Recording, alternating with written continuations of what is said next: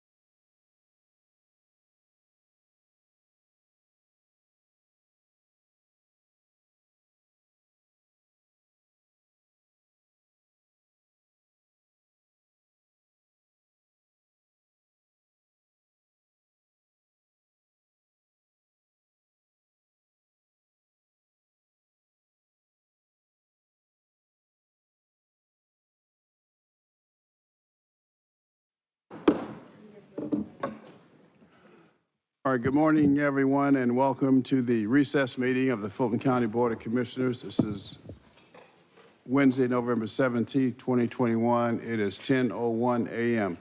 Madam Clerk, please call the roll. Chairman Rob Pitts. Present. Commissioner Liz Hausman. Present. Commissioner Bob Ellis. Present. Commissioner Lee Morris. Present. Vice Chair Natalie Hall. Present. Commissioner Marvin Arrington Jr. Commissioner Khadijah Abdul Rahman. Present. Mr. Chairman, you have a quorum. Thank you, Madam Clerk. Please rise for the invocation followed by the Pledge of Allegiance. Let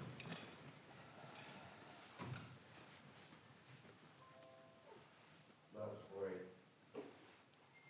Almighty God, we are grateful for this day, for your continued grace and mercy upon our lives. We pray now your peace and your power for those who are gathered. Continue now, God, to give our leaders your direction and wisdom and strength. It is in your name that we humbly pray. Amen. Amen. I pledge allegiance to the flag of the United States of America and to the republic for which it stands, one nation, under God, indivisible, with liberty and justice for all. Thank you. Madam Clerk. On page 2, consent agenda. 21-0882, adoption of the consent agenda. All matters listed on the consent agenda are considered routine by the County Commission and will be enacted by one motion. No separate discussion will take place on these items. If discussion of any consent agenda item is desired, the item will be moved to the recess meeting agenda for separate consideration.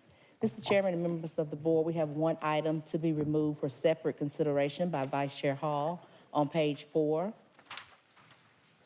21-0888, Finance, ratification of the October 2021 grants activity report. Any other items, Commissioners? If not, motion to approve the consent agenda as amended. A motion to approve by Vice Chair Hall, seconded by Commissioner Morris. Please vote. And the vote is open. And the motion passes unanimously. On page 6, recess meeting agenda, 21-0900, adoption of the recess meeting agenda. Mr. Chairman and members of the board, we have some amendments to today's recess meeting agenda. Item to be revised on page 6, presentation of proclamations and certificates.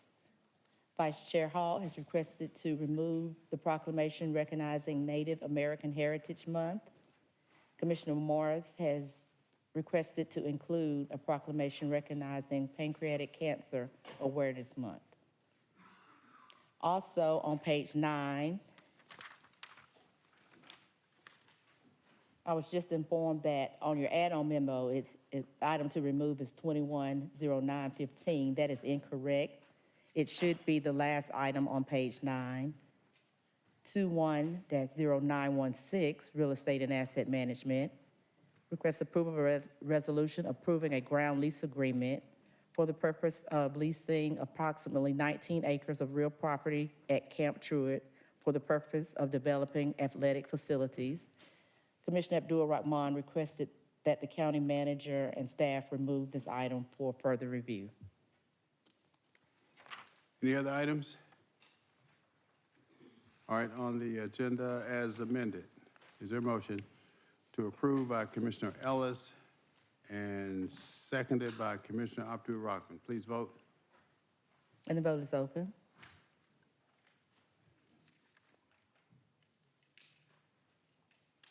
And the motion passes unanimously. 21-0901, ratification of minutes, recess meeting minutes, October 20th, regular meeting post-agenda minutes, November 3rd, 2021. All right, motion to approve by Vice Chair Hall and seconded by Commissioner Abdul-Rahman. Please vote. And the vote is open.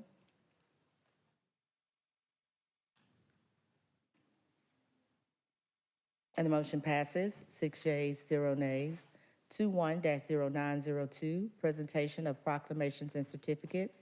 The first proclamation is recognizing Roto Corp Appreciation Day, sponsored by Vice Chair Hall.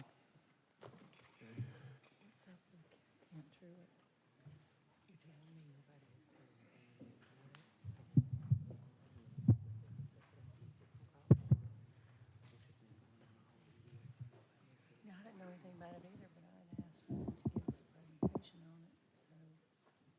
Isn't it like Chick-fil-A? Truett? Truett Cafe? Sure? Not associated with it? Stand over here. Just waiting for my colleagues to come down.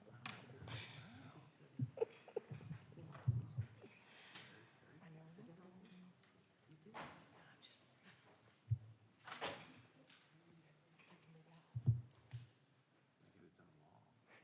It's gonna get its own wall. You guys need a new wall, though. We need more walls. Right? Exactly, exactly. We need new buildings. Well, this'll help drive the point home. This'll help drive the point home that you need more walls. Hey, listen, Tim, you gotta hang this thing up. Exactly how I. Mm-hmm.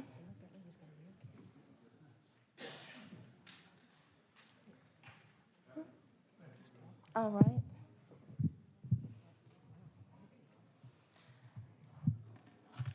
It is definitely an honor to present you with this proclamation. Visiting your business at the Fulton County Airport was absolutely a treat and great information. So it's an honor. I couldn't believe that you hadn't received a proclamation for the work that you've done, but I'm glad to read this. Whereas Roto Corp LLC is an authorized Robinson helicopter company and service center based in District 4 of Fulton County that maintains the largest in-stock inventory of Robinson helicopter parts in the world, servicing more than 1,000 customers in over 45 countries. And whereas Roto Corp was founded in 2011 as an authorized Robinson Helicopter Company Service Center by two brothers, Dan Casey, a helicopter pilot and mechanic who owned his own helicopter tour company, and Sean Casey, a sales and marketing specialist and real estate broker. And whereas Roto Corp is the first and only Robinson Service Center to offer online parts ordering that gives customers the peace of mind that they are getting the right parts for the best price because of their world-class logistics and shipping capabilities. And whereas Roto Corp is located at the Fulton County Airport at Charlie Brown Field, and as they celebrate their 10th anniversary of operations, they have earned the reputation of being the premier part supplier to the most popular civilian helicopter in the world. Now therefore be it resolved that the Fulton County Board of Commissioners commends Roto Corp for their success and celebrates with them on the occasion of their 10th anniversary of operation, and does hereby proclaim Wednesday, November 17th, 2021 as Roto Corp Appreciation Day in Fulton County, Georgia. Congratulations. Oh, I didn't realize that. Well, I just want to say thank you to the Fulton County Commission for, and by the way, my name is Tracy. I'm the Director of Operations at Roto Corp. I've been with the company for 9 years, one of the first of many local hires that Sean has made in Fulton County, providing jobs with his business. And I just want to thank you guys for the recognition of the work that we do. It's been a real pleasure to participate in the growth and opportunities that we've been able to bring to the county and provide to our employees and customers. Thanks, Tracy. Thank you, Vice Chair Hall and Commissioner Pitts and the remaining commissioners. This is really exciting. We've won lots of awards over the years, but never one this close to home. And we're really excited and grateful for the assistance from the commission and being able to call Fulton County Airport home for hopefully a long time into the future. We've got a strong strategic growth plan in place, new headquarters facility in the works, and we're happy to be here long into the future. So thank you for the wonderful recognition and assistance.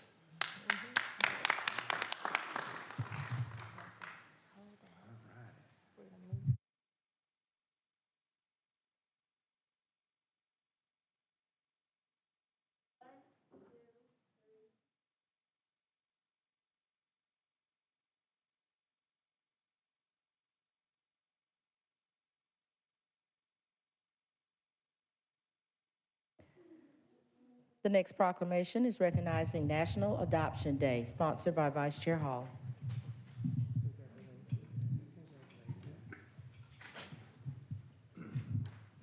Chief Judge Scales, Tim Ezel.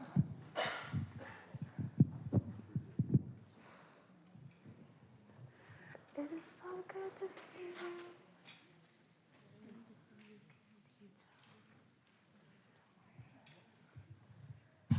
Uh-oh, that's all right. All right. I remember doing National Adoption Day for the very first time as the Chief of Staff to Commissioner Garner. And every year, Congressman John Lewis would attend and speak because he was so proud to be a parent of a child he adopted. And this has been near and dear to my heart ever since. So it's an honor to present you with this proclamation.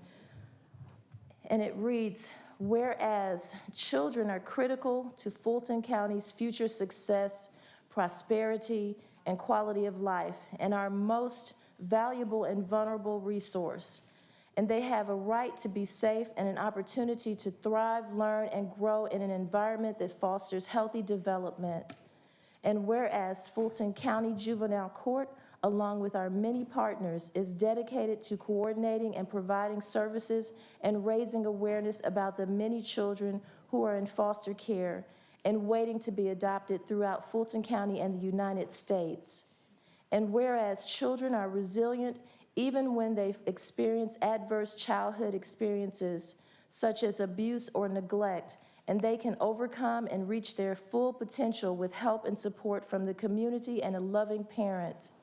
And whereas all children and youth deserve a safe, loving family, yet there are many in Fulton County who are waiting to be adopted. And whereas affirming, supportive parents can help a child or youth overcome past traumatic experiences and reach their full potential. Now, therefore, be it resolved that the Fulton County Board of Commissioners supports the efforts of the juvenile court system to raise awareness of the importance of adoption and does hereby proclaim Saturday, November 20th, 2021, and as National Adoption Day in Fulton County, Georgia. Congratulations, Judge Scales. Congratulations. Thank you. Good morning, everyone. Good morning, commissioners. It is my privilege and pleasure to serve as the Chief Judge of Fulton County Juvenile Court, and in that capacity, to be able to have special designation through the Superior Court of Fulton County to conduct our National Adoption Day. We have done that for 20 years now, so this is so timely, and that this is our 20th National Adoption Day celebration that we'll be hosting on Saturday, this Saturday. Unfortunately, it will be Zoom or virtual, but we welcome all to attend, as that is at least one of the positive aspects of having a virtual celebration. We can have a number of people attend. We thank you for this opportunity. We thank you, commissioners, for your recognition. And I'd like to recognize also my court administrator, Chief Administrative Officer, Mr. Timothy Zell as well. Mr. Zell? Thank you, everyone. We are dedicated to making sure that we do our part in the community and we thank the board for their support and thank everyone for the time and invite, like Judge Scales, everyone to join our celebration on November the 20th at 10 o'clock. And you can find that information on our website, fultonjuvenilecourt.org. Thank you.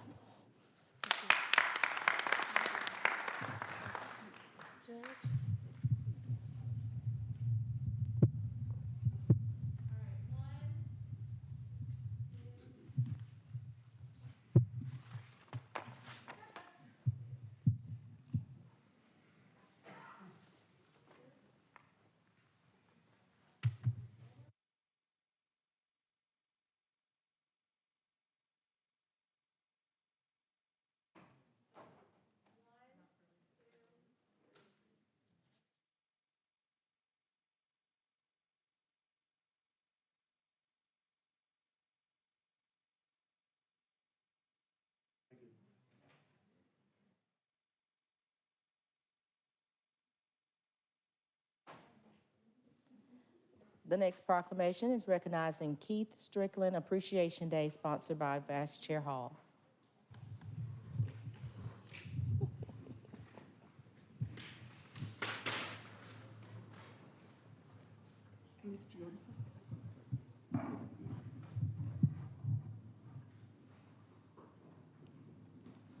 Keith, I know this was a surprise to you.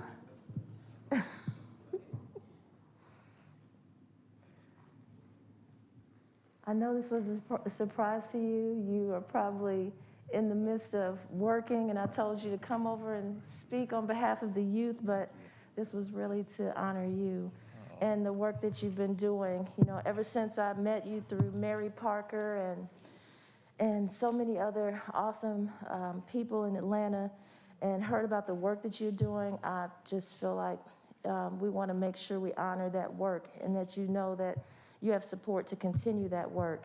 So the proclamation reads, whereas Keith Strickland is a native Atlantan raised in and by the streets of Bankhead and Campbellton and was selling drugs by the age of 13, was a convicted felon by the age of 16, and before the age of 25 was arrested nearly 50 times and served a total of 5 years behind bars.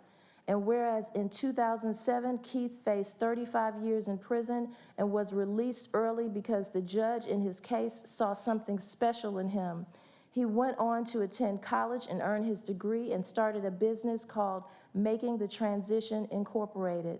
And whereas Making the Transition Incorporated is a behavioral modification and life enrichment agency that works with inner city youth and youth adults and specializes in cognitive awareness, life skills training, and vision building, and provides local governments, schools, and nonprofit partners with the supplemental support necessary for the populations they serve. And whereas Keith has worked as a consultant during the Obama administration and worked with the U.S. Attorney's Office creating initiatives to help youth with criminal backgrounds find a path to success.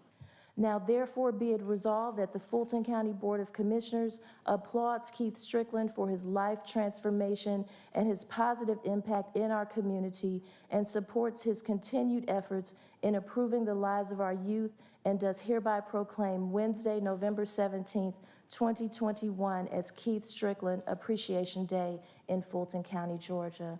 Congratulations, Keith. Thank you. And now I gotta to say something. First, I just want to say thank you to Fulton County. When she was talking about my arrest and my background and my history, all of that happened in Fulton County. Now, I have a deeper history in Fulton County also, but all of this happened here. This is significant to me for so many reasons. There's times when God speaks to you. I'm having a house built in Fulton County right now so that I can adopt children and bring children into the house. And it just happens that y'all acknowledge me today on... Take your mask off if you want to. Y'all acknowledge me today on National Adoption Day.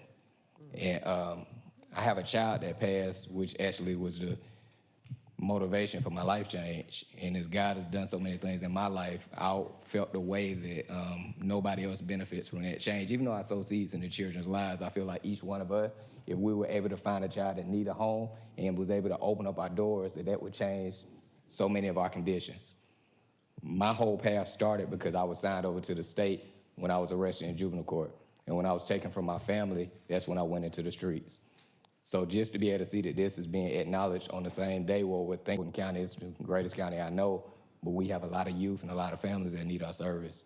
So I really appreciate the opportunity to work alongside you, and I just look forward to a long time of doing a lot of great work.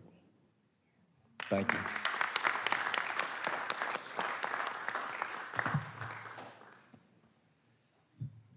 Y'all really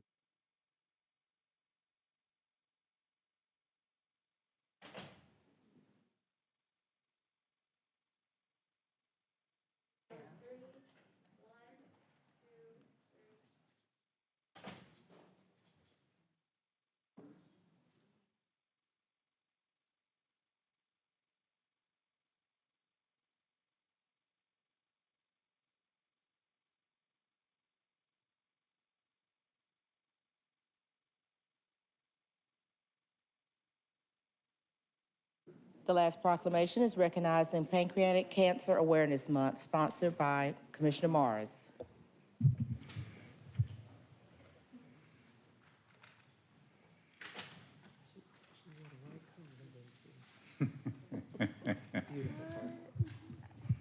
Welcome. Thank you. Let me read this proclamation. You all know I don't do many, but this one's special. Whereas pancreatic cancer is the third leading cause of cancer-related death in the United States after lung and colon cancers. And whereas in 2021, an estimated 60,430 Americans will be diagnosed with pancreatic cancer in the U.S., and over 48,220 will die from pancreatic cancer. And whereas pancreatic cancer is one of the few cancers for which the survival rate has not improved substantially over nearly 40 years. And whereas pancreatic cancer has the highest mortality rate of all major cancers, with 74% of all patients dying within the first year of diagnosis. And whereas pancreatic cancer is a leading cause of cancer death largely because there are no detection tools to diagnose the disease in its early stages when surgical removal of the tumor is still possible. And whereas the Joseph C. Monastra Foundation for Pancreatic Cancer Research funds research at Emory University's Winship Cancer Institute and the Johns Hopkins Medical Institution Sol Goldman Pancreatic Cancer Research Center towards finding tools that will lead to early detection of pancreatic cancer. Now, therefore, be it resolved that the Board of Commissioners of Fulton County expresses their support of the Joseph C. Monastra Foundation for Pancreatic Cancer Research and requests businesses, buildings, monuments, and structures show support by lighting up in purple, and does hereby proclaim Thursday, November 18, 2021 as World Pancreatic Cancer Awareness Day and the month of November 2021 as Pancreatic Cancer Awareness Month in Fulton County, Georgia. And we have with us today Pamela Monastra of the foundation. Will you say a few words, please, Pamela? Thank you, Commissioner. Congressman and civil rights activist John Lewis, Supreme Court Justice Ruth Bader Ginsburg, Alex Trebek, Aretha Franklin, Luciano Pavarotti, astronaut Sally Ride, fashion icon Karl Lagerfeld, entrepreneur Steve Jobs, educator Roundy Pausch, CEO of Marriott Arnie Sorensen, comedian Bill Hicks, actors Alan Rickman, Joan Crawford, Michael Landon, Patrick Swayze, John Hurt, Ephraim Khan, musicians jazz trumpeter and band leader Dizzy Gillespie, jazz pianist Count Basie, bassist Benjamin Orr of the Cars, composer Henry Mancini, sports icons, the Oakland Raiders, Gene Upshaw, basketball coach Chuck Daly, Dallas Cowboys, Harvey Martin, my family, my father, Joseph C. Monastra, my aunt, Rosemary Monastra, my aunt, Vincenza Monastra, and just this year, my cousin, Deborah Cicero. What do all these incredible souls have in common? They all fought the same battle against pancreatic cancer and lost. In nearly 40 years since Count Basie died in 1984, and then this past June with my cousin Deborah, and 4 of my other family members all died of pancreatic cancer, little to nothing has changed. The survival rate has not improved, as County Commissioner said, in the last 40 years. There's no early detection. There's no cure. There are few early warning signs, none that even set off any alarms to change the inevitable. It's the 3rd leading cause of cancer deaths in men and women. Without an early detection, it will soon be the 2nd leading cause of cancer deaths, second only to lung cancer. Pancreatic cancer has the highest mortality rate of all cancers. 74 to 80% of all patients will die within the 1st year. My father died after 4 weeks of diagnosis. Thank you, Commissioner Lee Morris, for sponsoring this, and to the rest of the Fulton County Commissioners for supporting this proclamation, declaring November as Pancreatic Cancer Awareness Month, and tomorrow, November 18th, as World Pancreatic Cancer Day. Together, we've asked the buildings, monuments, and statues around the county to be lit the night in purple to help boost awareness and amplify our voice to demand better. It's time we found critical research for early detection and a cure for pancreatic cancer. Thank you for the opportunity to be here today, and thank you so much for your support. Do you want me to put this back on?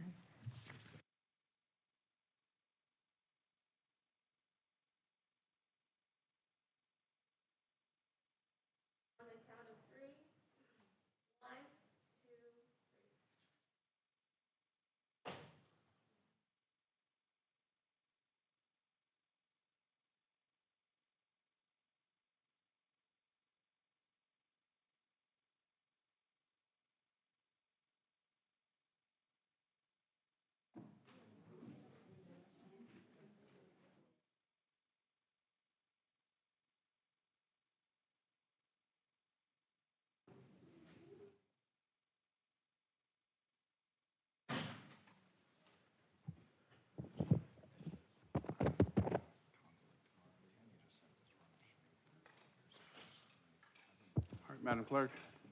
On page 7, public hearings, 21-0903. Speak up, Madam Clerk.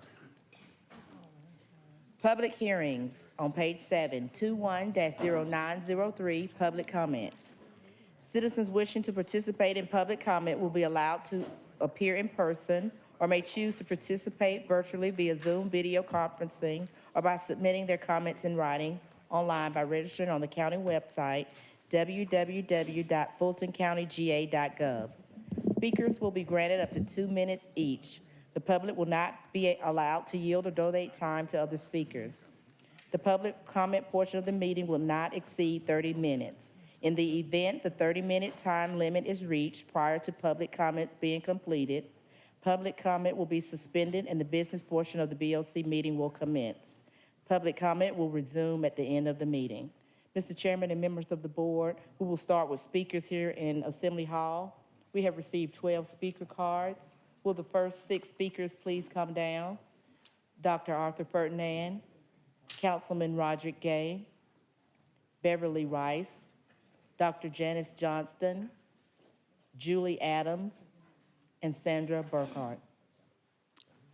All right, I failed to mention, speakers, with the exception of public elected officials, rather, when you have 30 seconds, is that right? No, 15 seconds remaining, I'll simply say 15 seconds, and that's your cue to terminate or conclude your remarks. The exception to that, public officials.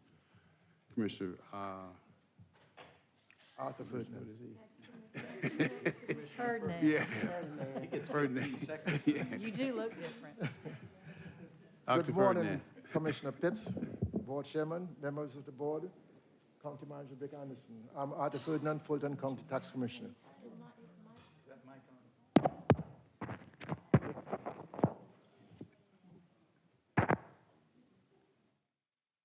This is the second time in 20 years that I've addressed the board in public comment. The first time was about 4 months ago when I came to advocate for bonuses for employees. This time, I'm here out of frustration with the current budget process and my inability to staff my office appropriately to perform the duties I was elected to perform. I'll say the budget process has failed my employees.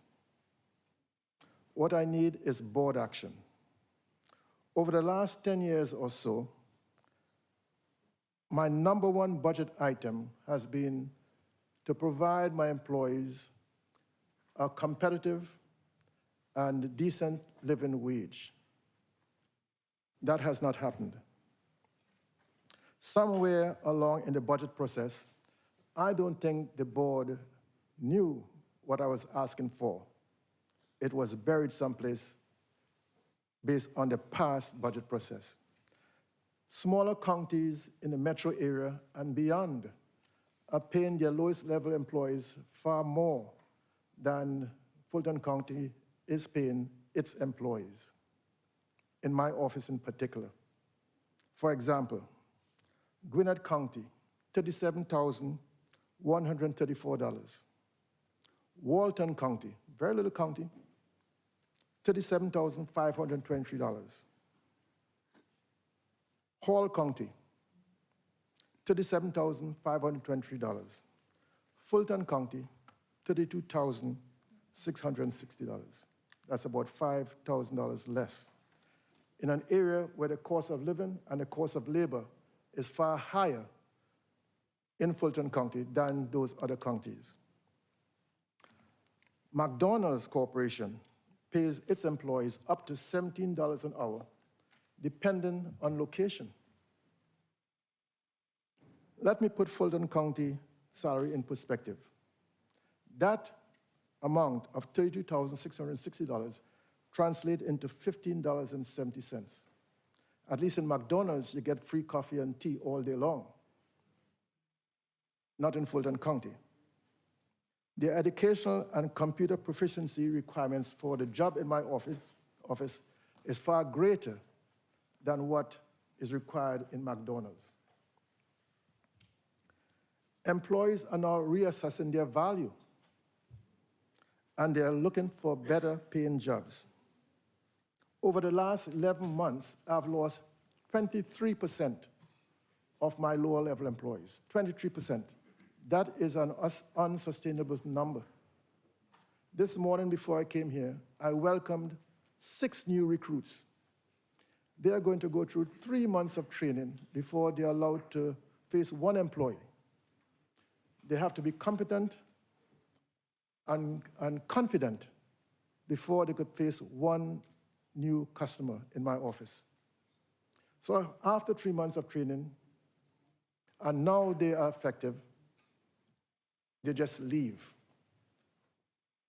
Of those 6, I don't expect to have 4 of them by the middle of next year. They'll be going someplace else, using their training to a place with a lower cost of living where the job is probably the same. In my 2021 budget, I've requested raises for my entry-level employees to $40,825. That is the middle of the salary range for pay grade 8. So it's on the books. You don't have to do very much. It's on the books already. There's a range, and this is the middle of that range. Over the past 20 years, as the population and the demands on my office grew, the tax commissioner's office remained stagnant on purpose because we use technology to offset the increase in population and the complexities of the job. The time has now come to invest in staff by providing a competitive entry-level salary and living wage for the employees. In my 2021 budget, I've asked for 5 new staff positions for the Greenbrier office, which is new and should be open soon. Let's staff the office correctly from the onset and provide the Greenbrier residents a better experience going forward. Thank you, Commissioners. Thank you.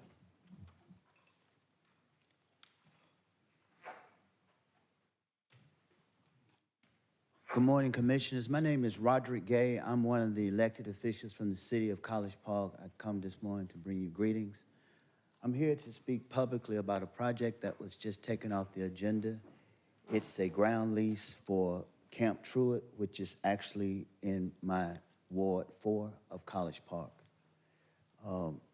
Also, you'll hear from Dale Davis, a former NBA great, and attorney Louis Bridges, who's also a business owner in our city. So real quick, my family and I moved to College Park in 1998. I live across the street from Camp Truett. And at the time, it was a 4-H, active 4-H group. They moved, and since they moved, the property has been somewhat unimproved. There is a Fulton County Cooperative Extension portion that is still being used. For the most part, we have a UGA County Extension officer that works there, and we also rent the facility out. Fulton County does. In fact, my dad's repast was held there. Well, actually, I've been trying to get the property brought back to a standard that could be used by the citizens of Fulton County and the citizens of College Park for approximately 19 years. I told my wife I wasn't going to come this morning because I didn't want to evoke any political actions that would get the matter taken off the agenda, and it's off the agenda. But why I'm saying this is that when I came here this morning, I'm a 4th-generation Atlanta native. I've been here 4 generations. And when I came here this morning, I got off Mitchell Street, I saw they had been cleaning up the medium from trash. I said to myself, damn, what has happened to Atlanta? And I said to myself, ain't no way nobody be against you trying to improve a camp that will empower and bring a better quality of life to our community. That's just no way. So I felt kind of confident.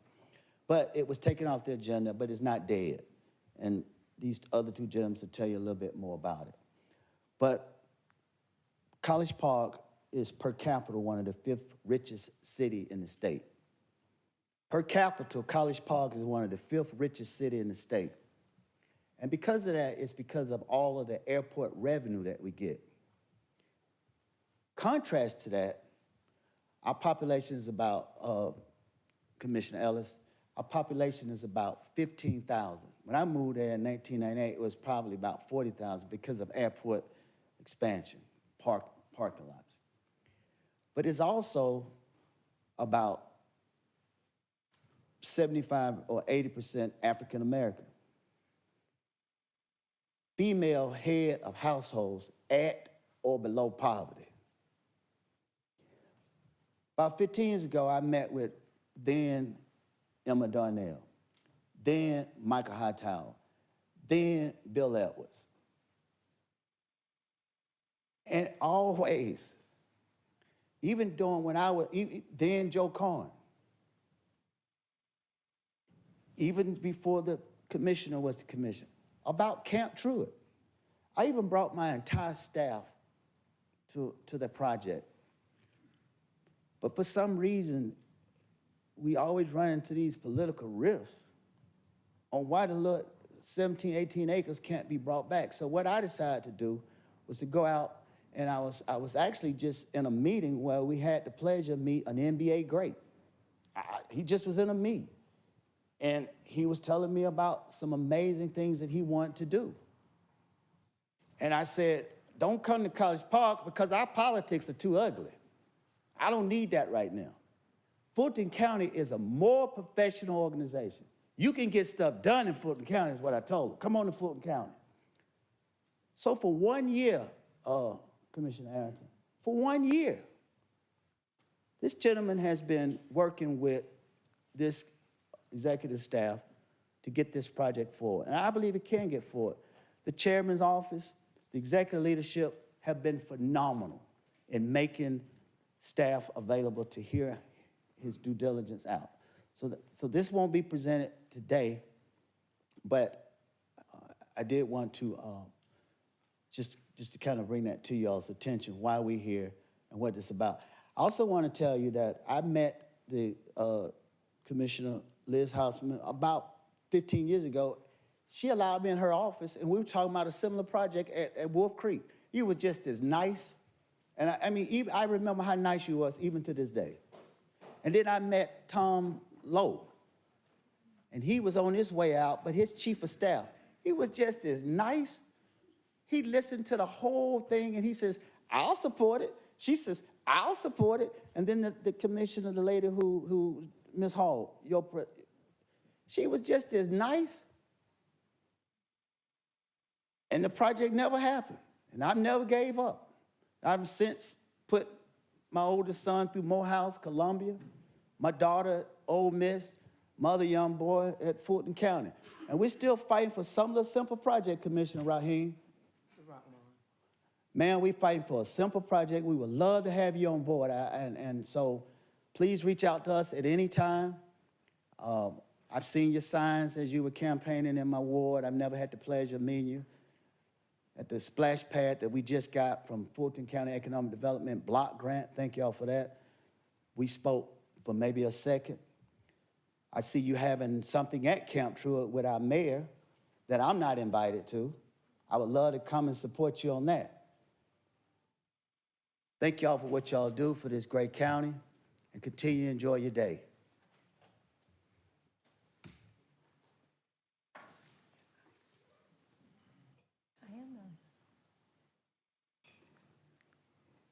First, in honor of all of our commissioners, the commissioner chair, Chairman Rob Pitts, my own commissioner of the Mighty Six, Commissioner Khadijah.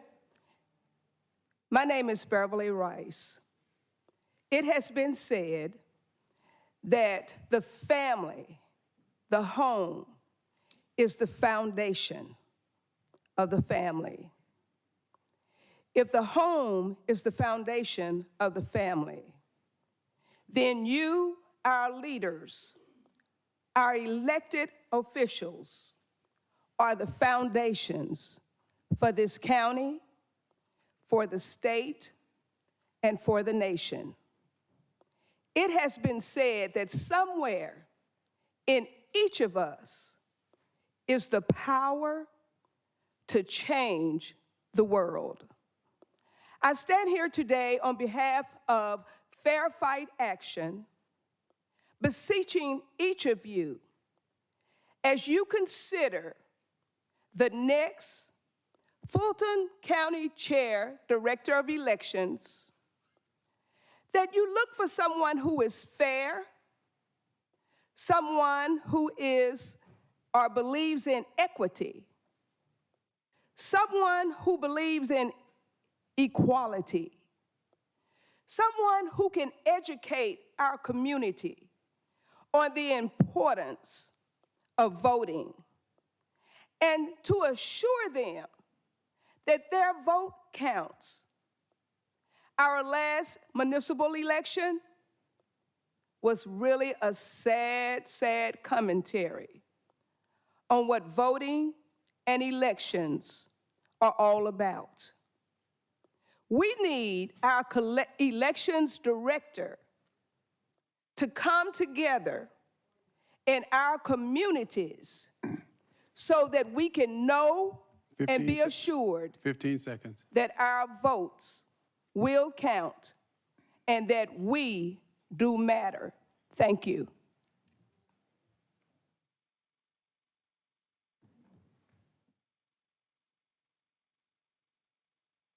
Chairman and Commissioners, my name is Dr. Janice Johnston. I'm a Fulton County resident. I'm glad to be here today to share with you my opinion of the November elections. What a mess. There were problems before, during, and after the elections. I don't know how in the world you're going to get things right for a large election. Even with Chairman Pitt's constant attention and involvement with Fulton elections and the election board, there were so many problems. Hiring was a disappointment and disaster. Many interested community residents tried to get hired, but alas, they were not able to get Happy Faces temp agency to answer the phone, call back, or follow-up requests. Hiring policies and procedures were partisan, chaotic, last minute, poorly implemented, and compromised. Training programs were disorganized, inconsistent, and frightfully incomplete. And then, as Election Day approached, Happy Faces and the subcontractor, TDC, panicked and hired people with no vetting, no background checks, and you guessed it, no experience or training. Polling places were left to deal with workers that had a couple of hours of training the day before, provided no worker manuals, and no possibility of help or replacements. Poll officers were put in charge with no experience. Additionally, there was a verbal requirement contrary 15 to seconds. Fulton County to wear unauthorized, unprofessional, oversized, sloppy T-shirts. It looked like a protest T-shirt or a junior high pep rally outfit. Who decided this was a good idea? Who approved and overrode the policy and guidelines for Fulton County, Happy Faces, and TDC that specifically prohibits wearing T-shirts? The elected official that Thank you, required ma'am. this Miss- threatened poll workers with dismissal and Miss- financial penalty. Thank you. Okay. I have a gift for all of you. There are 6 T-shirts for each of you. Next speaker. Enjoy.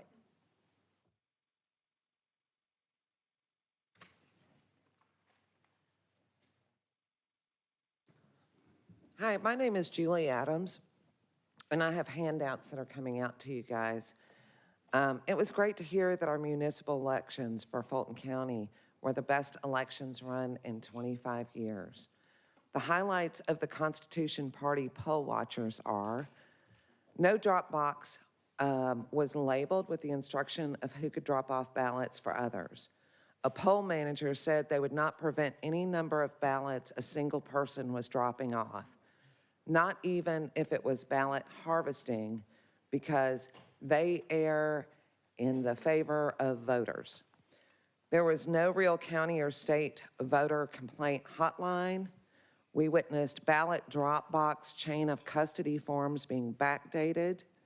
Chain of custody of these ballots were to be delivered from the polls in the evening directly to a manager at the warehouse.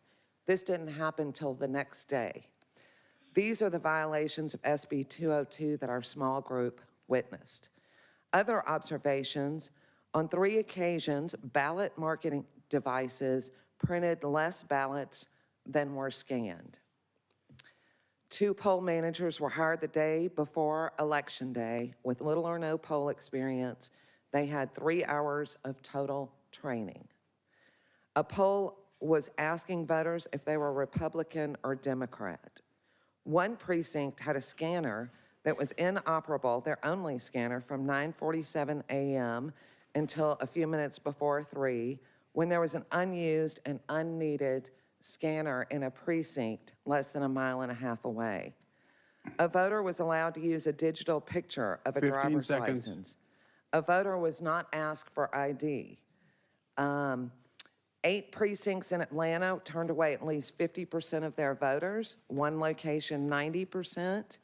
The North Annex had 205 ballots cast. After noticing that many people were being turned away, our poll watchers counted 214 people turned away. Thank you. Thank you.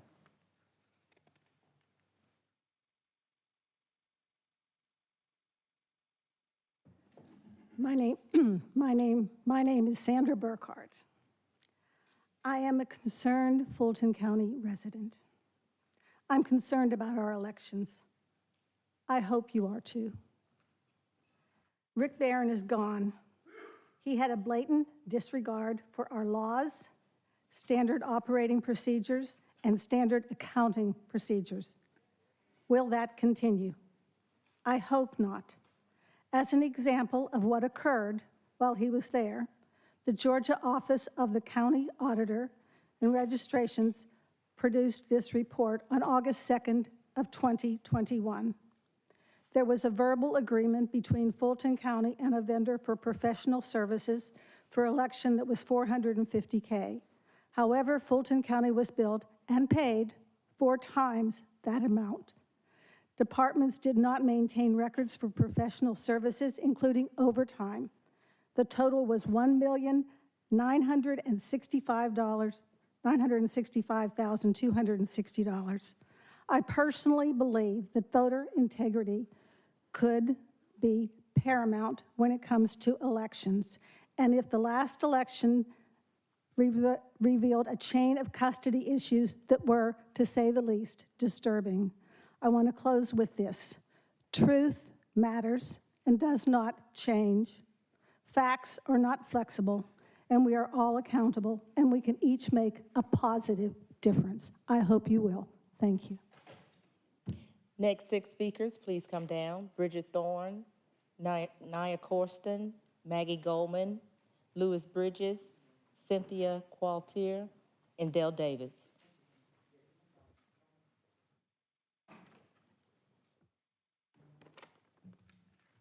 Hello. Transparency is based on revealing truth, which then engenders trust. And I don't trust Fulton County elections. It seems time and time again, the election communication refuses to reveal truth. Instead, they morph truth to fit a narrative. They refuse to answer questions, yet your communications department motto is to empower people with information. What information? Like this flyer, Fulton votes, integrity, security, efficiency. Fulton elections has proven to be just the opposite. What does truth require? It requires you to face the facts as they are. How many election offices have a full-time PR person like Ms. Waller to distort the truth? Was it a water main break or a urinal leak? Was it poll watchers told to go home or not? Tell the truth. Is there or is there not an investigation into my accusations of the elections group Mike Prendergast and Dominique Olamo printing ballots before the November election in the warehouse? Tell the truth. Did Fulton County fail to give public notice as required by law that LNA testing was going on by Dominion, completely unsupervised? Tell the truth. Did Ralph Jones retire because he was embattled? And now Richard Barron, he simply retired because he's embattled by deplorables? Ms. Waller arranged to have Mr. Webb, the Atlanta Municipal Clerk, at the warehouse for election night at 6:30 p.m. And then comes out with a quote, "Smoothest election is in 25 years. If it was so great, why was Johnny Harris just fired?" BRE members tell us the 2 people that were fired for 15 shredding seconds. voter registrations were former Happy Faces employees. Will we ever find the result of that investigation? You know, Happy Faces being linked to Stacey Abrams' Now Account company. What about the investigation of the warehouse? Everything is scripted to fit your Fulton County A+ elections narrative, and it's so far from the truth. Please empower people with true information. We don't want to pay for propaganda. Thank you. Good morning. My name is Nia Corsten. I will quote myself from the 11/1 AJC article. Corsten is hopeful that we won't have the same problems that were experienced in the 2020 election, unquote.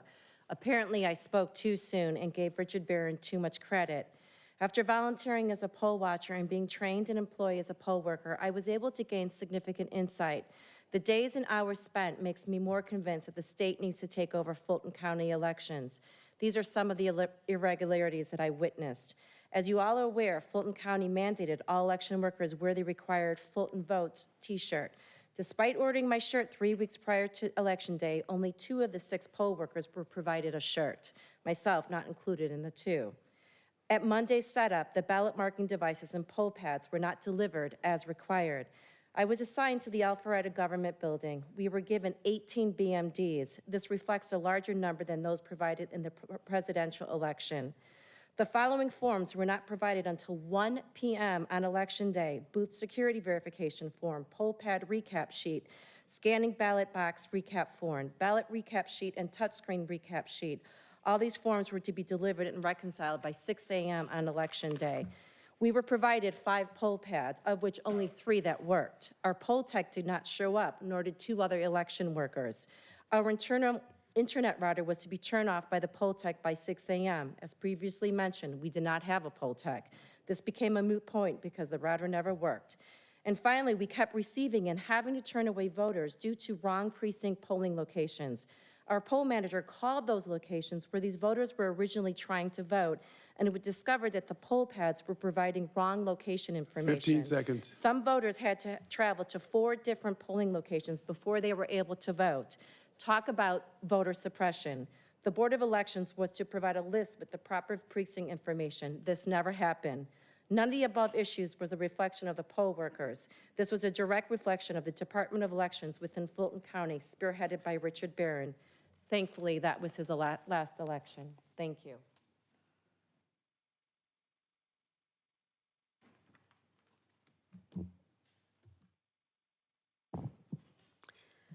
Maggie Goldman, Johns Creek, District 1. I'd like you to reconsider your legislative priority to allow county residents to determine by referendum if their Board of Commissioners are elected through partisan or nonpartisan elections, with your intention to change to nonpartisan elections. Before I heard about this in the last meeting, I had already begun thinking about the nonpartisan nature of our municipal and school board elections, and they really don't work. The nonpartisan elections you're proposing, I assume, would occur during the May primaries in even-numbered years.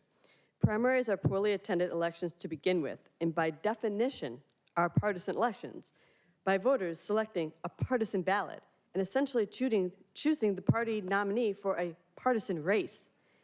These are the most partisan voters you can possibly find. It doesn't make any sense to ask the most partisan voters to vote in a nonpartisan election. If anything, you should be changing the school board elections to partisan, just like Cobb and Gwinnett. The only voters who would potentially be interested in a nonpartisan election are the occasional general election voters that might be turned off by party affiliation.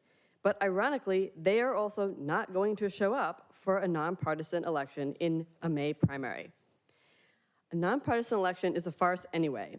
In Johns Creek this cycle, Republican candidates ran as a slate and at the same time berated Democratic candidates for also running on a slate. The hypocrisy was blatant and disgraceful. If it had just been a partisan election, it wouldn't have been an issue. Both Fulton Republican and Democratic parties formally endorsed, spent money on, and worked on behalf of these so-called nonpartisan races. 15 so seconds. Tell me, what was nonpartisan about this election? There's a history of uncontested races at the commission level, but I can tell you that that is changing. District 1 is going to be competitive in 2022, and by 2024, I imagine District 2 will be competitive, and who knows, maybe even District 3 will get competitive.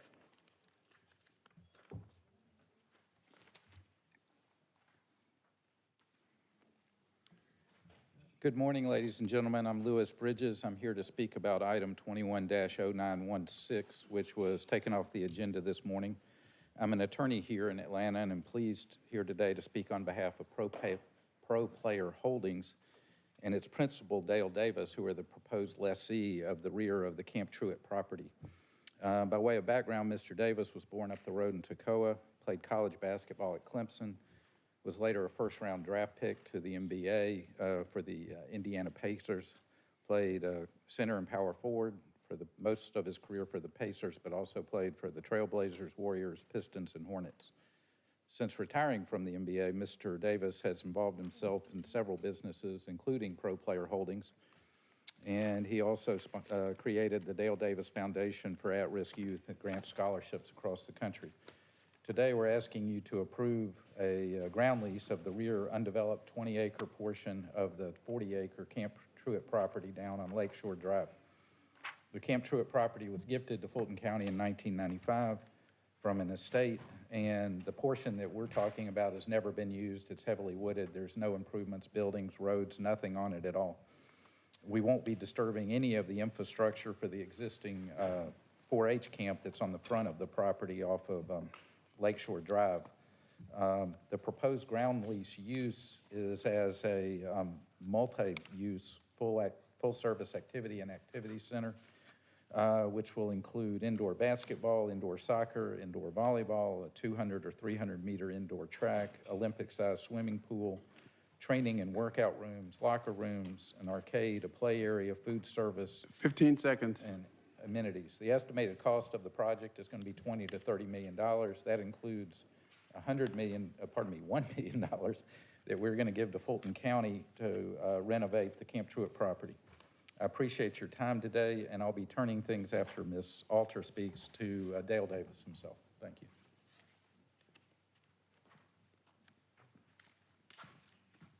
Good morning. My name is Cynthia Qualtier, and I am a concerned resident of Fulton County. I'm here to voice my grave concerns with Fulton County renewing any contracts with subcontractors to run our municipal elections, particularly Happy Faces and TDC. And back in the 2020 election, I was so upset at the fraud and corruption that I saw that I decided I would get involved, and I became a precinct poll manager for the municipal elections. So what I am speaking from is truth and facts that I saw with my own eyes. I didn't know everything that I needed to know because I took a crash course in how to be a poll manager. The day I went to pick up my materials on Sunday, they told me not all my materials were available and they would be delivered to me on Tuesday morning. I did not know that part of those materials were critical components of my precinct. I got to my church on Sunday to help set up. I was told the setup people would be calling me. They never called. I waited 3 hours. I went home. The church called me and said, oh, by the way, they showed up. They dropped everything off and left. I was not there to watch that drop off. Tuesday morning, I arrived and I found out that all our forms were missing. Our chain of custody forms were missing. I had my manual. I brought pieces of paper with me. We created our own forms. We witnessed them. The night before, my 2 assistant managers reached out to me, not by a phone call, but an email. We won't make it. We won't be there. You're on your own. I called Fulton County, and they had no backup plan for any resources. This is a disaster. It's a disgrace to the citizens of Fulton County and the taxes that we pay for these elections. 15 I urge seconds. you, do not renew any new contracts. Thank you.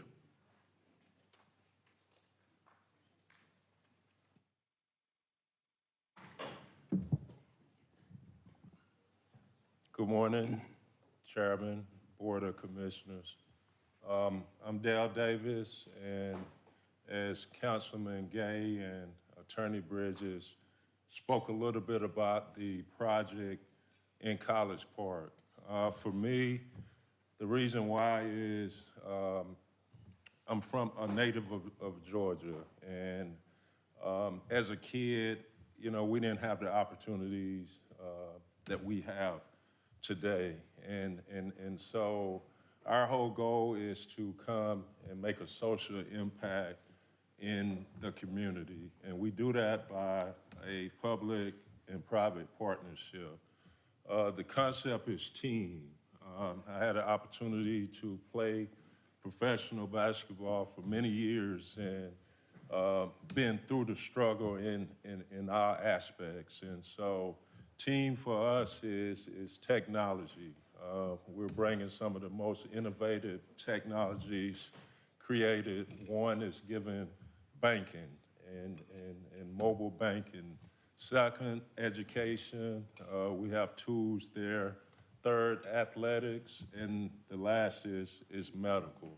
And so with a brick and mortar facility, we're able to bring a lot of social, impactful, meaningful programs to College Park and to the world. And so we open the opportunity. We appreciate the opportunity to give us the opportunity to partner with you guys and 15 seconds. make this a reality.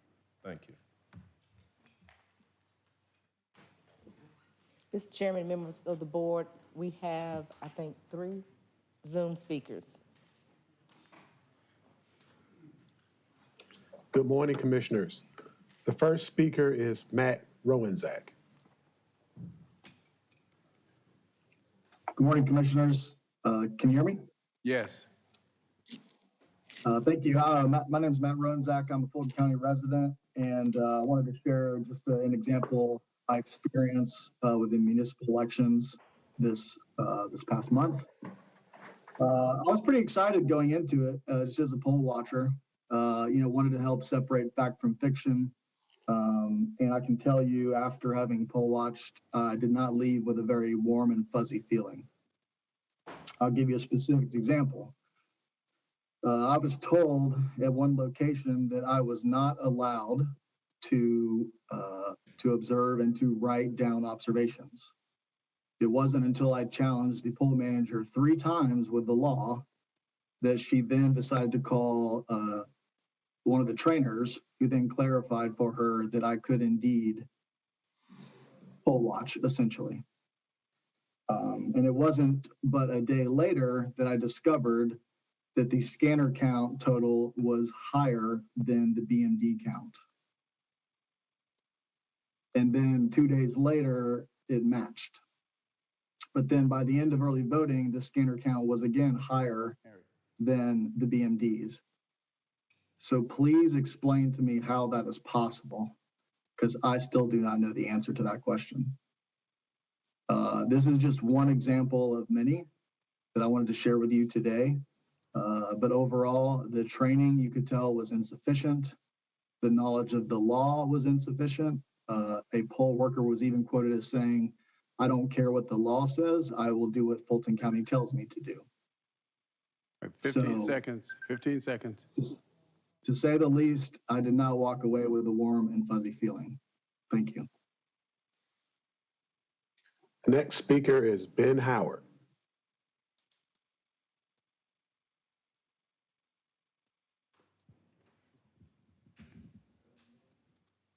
The next speaker, Ben Howard.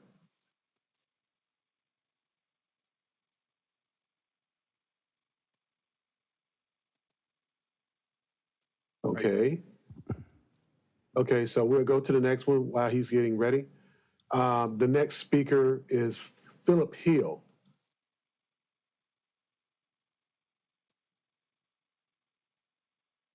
Philip Hill. Okay. The next speaker is Sheila Hamilton.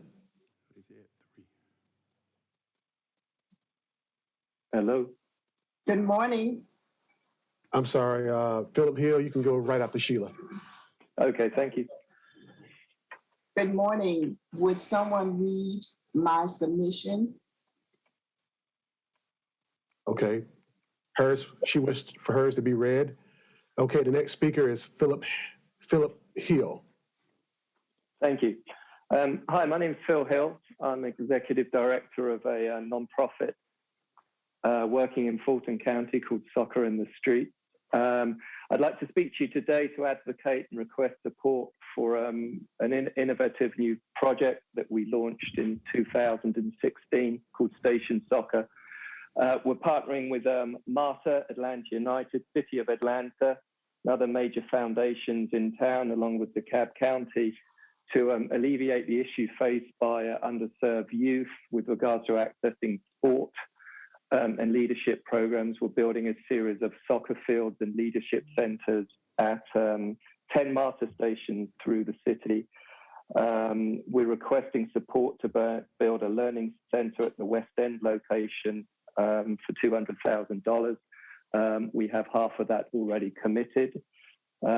These are much needed services that will bring not just access to sport, but also access to educational programs such as financial literacy, and just create pathways forward for the youth in these underserved areas as their lives grow. The project is already up and running in 5 master stations. 5 more will follow over the next couple of years. So any support the county could give for this project would be much appreciated by the residents in those areas. Many thanks.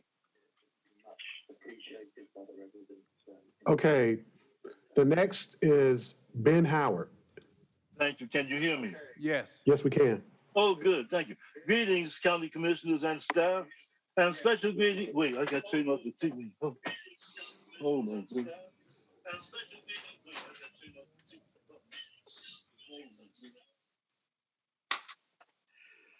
Greetings, county commissioners and staff, and special greetings to you citizens and voters of Fulton County, watching or listening to your government at work. Ben Howard, Senior Advocate, Public Policy Analyst. To the Office of Aging and Youth, please fill those vacated Council on Aging North and Council on Aging East positions so the Commission on Elder Affairs will not have problems obtaining a quorum. To the Commission on Elder Affairs, item 1, on behalf of senior citizens in this county, you do have the right to suggest what goes into the county budget rather than simply commenting on the budget once it has been drafted. Item 2, your bylaws do allow you to vote for someone to serve temporarily as the parliamentarian for your next meeting on Friday, December 10th. To the Fulton County Board of Health, please contact the members of Ben Hill Chapter 5272 and let them know you will be helping the City of Atlanta to take a second look at the life-threatening overgrowth at 3898 King Arthur Drive.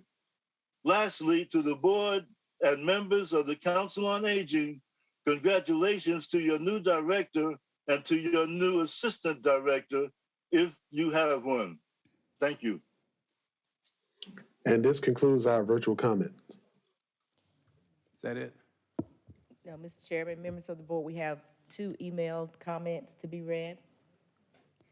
The first is from Angeline Payne. As a citizen of South Fulton, I would like the board to know that they are not alone in their endeavors to get work done for the citizens in Fulton County.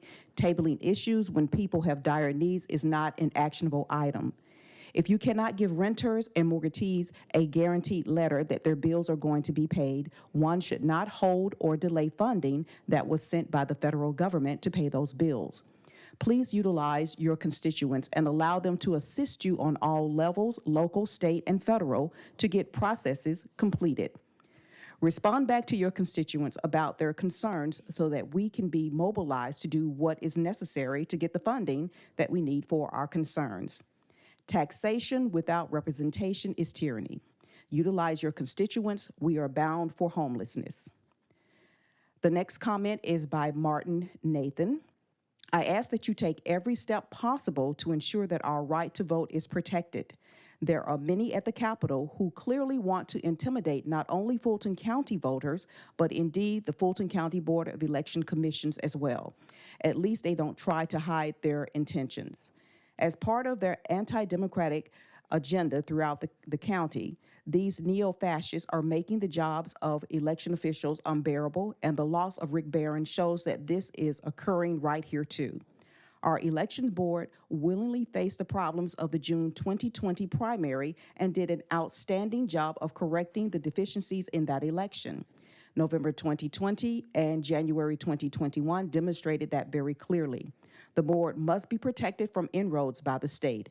At a minimum, you must hire a strong, independent chair for our elections board, one who will protect our voters and our elections against those in our state who have made clear they will try to intimidate our voters and our officials. Resist any effort by the state to take over elections, the obvious intent of legislation passed earlier this year. I can think of no better use of my tax dollars than protecting the vote of Fulton County residents. This concludes the email comments. Any others? I thought we had one from Sheila Hamilton. Did we have one for her? All right, 30 minutes has expired, so let's continue. Where are we now? We're continuing on page 7, county manager's renewal items. All right, before we get to that, Commissioners, please join me in welcoming our new county attorney. This is her first day, Ms. Sujo. So take it easy on her today. Brother Arrington.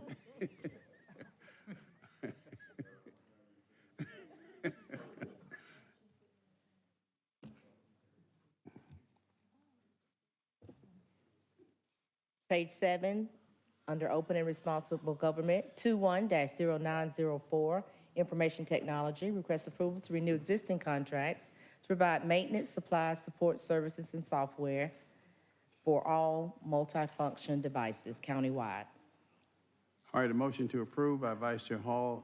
Is there a second? Seconded by Commissioner Liz Hausman. Any questions or comments? Hearing none, cast your vote, please. And the vote is open.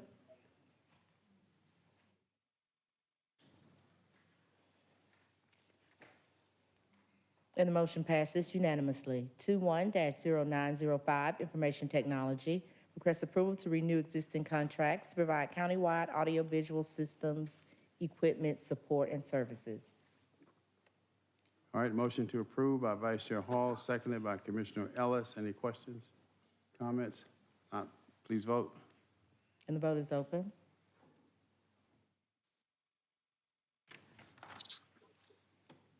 And the motion passes unanimously. On page 8, 21-0906, information technology, request approval to renew existing contracts to provide countywide structured cabling services. All right, motion is to approve by Commissioner Hausman, seconded by Vice Chair Natalie Hall. Any questions or comments? Let's vote, please. And the vote is open.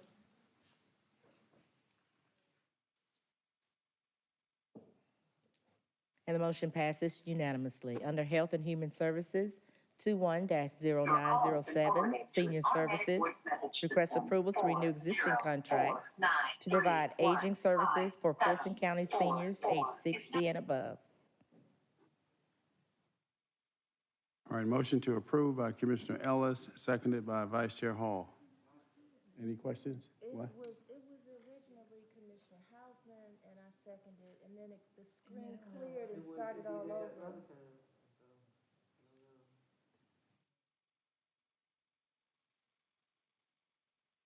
All right, motion is to approve. Cast your votes, please.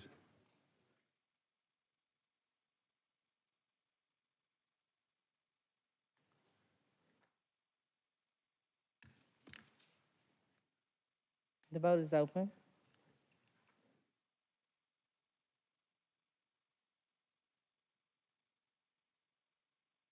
And the motion passes, 6 yeas, 0 nays.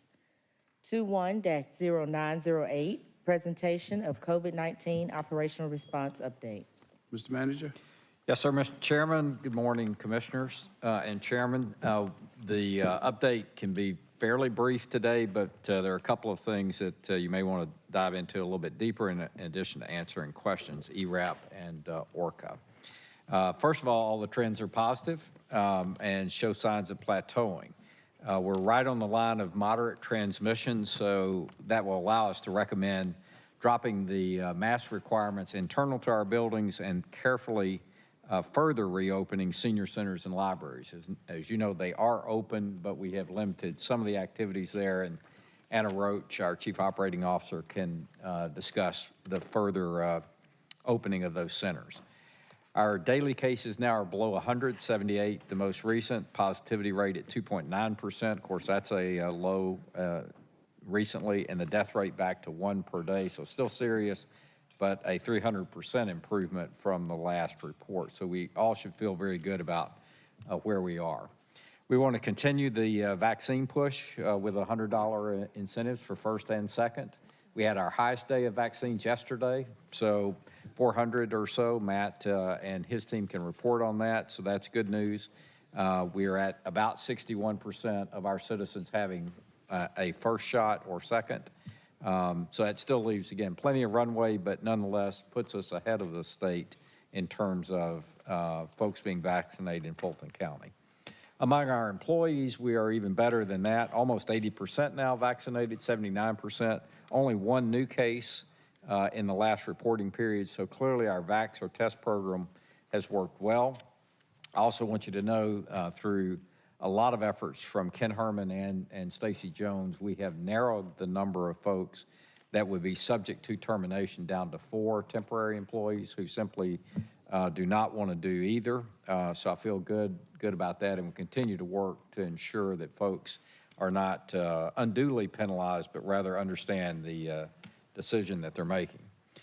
One of the concerns that we'll raise today, which I do think is part of this COVID response, is something known as the Great Resignation. You've seen that in the press across the country.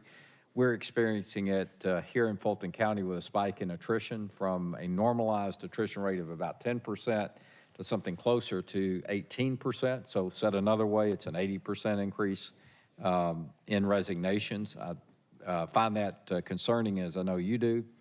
We'll ask today, after reviewing all of the options, for really pre-approval on employee compensation matters that are included in the 2022 budget, fully accounted for there. But I think we need to move quicker rather than later. So we'd like to begin to communicate actions that we will be taking next year that would include a cost of living increase, the further implementation of the incremental compensation strategy, salary treatment for some key classifications. There are about 10% or so of the classifications where we have significant attrition. That would include the positions that Dr. Ferdinand spoke about this morning. We have them in many other areas, such as purchasing, legal, public defender's office, many of which you obviously know about and we've spoken about before. So we will be asking for, again, pre-approval to begin to communicate along those lines, and Ken Herman will overview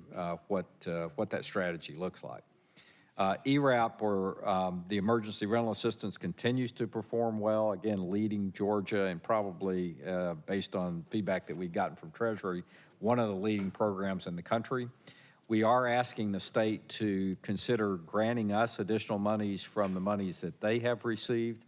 I think it makes a lot of logical sense that we keep our machine moving, even though now our citizens can also take advantage of the state's ERAP funds as well. But because we've performed so well, we have, through a lot of good work that Anna Roach has done, we have been talking with Commissioner Nunn about that, met with him personally yesterday, and he is committed to look at that option and discuss with Treasury whether that would be acceptable. ORCA is ramping up. We'll see the numbers today. You may want to spend a little bit of time and let Alton Adams describe where we are, because we are now prepared to go live with that program. And in December, we would be reporting results from that program at the system, court, and judge level, which is not necessarily new in the sense that we've had this on our open government website, but I think it will be much more visible to you and to the public, in that we intend to bring that back at each recess meeting for reporting and discussion due to the importance of this, this overall backlog reduction project. As we look beyond COVID to the economic recovery aspects of this, we are developing plans to move forward with broadband expansion, adoption, and digital literacy support.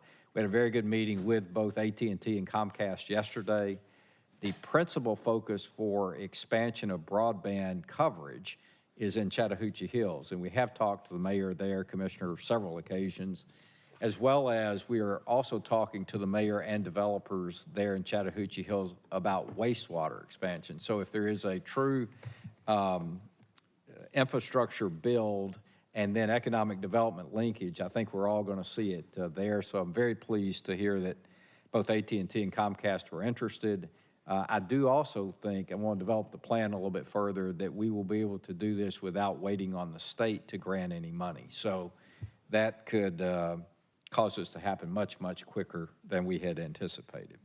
And then last, we, of course, have delivered the 2022 budget recommendations to you this week. Just reminding you again, as well as all of our colleagues, which at this time of the year get a little bit frustrated with us and forget it's the holiday season. But these are just recommendations. You obviously have the purview and the responsibility to consider all the recommendations as well as ones not recommended and change that recommendation to suit what you think are our highest and best needs. But we've submitted it to you now officially for consideration, and we'll have it on the board's agenda, each agenda now through January until formal adoption. So we look forward to that feedback, and then I think we're prepared, Madam Vice Chair, for any questions that you may have about the report that was submitted. Thank you, Mr. County Manager. I see Commissioner Lee Morris. Yeah, if we're going to get into Orca, I can save my questions. I had noticed, and I mentioned this to the county manager before the meeting, I had noticed that we seem to have had lower numbers on the Orca hires in some categories, and are we going to get into that later? Because we can save that. Yes, sir, we will. Explanations of why that is. So that would, I'll wait on that. Thank you, Commissioner Morris. Does anyone else have any questions at this point? Okay, Commissioner Ellis? Yeah, just one question. I just want to make sure I heard you right on the number of employees. I know in our packet, it's about the non-compliance, it's 40, but you said it's down to 4? Yes, sir. It's Okay. four that are in danger of termination. So we have Okay. others that are progressing, if you recall, through that kind of three-strike process. Okay. But what All right, we're trying to do is ensure that before anyone faces the ultimate Okay. compliance issue is that we've talked to them personally, and many times there is some level of confusion, or there just needs to be a little bit more encouragement. And so that's happening as we grow, as we go through. So the 40's right in here, but it's just 4? Yes. Only 4 that are potentially subject to termination? Yes, and they Gotcha. were part-time employees in Okay. the Department of Arts All right, thanks. and Culture. Thank you, Commissioner Ellis. Matt Kallmeyer? Thank you, Madam Vice Chair. I just want to draw your attention to 3 things in our packet. You heard the county manager speak today that yesterday was our highest day since June 16th for vaccinations. So there is a new total of over 530,000 individuals have been vaccinated in Fulton County, and about 4,500 boosters is what we've administered. But on page 9, the bottom left-hand corner, we'll actually be running incentives. $100 for first and second doses from November 16th, so December 4th. So any of our locations, you can come anytime that we are operational. It's not before we were only doing it 2 days a week. Now it's every day that we're operational. Those facilities are fixed sites. Fulton County residents can come to get $100 for first and second doses. Want to also draw your attention to page 11. We have been doing pediatric doses for age 5 to 11. We've actually done about 159, 160 individuals that doses we administered to that age group, and that number is actually increasing as more individuals are actually signing up for that, and those individuals are also eligible for the incentive program as well. And the final thing to draw your attention to is on page 14.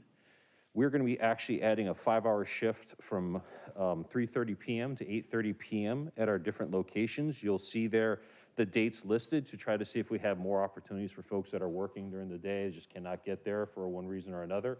So you'll be able to see that. We're actually pushing that out through our External Affairs office as well as through the Board of Health. But if your teams can go ahead and amplify that message, we appreciate that as well. That's all I have, Madam Vice Chair. Thank you. Any questions? All right. Madam Vice Chair, we'd Yes. like to have Ms. Roach talk about the libraries and senior centers for a moment, as well as ERAP, if that's acceptable. Commissioner Hausman, did you have a question? Yes, you mentioned in your remarks, Mr. Manager, that we're at the point now where we could relax the mask mandate. And I didn't hear him speak on that specifically, but if the data reflects that we are at that point, do you need us to formally approve that, or tell me what we need to do? Good afternoon, Commissioner. If you can go to slide 20. We do have some recommendations on adjustments that we think are appropriate to make given the progress on our infection rate in Fulton County, and not just in the county, but also among our employees as well, Commissioner Houseman. So thank you for that question. Slide 20, please. And so our adjustments are recommended in two categories. One, what we should do in terms of adjustments to our protocols in Fulton County facilities. And the second Slide category. 20, please. Sorry, slide 20. Yes, thank you. And the second would be in our services. And so with respect to our facilities, the recommendation is that we should suspend our mask requirement and move to install signage that communicates a recommendation for masks instead. The other thing that we would continue to encourage through our messaging is social distancing, but we wouldn't have any sort of hard mandates around either masks or social distancing for access to our facilities. The other thing we feel is important to maintain in our facility is access to hand sanitizer stations, so those would continue to be present and available for our employees and visitors of our Fulton County facilities. With respect to services, the two services that remain modified to some degree are our senior services and our libraries. And again, given the progress that we see in our infection rates, the recommendation is that we move to greater access to those services by removing requirements for reservations in the swimming for senior centers. We do have inspections scheduled early December for our pools, and so we're hoping to shortly thereafter open the swimming services at our senior centers for full access without reservations required as they were during the height of COVID. The other thing that we think is appropriate to allow at this point is congregate dining. We still don't want to do buffets that present a higher risk, so we'd still do boxed lunches, but having an opportunity for seniors to congregate even in smaller groups at our senior centers is important to them, and allowing that, I think, is a good step toward a greater sense of normalcy in our senior center. On libraries, one of the things that we restricted was access to our meeting rooms. And on December 1, we believe that we can reopen access to our meeting rooms at the libraries, as well as resume in-person story time.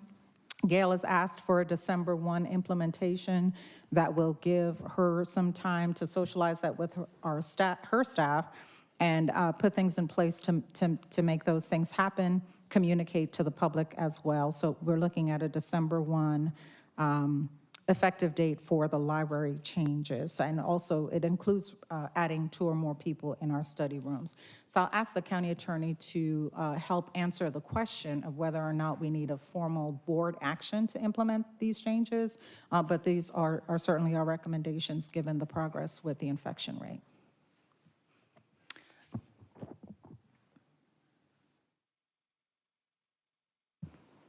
We can certainly provide a memo for the board, but to the extent that there are changes that this body is comfortable with, we can do it via a resolution as we did in the past. Thank you for that. We don't have a resolution before us, but we do have a list of recommendations here that I'm happy to support. And make a motion that we adopt these resolutions on the slide before us for the facilities and the services. And I just want to say that many of our neighbors are in the same path. Thank goodness we're at a point where we can, with confidence, move forward as we hopefully are really entering the final stages of the pandemic. And I hear some very promising news with treatment options that are now before the FDA for approval as well. So I'll be happy to make the motion that we accept your reopening measures as outlined on slide 20, which is before us. I'll second that. All right. Motion to accept the recommendations as outlined and presented by the Chief Operating Officer. Motion to approve by Commissioner Houseman, seconded by Commissioner Morris. Commissioner Abdul-Rahman, you want to be heard on that, or? Yeah. Go ahead, you have the floor. Chairman.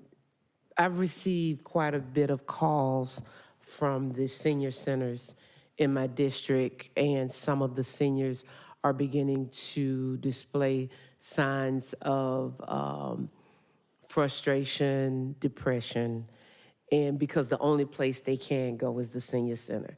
And so I thank you for this and just want you to keep in mind that whatever we have to do that's structured to allow a incline of them going, even if it's, 2 or 3 more daily or weekly or whatever. I'm going to let you all know what's best to do. Let me first say that. But I just want to say 3 different directors reached out to me and said that the seniors are really suffering in my district. And so whatever we can do to make sure that they can start having more time, whether it's an outside event or whatever, or the lunches, box lunches, I really would implore you all that our seniors are suffering. That's all I wanted to say. Thank you. Vice Chair Hall. Thank you for that, Commissioner Abdul-Rahman. My seniors are concerned about COVID still, though, and especially with the passing of Colin Powell, and he was fully vaccinated, and he passed away due to COVID. And many of our seniors have pre-existing conditions, and so keeping them safe is still a very important aspect of this process. I was told that Senior Services is offering the seniors to come back to the facilities based on appointment to ensure their safety by only allowing a certain number of seniors in the facilities at one time. And I think that is an outstanding plan to keep them safe because they are the most vulnerable population next to our children. And so I think the way that we institute this is very important in keeping the residents of Fulton County in a safe environment. Thank you. Any other questions or comments? All right, Mr. Manager, did you clarify, did you say that the numbers are decreasing? Because everything I hear is things are. No, in Fulton County, they are definitely decreasing. What I Sir? did say was, yes, sir, they are decreasing. Now, beginning to plateau, but they are not increasing. If you're talking about new case rates or positivity or anything of the like. Maybe I didn't hear what I thought I heard then. The but- caveat, I do, if you look across, we discussed this in our meeting on Monday.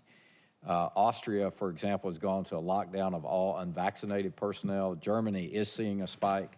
So the one thing we cautioned ourselves not to do is the George Bushism of mission accomplished, if everybody remembers that. So I do think we still got to Vice Chair Hall's admonition, we still got to be careful, keep an eye on this. We're still on a footing of meeting constantly with the Board of Health. Again, emphasizing vaccines. Commissioner Arrington just sent me an interesting idea where Clayton is discounting, it sounds like fines, $500 if you've been vaccinated. I think it's anything like that we can continue to think about, we should employ and do, because it is, while declining, plateauing, and could, at any point spike. Okay. Yes, sir. Mr. Houseman? Yes, I just want to say that I think our community is well educated in this matter and very cognizant of their activities. I think that even in areas where you see people not wearing masks, you still see a lot of people wearing masks. And people are still free to protect themselves in any way that they see fit. There's no judgment anymore if you're wearing a mask or you're not. People accept whatever you feel comfortable with. So I just think this is, Atlanta's dropped their mandate. I saw Cobb County has. So I think our community is experiencing a decline, thank goodness. And I personally will probably still occasionally wear a mask myself. But I think that people are smart enough now to understand how to protect themselves and their families, whether it's wearing a mask or some sort of medication or vitamins or whatever they're taking. So I think as long as we still put it out there that it's recommended but not required, I think we're serving our community well. All right, Vice Chair Hall. Mr. Chair, I just want to inform you that you are correct. There are plenty of articles out there, NPR and others, who are letting it be known that U.S. COVID cases have started to rise again as the holidays approach. And so you are correct in that report. All right, the motion before us is to accept the adjustment as presented by the Chief Operating Officer. Let's vote, please.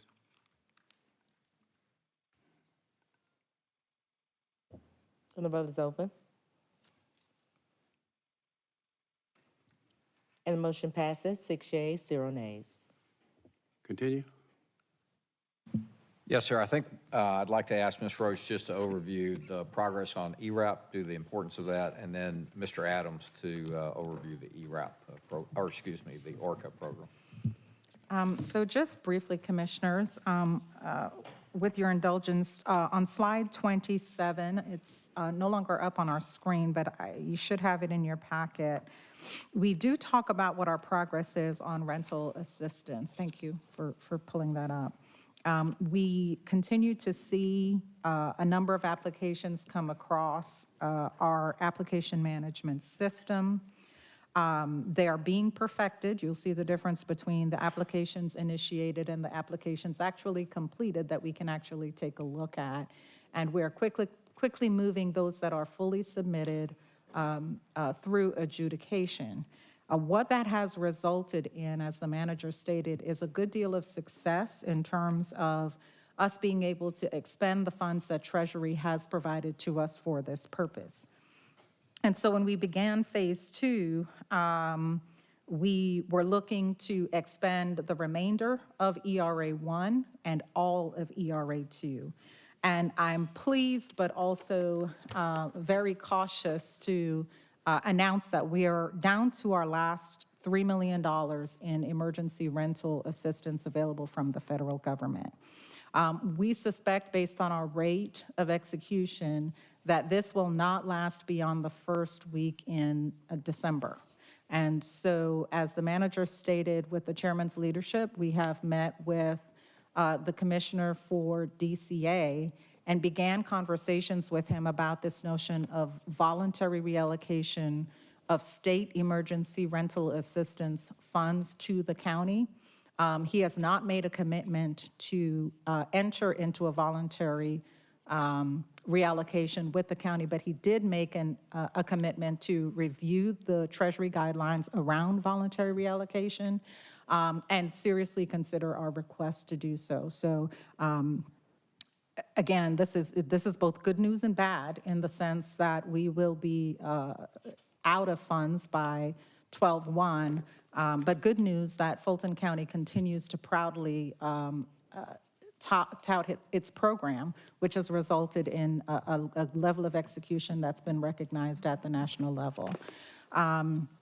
That's what I wanted to highlight in terms of emergency rental assistance. We've also been talking internally about what we can do to bridge the gap between when we expend these funds and when we can achieve either voluntary reallocation working with the state, or we have also requested formally to Treasury the possibility of a Treasury reallocation. They are in the process of recapturing ERA 1 funds from low-performing jurisdictions, and they will make decisions about how to reallocate those funds across the country. So we've got 2 paths for additional funding, but neither of those paths will probably come to fruition in the next 2 weeks, which is what we're facing. So we have been talking internally how to identify funds to continue the program until we have access to additional dollars. Mr. Chairman, that's all I have. If there are questions we can answer, I can answer with the help of Dr. Rochelle, who's running the program day to day.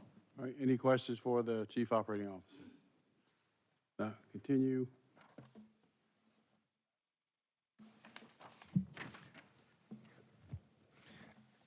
Excuse me. Good morning, Chairman Pitts, Commissioners. I want to take a few minutes, if we can. Can we go to the ORCA slides, please? Next slide, please. Thank you. One more. So want to give you a quick update and then answer any questions. As the county manager indicated, we continue to make progress across the board in terms of ramping up the project worker resources. One of the things that he did mention, and I think it's important demarcation line for us, is that on December 6th, we will move from what I would describe as a ramp up to full operations associated with ORCA. Now, at that point in time, we won't necessarily have all 320 people hired, but we will, in fact, be focused on increasing the number of court calendars, increasing the number of individuals transported to the court, and very much full-scale operational executional mode beginning on December 6th. We will also move into a different mode in terms of tracking and reporting. At that point in time, we'll actually have defined the quote-unquote definitive number of ORCA cases, and at that point in time, we'll be tracking how we move with those cases moving into the future. Next slide, please.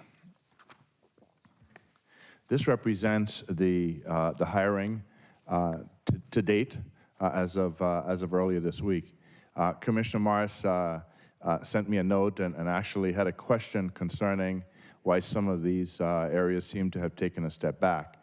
And what I will say is that, and we knew that this was not going to be a linear process. We suffer from the same hiring and retention issues that lots of the other industries and parts of the economy suffer from. So, Commissioner, to answer your question specifically, in a couple of agencies, we've actually hired people who signed on and either didn't show up or showed up and then left.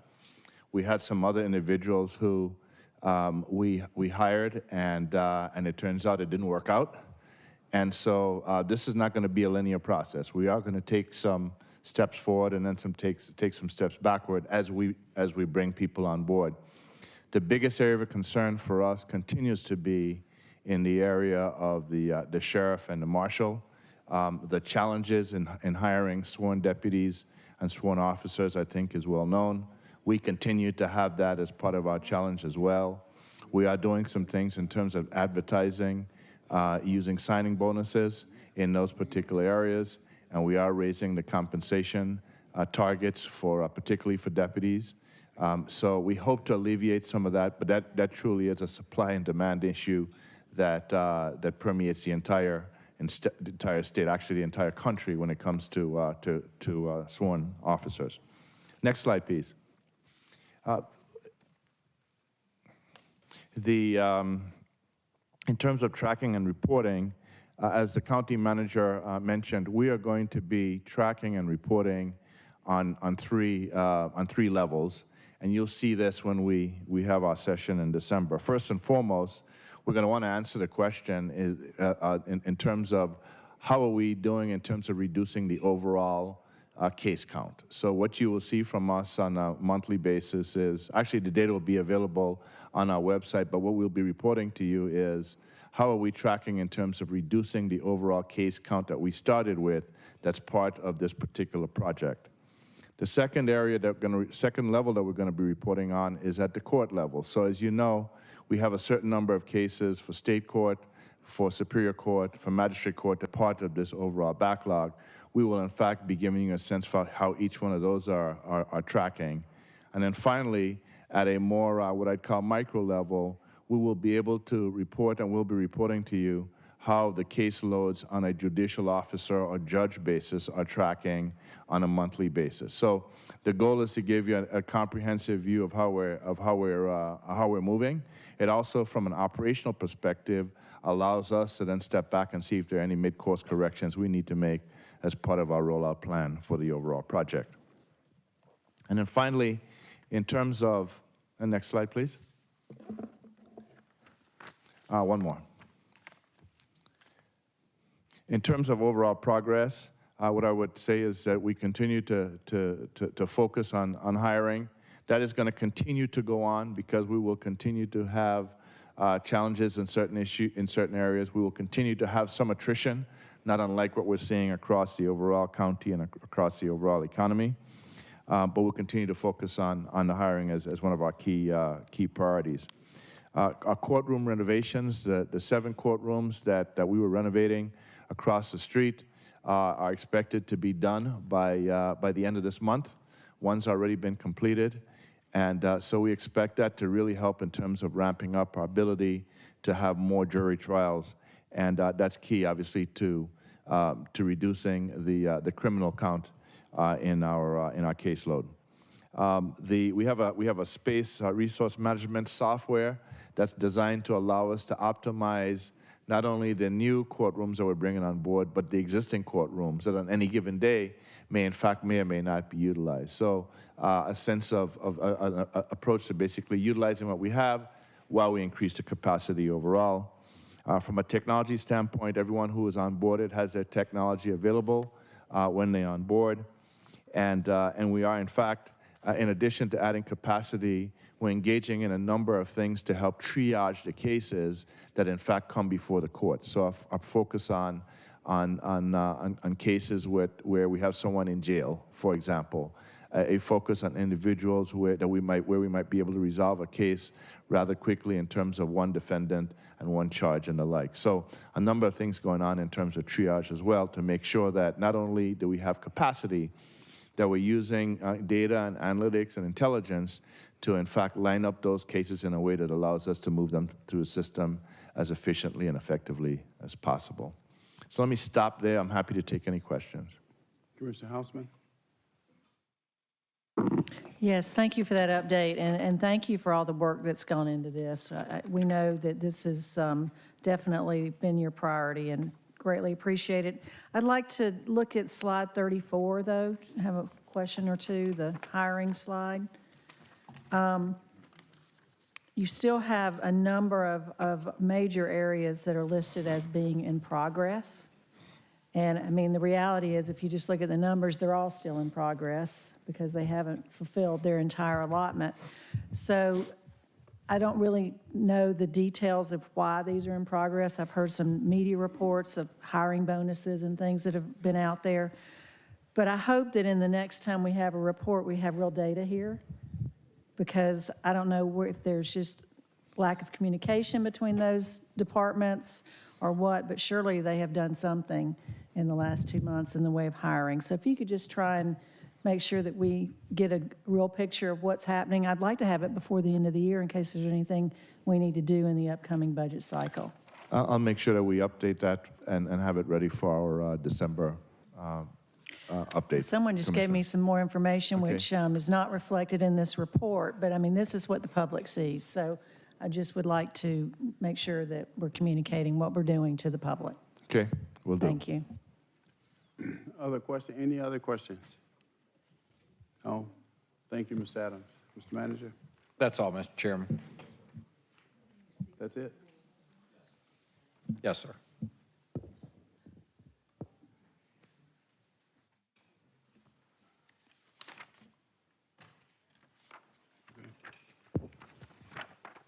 Madam Clerk? Continuing on page 8, 21-0909, purchasing and contract compliance. Request approval of a resolution to extend emergency purchasing authority of the chairman and county manager for COVID-19 related purchases. All right, motion to approve by Commissioner Ellis and seconded by Commissioner Morris. Any questions on this one? None. Please vote. And the vote is open.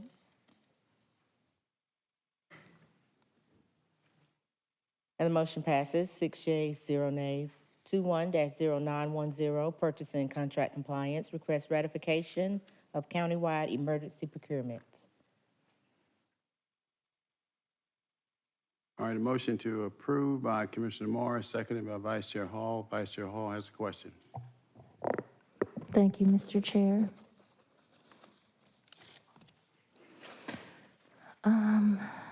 These don't have any page numbers, but there is a page that has a title of American Rescue Plan at the top, and 3 columns down, there is an item The vendor is National Black Arts Festival, and I just wanted to know what type of job training does the National Black Arts Festival provide?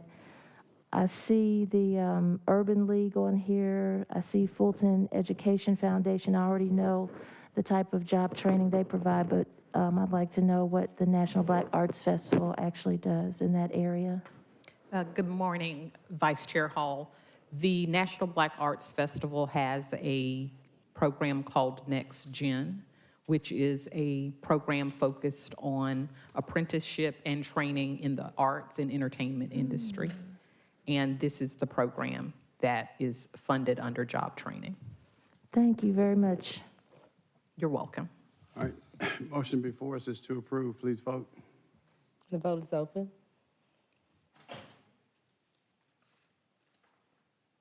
And the motion passes unanimously. 21-0911, Finance. Request approval of a resolution authorizing an amendment of the project list relating to the urban redevelopment projects. All right, motion to approve by Commissioner Ellis, seconded by Vice Chair Hall. Please vote. And the vote is open.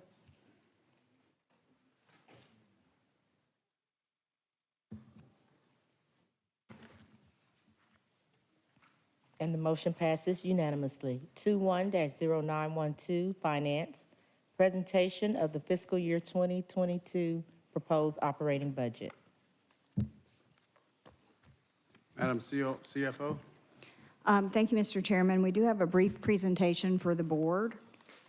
It is an update from the presentation that was made on November the 1st. Thank you. We can move to the next slide, please.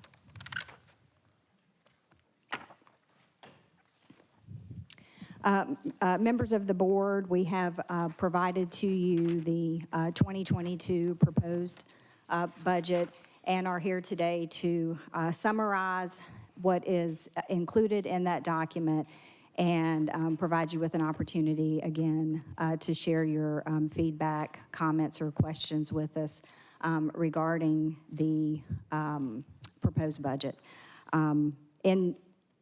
At the highest level, it is a $1.2 billion budget, of which the largest component is the county's general fund, which is $846.7 million of that, followed by, in order of dollars, followed by then the water and sewer system with the water revenue fund at $159.3 million and the renewal and extension fund for the water and sewer system at $100.1 million.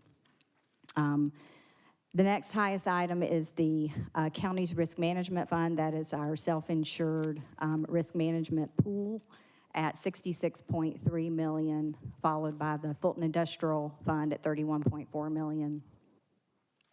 Then the county's bond fund for our general obligation bond issue supporting the library expansion program at $15.6 million. Then the special appropriation fund, which is a conglomeration of many different special revenue funds, and that totals $14.7 million, followed by the emergency 911 emergency fund at $8.6 million, and lastly, the county's airport fund at $7.6 million. Next slide, please. Earlier this year, the board did take formal action and adopt the county's long-term strategic plan. So we wanted to share with you how the proposed budget lines up into each of those six major priority areas. So identified on this slide, you'll see in our Health and Human Services priority area a total allocation of $212.7 million. That's about 17% of the total. In the Justice and Safety priority area, we have a $350.1 million recommendation, which is about 28% of the total. Open and Responsible Government, $308.8 million, which is about 25% of the total. Infrastructure and Economic Development, 327.9. That's about 26% of the total. And then lastly, arts and libraries, which is 50.6 million or 4% of the total. The priority area that is not listed is the regional leadership priority area, which really doesn't have a specific funding allocation to it. It's more aspirational in nature than specifically tied to our funding decisions. Next slide, please. The remainder of the presentation is going to provide you, again, a glimpse at what's in the general fund budget and then some brief discussion on our other funds. To sort of remind you of where we're at in the general fund for 2021, we're looking this year at a projected ending fund balance of $243 million. That is about 109.6 million better than what we had originally included in the 2020 budget, where we were budgeting an ending fund balance of 133.4 million. Next slide, please. As we shared with you last meeting, as we worked on the development of the 2022 budget, and as the manager mentioned in his remarks earlier, and as you heard from Dr. Ferdinand in his public comments, we saw 4 sort of major themes present themselves to us in the budget asks that came from our departments. Those themes being elections, our employees, particularly around compensation for employees, the continued support of elected officials, primarily the justice system, and then lastly, the category of the continued emergency response to the COVID-19 pandemic. Next slide, please. As a reminder of how the 2022 budget was developed, we started with that projected ending fund balance for 2021 of $243 million. We're looking at a total revenue budget of around $746 million. That breaks down into roughly $641 million in all of our property tax categories, about $15 million in sales tax, and $80 million in other revenue sources. On the property tax portion of it, that's based on a couple of underlying assumptions. One is that we would have at least 3% in billable growth in the county's tax digest, that the millage rate would remain consistent at 9.33%, and that we would experience a 96% collection rate in 2022. On the expenditure side, we are recommending an $847 million expenditure budget, which is broken down into a couple of different categories. $730 million is what we consider to be the base budget that allows us to continue to operate at a status quo level based on our 2021 operations. Added to that are these 4 primary themes that we have identified along with an other category. So we've added to that about $33 million to support the 2022 midterm elections, $24 million to support various pay incentive opportunities for employees, $23 million in continued support of our elected officials, the majority of that in the justice system, and then $16 million for the continued response to the emergency, $20 million in the other category. And that would leave us at the end of the year with a projected fund balance of $142 million, which does meet the 16.67% fund balance reserve requirement that we currently have in place. Next slide, please. This slide just shows you in a waterfall stair-step presentation how we go from the 730 base budget to the 847 with each of those categories. Next slide, please.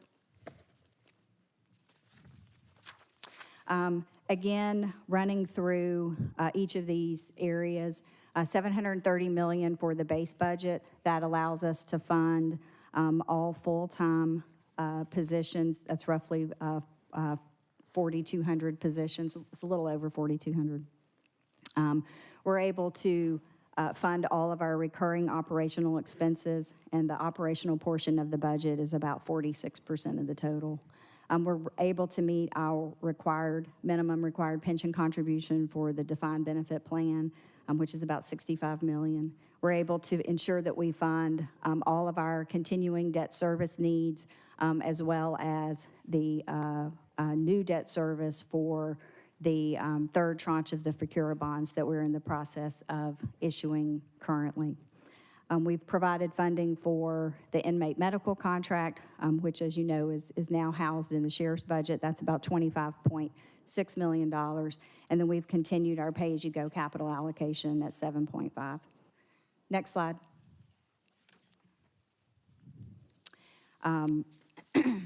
For 2022, for the midterm elections, we have appropriated about $33 million. This is less than what was requested by the Elections Department. We have chosen to fund outright 3 of the 4 election cycles, and should we have a need for a runoff next November, then we would need to accumulate the resources to support that through underruns in the budget during the course of the year. So we're already sort of making a call on the underruns that we know we will generate in 2022. We do believe that the recommendation will allow us to meet the requirements of SB 202, and we will increase the number of voting precincts from 257 in 2021 to 271 in 2022. Next slide, please.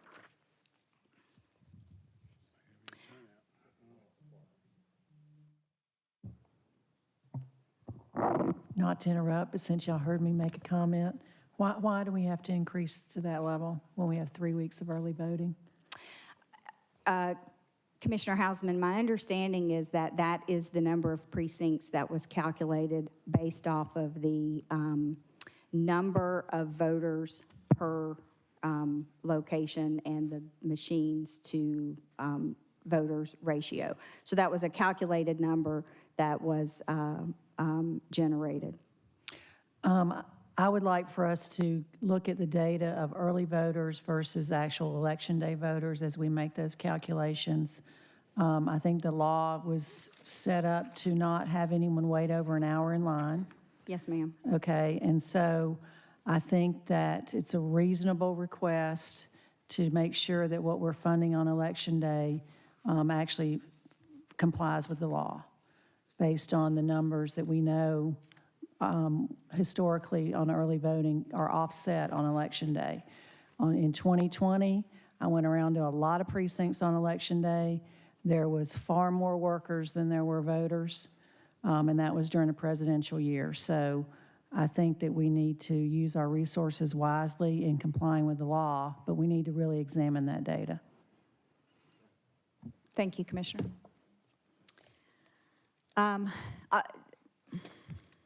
Sorry, I had my page on the wrong slide, I'm sorry. For the employees, we have set aside approximately $24 million in an attempt to really address everything that we're seeing happening and playing out now with regard to our employees as part of what's happening nationally with what is being called the Great Resignation. We are seeing pressures in a number of different departments across the organization at all levels of employees. And so we have tried to present a plan that would work to address that. Within this $24 million, we can fund the last portion of the ICS program, make that next step for the employees who are waiting on that. We can also provide for a cost of living adjustment for employees of approximately 3%. And then we would have some resources available to us then to really continue to address what we see happening with our employee base by implementing the recommendations that are coming out of the salary survey. We do have an agenda item later specifically addressing the first phase of that, which is the key classifications and elected officials. And the manager did address this in his remarks as well, related to the, his opening remarks on the COVID response report that will be looking for the board to sort of give us pre-approval, if you will, to go ahead and start communicating these upcoming changes to the employee base in an effort to perhaps mitigate some of what we're seeing happening now with employees making choices to leave Fulton County and go elsewhere. Next slide, please. In the elected officials and justice system category, we have a $23 million allocation, and this is primarily in a couple of areas. One is we did put some funding in the budget for an inmate outsourcing program. It was based on the action that the board took earlier this year to approve an outsourcing contract with Cobb County. We made the assumption that an arrangement like that would continue through out 2022, and as such have set aside about $14.6 million to that regard. We also fully funded the request from the district attorney for the 55 positions, and that was at about a $5.5 million cost. And then there were a number of other items for our justice system partners that were included. Next slide, please. In this emergency category, we are really looking at this as a reserve to address any expenses that we're currently seeking FEMA reimbursement for, should they be determined to be ineligible. And then alternatively, we were recommending that these resources would what we would draw on to fund the out-of-pocket cost that will be associated with the consolidated warehouse initiative. Next slide, please. And then in this last category, we have just a number of different programs, and these were all included on the detail worksheet that James and then Hakeem sent out earlier this week on the enhancement request. But we have the behavioral health reentry programs, so the additional resources that are necessary to support the ongoing costs associated with the IT roadmap, some incremental operational resources that are needed for the Department of Real Estate and Asset Management to continue to maintain county facilities, some basic administrative needs in a number of departments, meeting our commitments to our partners like the Board of Health and Grady Hospital. This is relative to debt service support, as well as the benefits offset that we committed to fund for the Board of Health as part of their transition. And then the annual lease costs associated with the consolidated warehouse. And then also we did receive a little over $8 million in requests for vehicle purchases, and we have set aside in our projections for 2021 some funding to address a portion, not all, but about $2 million worth of the requests that were received. Next slide, please. As I stated, at the last meeting, we are presenting this simply to show you that if we were to take the $195 million that we received in enhancement requests and fund them all entirely, that would generate a need for about a 14% millage rate increase of 1.3 mils. Next slide, please. This slide is provided just to kind of highlight and recap what is provided for in our 3 other primary operating funds.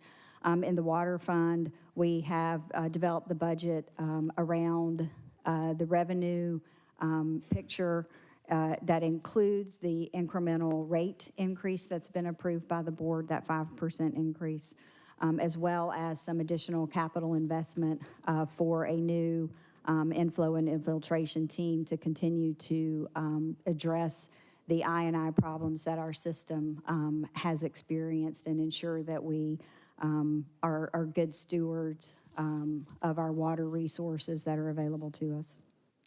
In the Fulton Industrial District, the budget there does take into consideration the reduction in the geography of the Fulton Industrial District now to that portion that is just, as Anna likes to call it, the cheese slice that's north of I-20 and the area that's surrounds the airport there.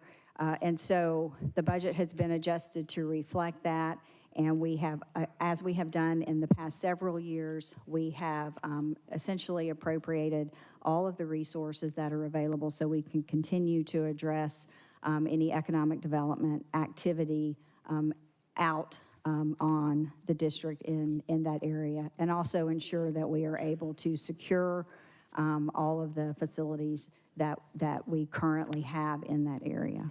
And then lastly, for the airport fund, that budget was developed to maintain our current level of operations.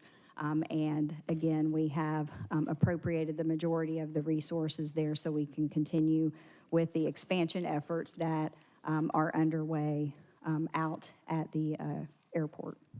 Next slide, please. With regard to next steps, as the county manager indicated in his remarks, the point that we are at in the process this year is the budget has been proposed and presented to you, and at each of the next board meetings, you will have the opportunity to discuss, review, change, and/or amend that proposed budget as we roll into January, and then we will be prepared at either the first or the second meeting in January to be able to adopt the budget in its final form. We have planned for the one legally required public hearing to be held at the next board meeting on December 1st. That advertisement will be made this week. And by holding that hearing in December, that does pave the way for the board to take action at either of its meetings in the month of January. And so with that, unless the county manager has anything that he wants to add, Mr. Chairman, we're ready to take any questions, comments, or feedback from the board. All right, Vice Chair Hall, followed by Commissioner Hausman. Thank you, Mr. Chair.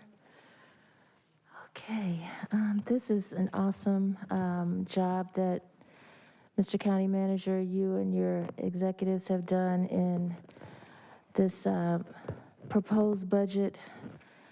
I have to go back to the tax commissioner's statements about his employees. Although I see on page 10 that you have the fiscal year 2022 employees at approximately $24 million, including some of the most important things, which are the last portion of the ICS program, the cost of living adjustment, which we absolutely need for our employees, and the plan to address the market pressures affecting retention. I have talked to so many commissioners from across the state of Georgia and across the United States about their counties, and retention is an issue that everyone is addressing. And I'm glad to see that in here. But I do want to just make sure that based on the tax commissioner's statements, that we do have something in there for his employees, because $32,000 is a travesty. I thought we were doing better than that.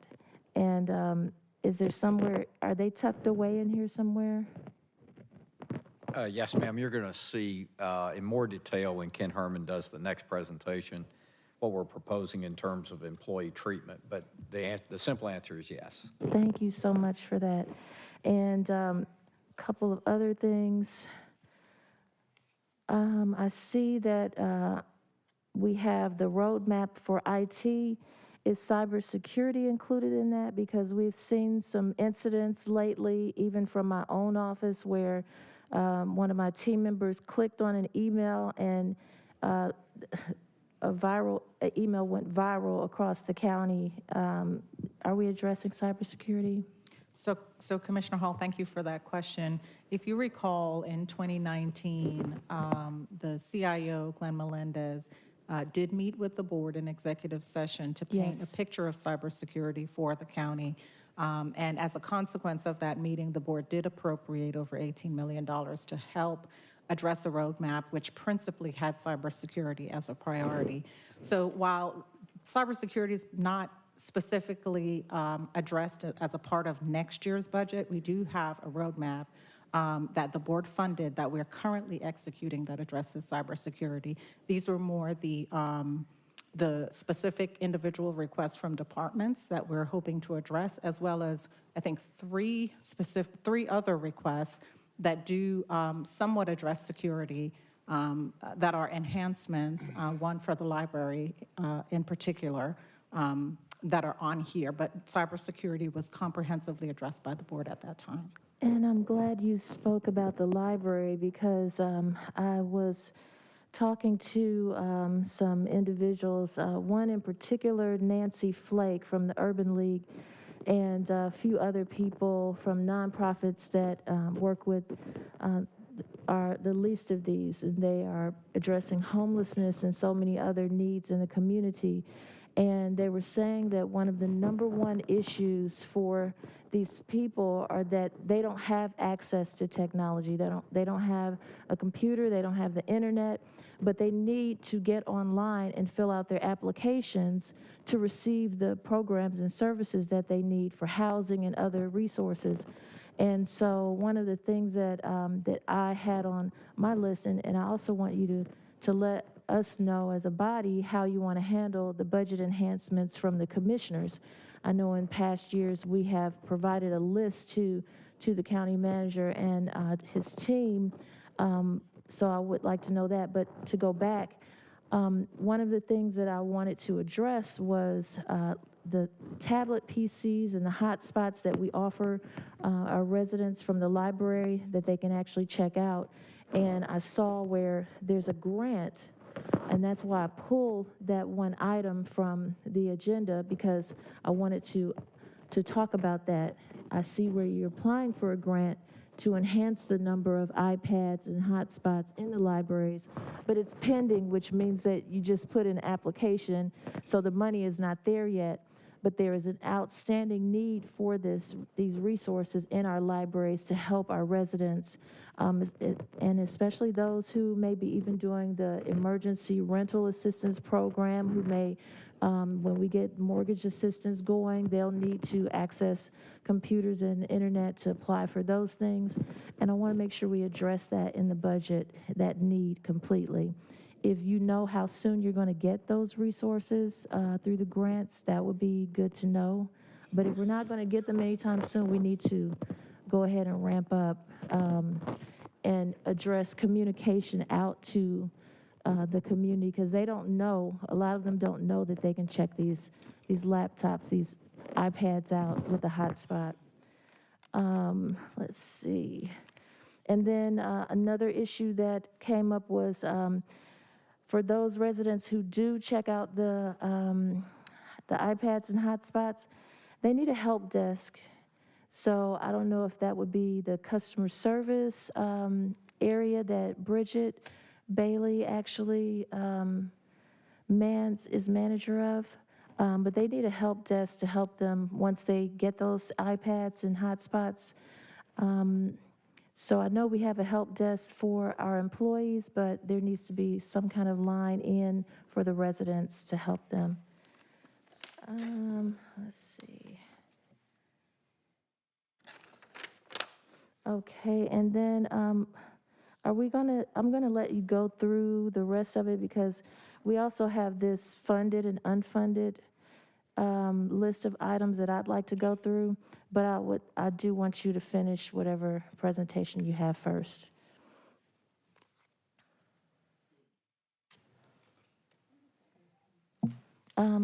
Commissioner Hausman, I actually asked for this list.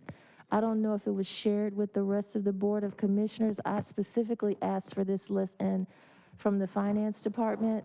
It is sorted by department, and it is the items that have been funded and the items that have not been funded.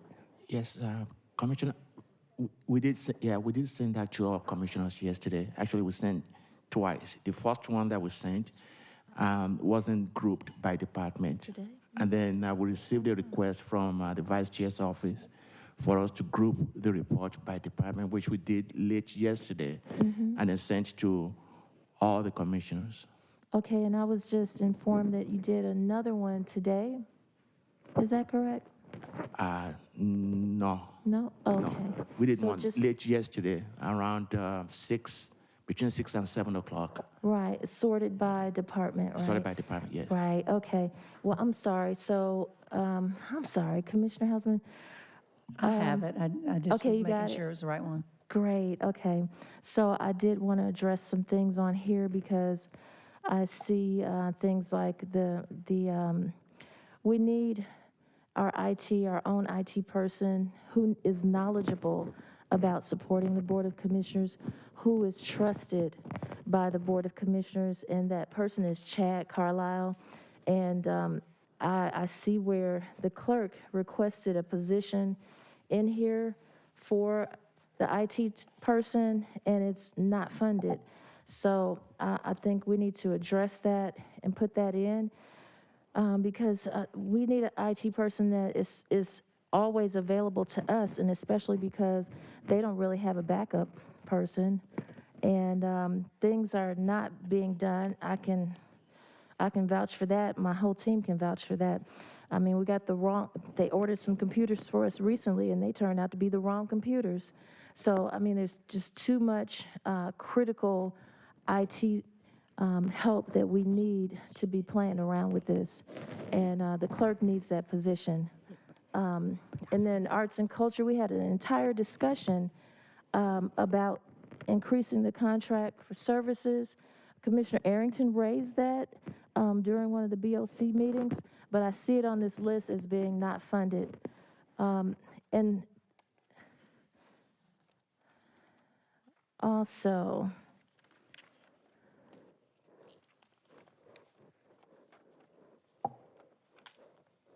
and there are so many other areas like senior services needs, and we always take care of our seniors. They have lived their lives and worked so hard in our communities, and they deserve for us to take care of them. I see things on the not funded list that are questionable, and there's so much more. Solicitor General has items on here.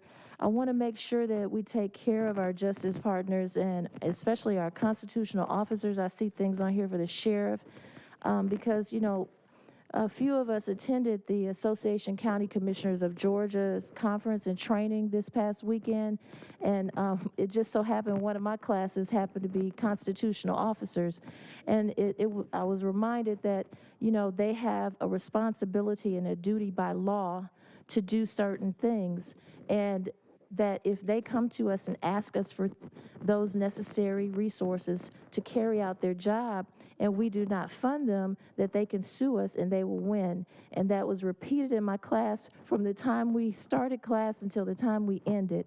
So I just want to make sure that we are looking very closely at the things that our constitutional officers and our justice partners, because if we fund the constitutional officers and we don't fund the justice partners, it's still going to impact them anyway because they're all part of the same process. So I want to make sure that we look at that.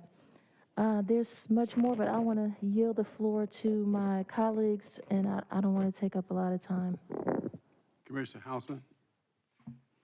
Yes, I just have a couple of general questions at this point, but I do want to sit down with Hakeem with you and go over some of this in detail. The FEMA reimbursement we keep mentioning, do we have any idea of when we will have answers on our reimbursement requests? Have they given us any sort of projected timeline on that? I don't believe that we've been given a timeline. We have had some correspondence with them for the items that we have submitted where they've asked for some follow-up information and things like that. So at this point,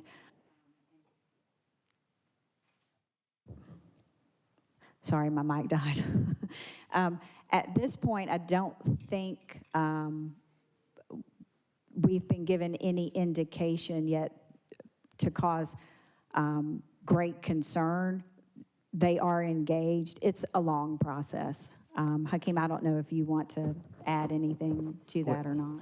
I mean, the only thing we can say is that we're hoping that maybe in the first quarter of 2022, we'll see where things are. But we're doing our part. Actually, we've done our part, and we continue to do our part to make sure that we respond to all of the requests for additional information so that, the payment can be sent to us timely. So that's what's happening. They're going back and forth with us. They're not giving Yes, us on a some of the list all at items. once or anything like that? Yeah, Okay. it is a process. All right, thank you for that. You've also mentioned underruns a lot. I think it would be helpful to us as we make decisions on, what enhancements are really need to be funded and what sort of things commissioners might want and just various things we have to decide. Can we get a list by department of the underrun amounts so that we have, some concept here as we move forward? Yes, ma'am, we can provide you with some historical perspective on underruns. I know a lot of it is salary savings perhaps that has been reallocated. I just think we'd like to see the underruns, if any of it's been utilized for other things over the last year, just really get a good idea of how we're doing on that. We can provide that. All right, thank you. And then I see the cost of living proposed is 3%. You hear a lot about inflation right now and being over 6% and things like that. I just think it would help our employees to understand how we calculated that number. So they're not thinking that it's going to match the inflation rate or anything like they may hear in the media. Thank you for the question. The recommendation really came from, this would have been the year in our current plan that we would have made our pay for performance bonus permanent and made that an increase to employees' pay. And that has historically been budgeted at a 3% level. So that's the genesis of the percentage.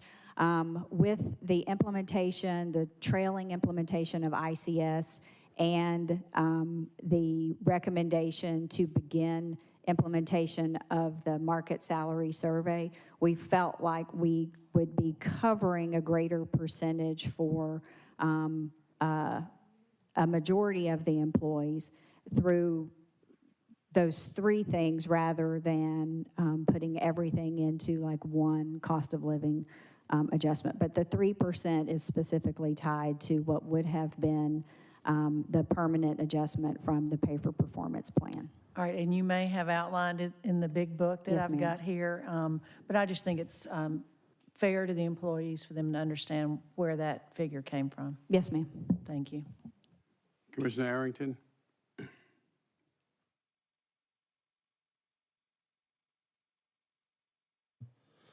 Thank you all for, taking the draft of this.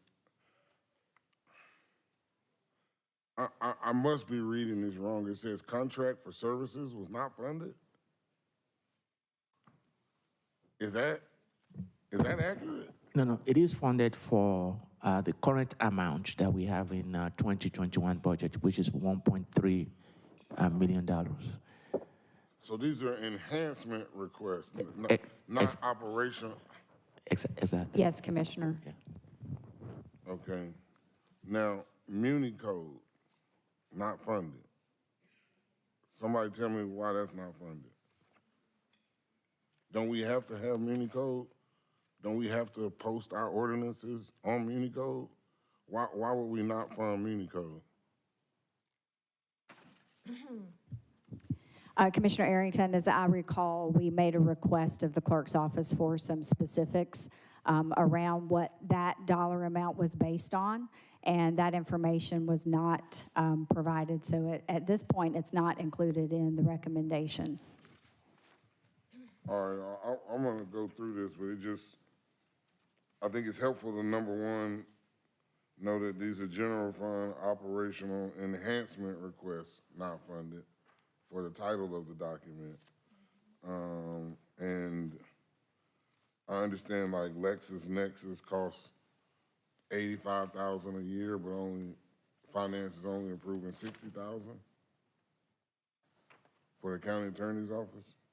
That was an incremental, that was the incremental request. So she already has money for LexisNexis, and this was the incremental cost that she indicated would be passed on to her office. So that's what was funded, was the incremental piece. The base is still in there. So this was just the extra that she needed to meet the obligation for the year. That was funded. All right, because I don't see county attorney on this list at all, either unfunded or unfunded. So should be to the maybe we back, missed a department. And I don't know if there are any others that might be missing. Commissioner Arrington, if you look at page 11, it's under the other funds request page. It's about midway down. It's the increase online legal research fee, $20,000. It was funded. Okay. I guess I was looking for it to be in alphabetical order like all the other departments throughout the document. It's by fund. Commissioner Arrington, is by fund. So the first one you're looking at there is, all those items are general fund items. And then, to the back of the report, on page 11, is where we have enhancement requests for other funds.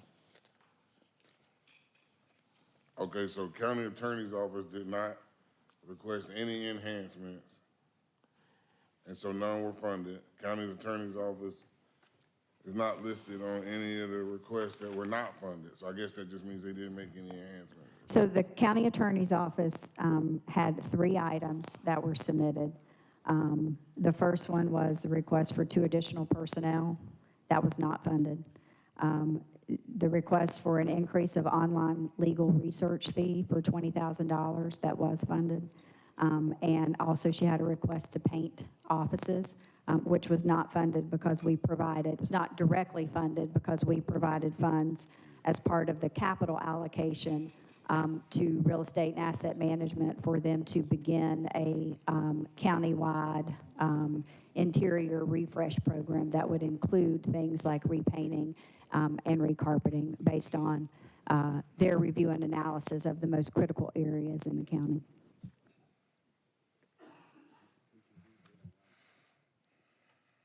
All right, I don't understand. The money for the county attorney doesn't come from the general fund? A few years back, Commissioner Arrington, at the previous county attorney's request, we moved her operating budget over to the risk management fund so that all of her resources would be in one place. So that is how it is. Why it's separate? Yeah, that's where it is actually operated from. We make a contribution to the risk management fund on behalf of the county attorney as an amount that was equal to what was in the general fund budget previously for the county attorney, but they are budgeted out of the risk management fund now. She gets her funds from 3 different sources, from general fund, water and sewer, and then risk management fund. So we house the budget in risk management fund. All right, and then we heard from our tax commissioner today. It looks like his additional 5 positions were not funded for next year. And what I heard him say was he needs them for this year. Commissioner Arrington, that's another one where we asked for some additional information. We do actually have those resources residing currently in the non-agency budget pending receipt of the information. We asked the tax commissioner to provide us with some statistics around the number of in-person transactions that his office has experienced since the Board of Commissioners waived the fee for online payment. We're interested in understanding how that fee waiver has impacted the foot traffic through the tax commissioner's office. And so we had asked for that information, and we did not receive it prior to publishing the budget, but we did try to set aside some resources to be able to address that should we get it, and it bear out that the foot traffic has not, in fact, been reduced by that fee waiver. I don't know if it's fortunate or unfortunate, but I just had a birthday, so I just had to renew my tag at the Greenbrier office. So I'm gonna make a motion to approve his 5 people right now today. And hopefully we'll get a second and get it approved. The budget for his additional 5 people for 22 that he says he needs today to complete throughout the end of the year.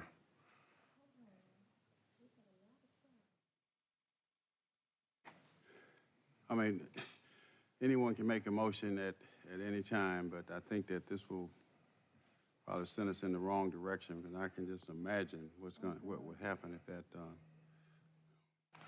Hey, all I can tell you is the tax commissioner, a constitutional officer, came down here today, told us he needs 5 people immediately. So y'all can do what y'all want to with that information. I'm doing what I want to with it. How about There's that? a motion by Commissioner Arrington. Is there a second?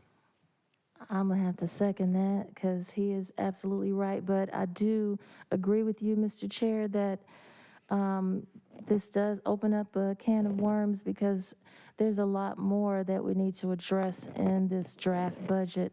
And that is why it is called a draft, because it's a working document. And we're gonna be working it through the next month. So we have a lot to cover. And I think that we need to do that in a holistic way, in a holistic manner. So my motion is to cover it for 2021 out of 2020. Like he said he needs people today. So regardless of whether 22, I guess if they're approved for 22, but he said he needs people now, and I guess if we need them now, so the question, continue into 2022. so the question is, could he hire them fast enough to get them in place now? Because we're currently in November, basically mid-November. We only have December left. And having been a manager in the IT department here and having gone through that entire process of creating a position and funding it and getting it approved to the county manager, I know that process takes some time. And so I don't even know if he could get them in place that quickly, Commissioner Arrington. And can somebody verify that, please? Couple of thoughts to just consider. Thank you for the question. Yes, sir. This is really to do with the renovation at Greenbrier. So in doing that renovation, we created 5 new cashier slots. So when that opens, which is more toward the next month or so, is when he would like to have those positions authorized. He still has a number of vacancies now, as he reported. That's the attrition problem. So I think there's no problem to act on this now if you chose to do so. Again, we've set the money to the side based on his request, just waiting for that information. He has provided some information relative to the foot traffic, but not as specific as Sharon, I think, asked for. So there's no problem to approve it. We have it set to the side. Don't have to delete it from anything else. He really doesn't need it until we get into 2022 and that office is fully up and going.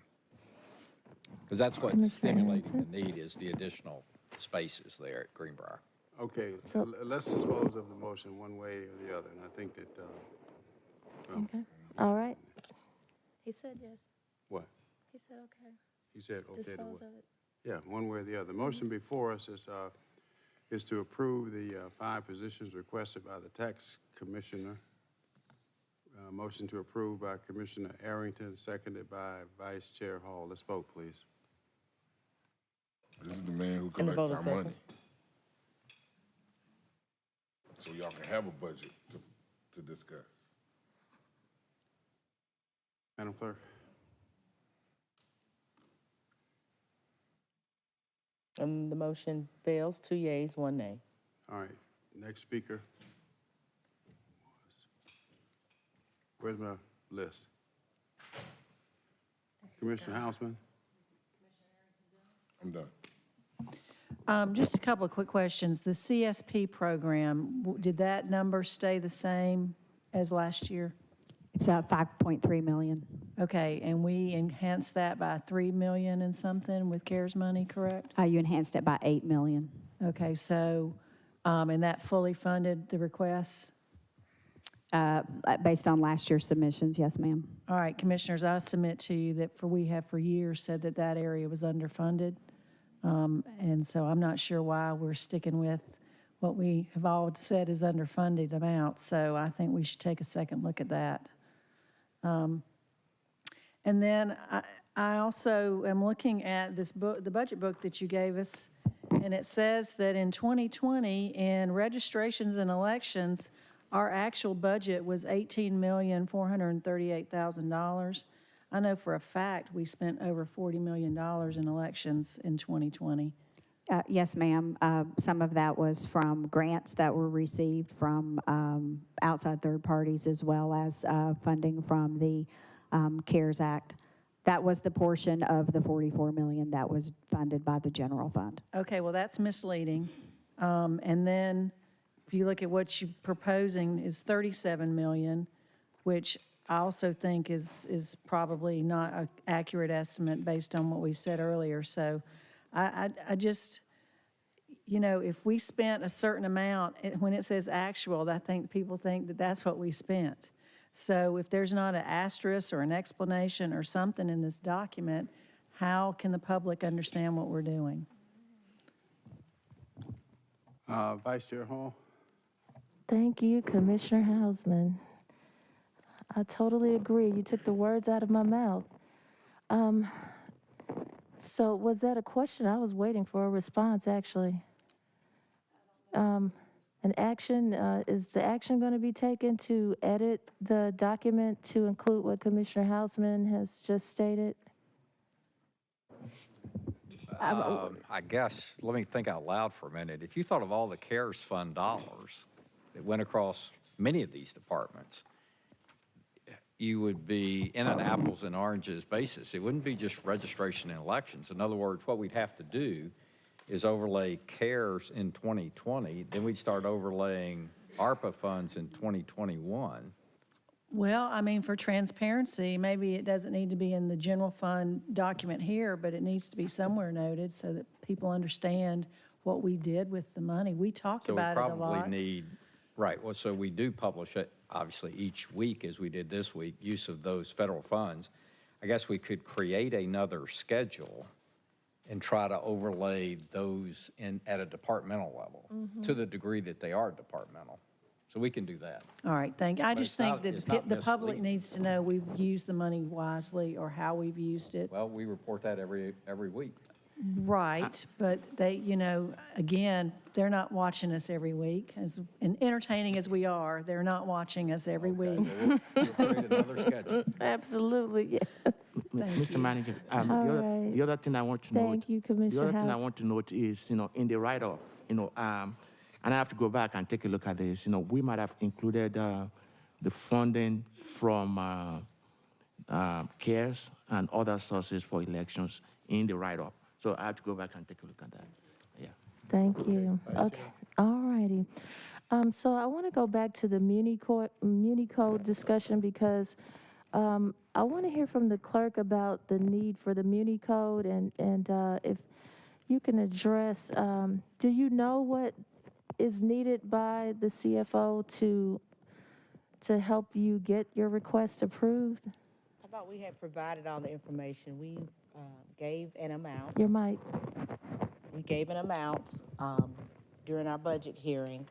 And we were also in concert with the county attorney's office because they also want to do a recap to go back a few years to make sure that we are current on all of our Muni Code updates. And so I'm not sure what else they're waiting on from me.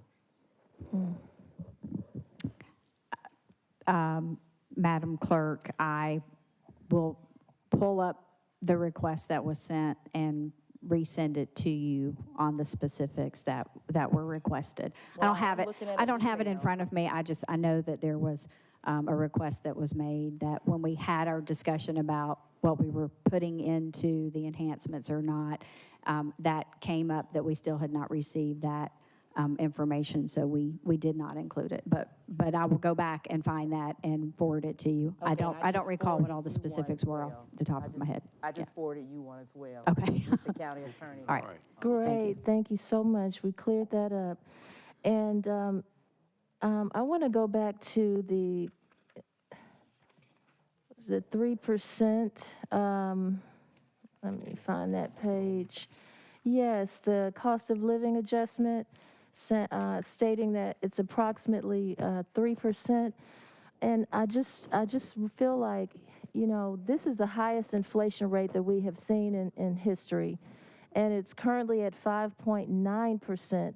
3% doesn't even, it's just so low. Why can't we match what the inflation rate that everyone else is addressing? Why can't we address it as well? It is 5.9% inflation rate. And can you imagine how that impacts a family that only makes $32,000, like the tax commissioner's employees? So can we get a document? Can you show us what that would look like for us to at least get close to that 5.9% or match it the same as what everyone else is doing in the United States? We can. Thank you, I appreciate that. And then, hold on one second.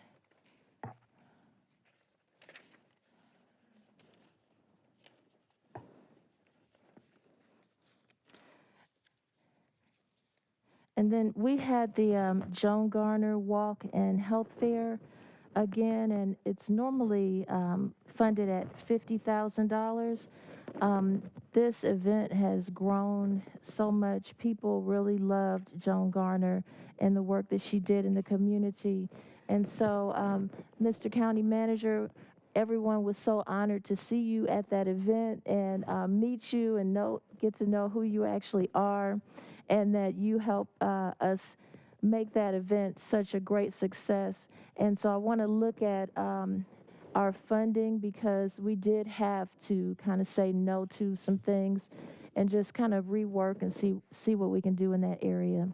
And then some other things that were removed because of COVID-19, like the youth conferences that I continued to hold after Commissioner Garner passed, and things like that. I'd like to talk to you about that.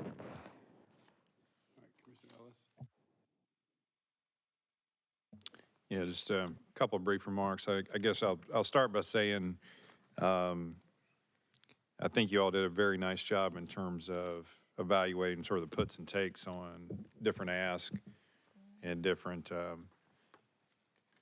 headwinds and challenges we're facing, some of which, really are hard to predict where they're going to go, particularly stuff like we're talking about with employee stuff. I do think, we'll get the presentation later from Ken on the HR stuff, and that's going to detail some of the stuff. And I think probably once you present that, and then maybe in terms of some supplemental conversations, you can show kind of what that ultimately means in terms of increases for employees. And it will be much more than 3%, sounds like, correct, for a significant portion of our employee base, particularly, those and maybe some of the lower third of the compensation bands. Is that a fair statement? Yes, sir.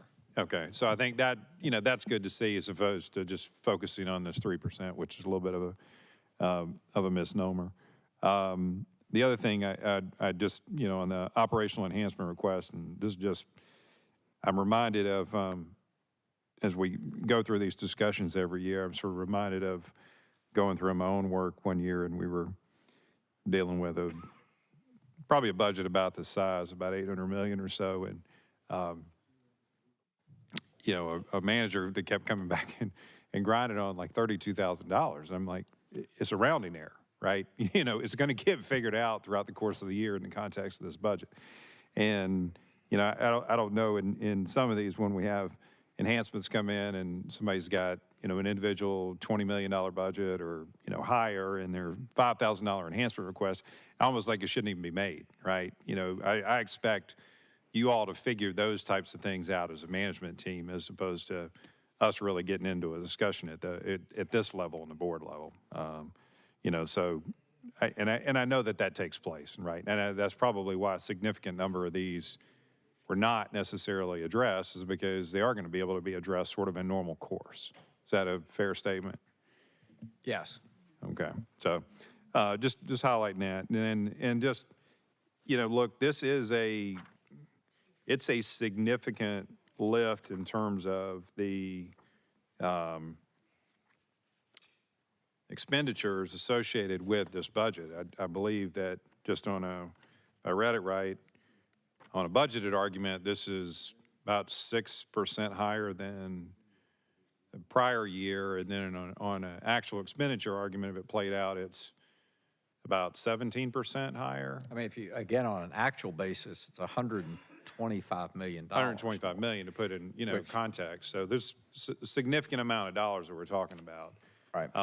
And there are going to be there's definitely some, kind of reserves and some play in these numbers, which will allow other things to occur throughout the course of 2023. So I think, by and large, you all have done a really good job of evaluating all that and hearing the different needs. I mean, certainly there are going to be some things in here where people need to get more information and they don't like maybe what finance asked for, but you'll get it to them and y'all will get it all worked out. I have no doubt about that. And just on the, commentary, I mean, certainly you read budgetary documents and funds and all that sort of stuff. I mean, clearly they are not necessarily the most clear documents because people don't spend a lot of time reading these things, thankfully, for lay people. But I do think in terms of just in a couple of places where we certainly had a lot of commentary, the selections area, not necessarily in the numerical argument, but in the narrative argument, I think it would be helpful to show kind of here's what took place. These funds, came from different areas, but this is what we actually spent on elections in 2020, and here's what we're looking to do in 2022. And certainly some of that stuff in 2020, I think there was probably a decent amount of non-recurring stuff because there was a lot of equipment in that, right? Right. So maybe some of that gets offset with the grants and all that. But anyway, so just those are my remarks. Thanks for the presentation.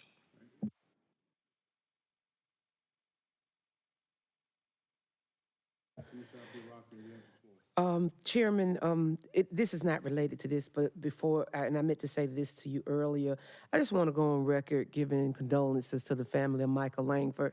He gave so much to this county and did a lot for the citizens, not only for the city of Atlanta and Fulton County. And he passed away yesterday morning.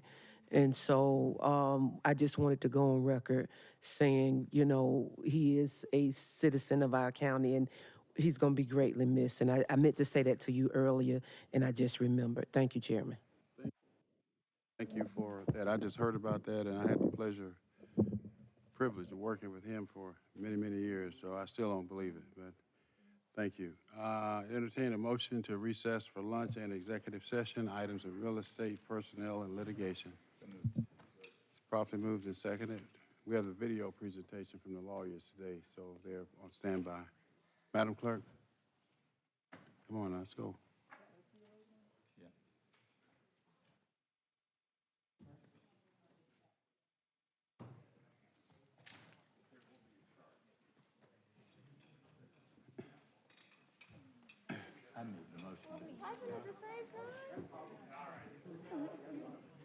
That's funny.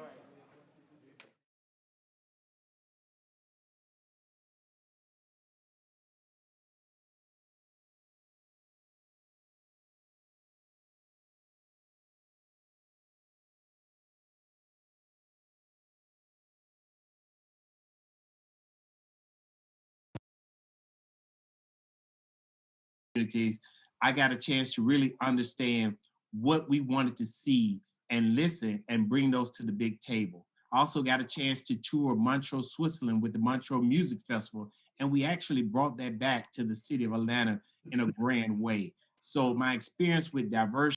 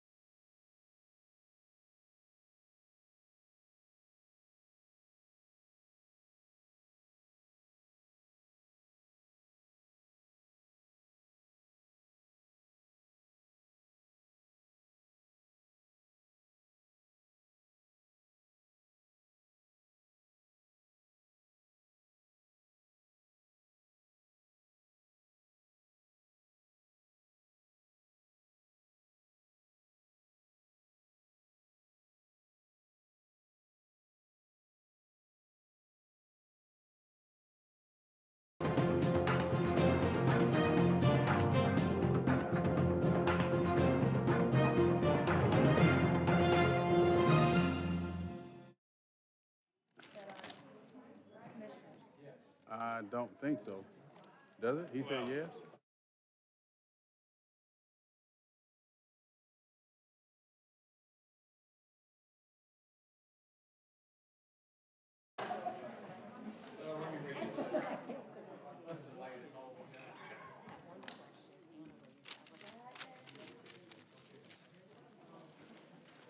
One, two, three, four.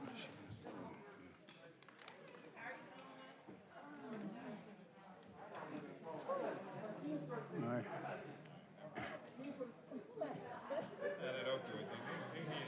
Madam Clerk, let's go. Come on, let's go.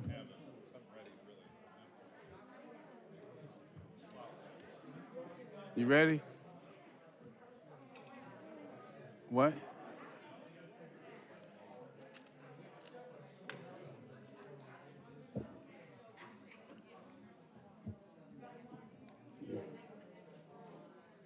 Where is she? Does she have it?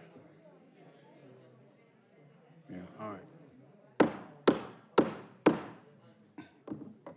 All right, without objection, we will resume the regular order of business. Madam County Attorney, you ready? Yes, sir. Is there a motion to approve the request for settlement authority set forth in item 1 on the executive session agenda? The motion to accept by Vice Chair Hall, and I'll second. Let's vote, please.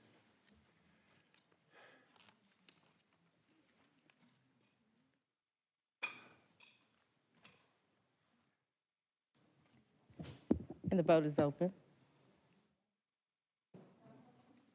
And the motion passes, 5 yeas, 0 nays. All right, continue. That's it, Madam County Attorney? Yes, nothing further. On page 9, 21-0913, Human Resource Management, requests approval to implement recommendations for Phase 1 of the compensation study involving elected officials and key classifications.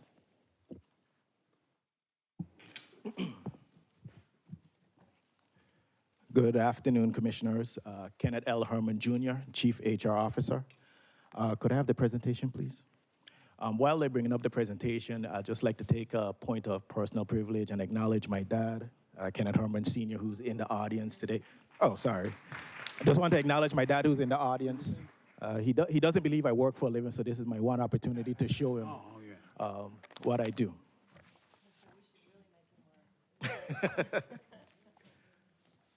Huh?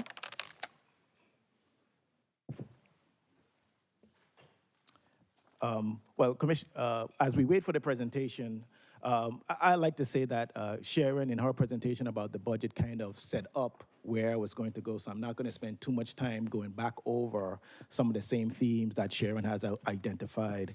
But I wanted to spend some time at least to lay out a case as to why it's very important for us to start to look at not only the compensation for the elected officials and key classifications, but to present a comprehensive approach to addressing the county's compensation needs.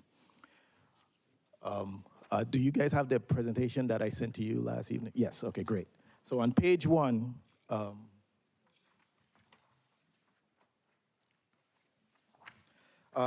we've all talked about the labor market trends and how unemployment within the state of Georgia is at 3.2%, which is historically low.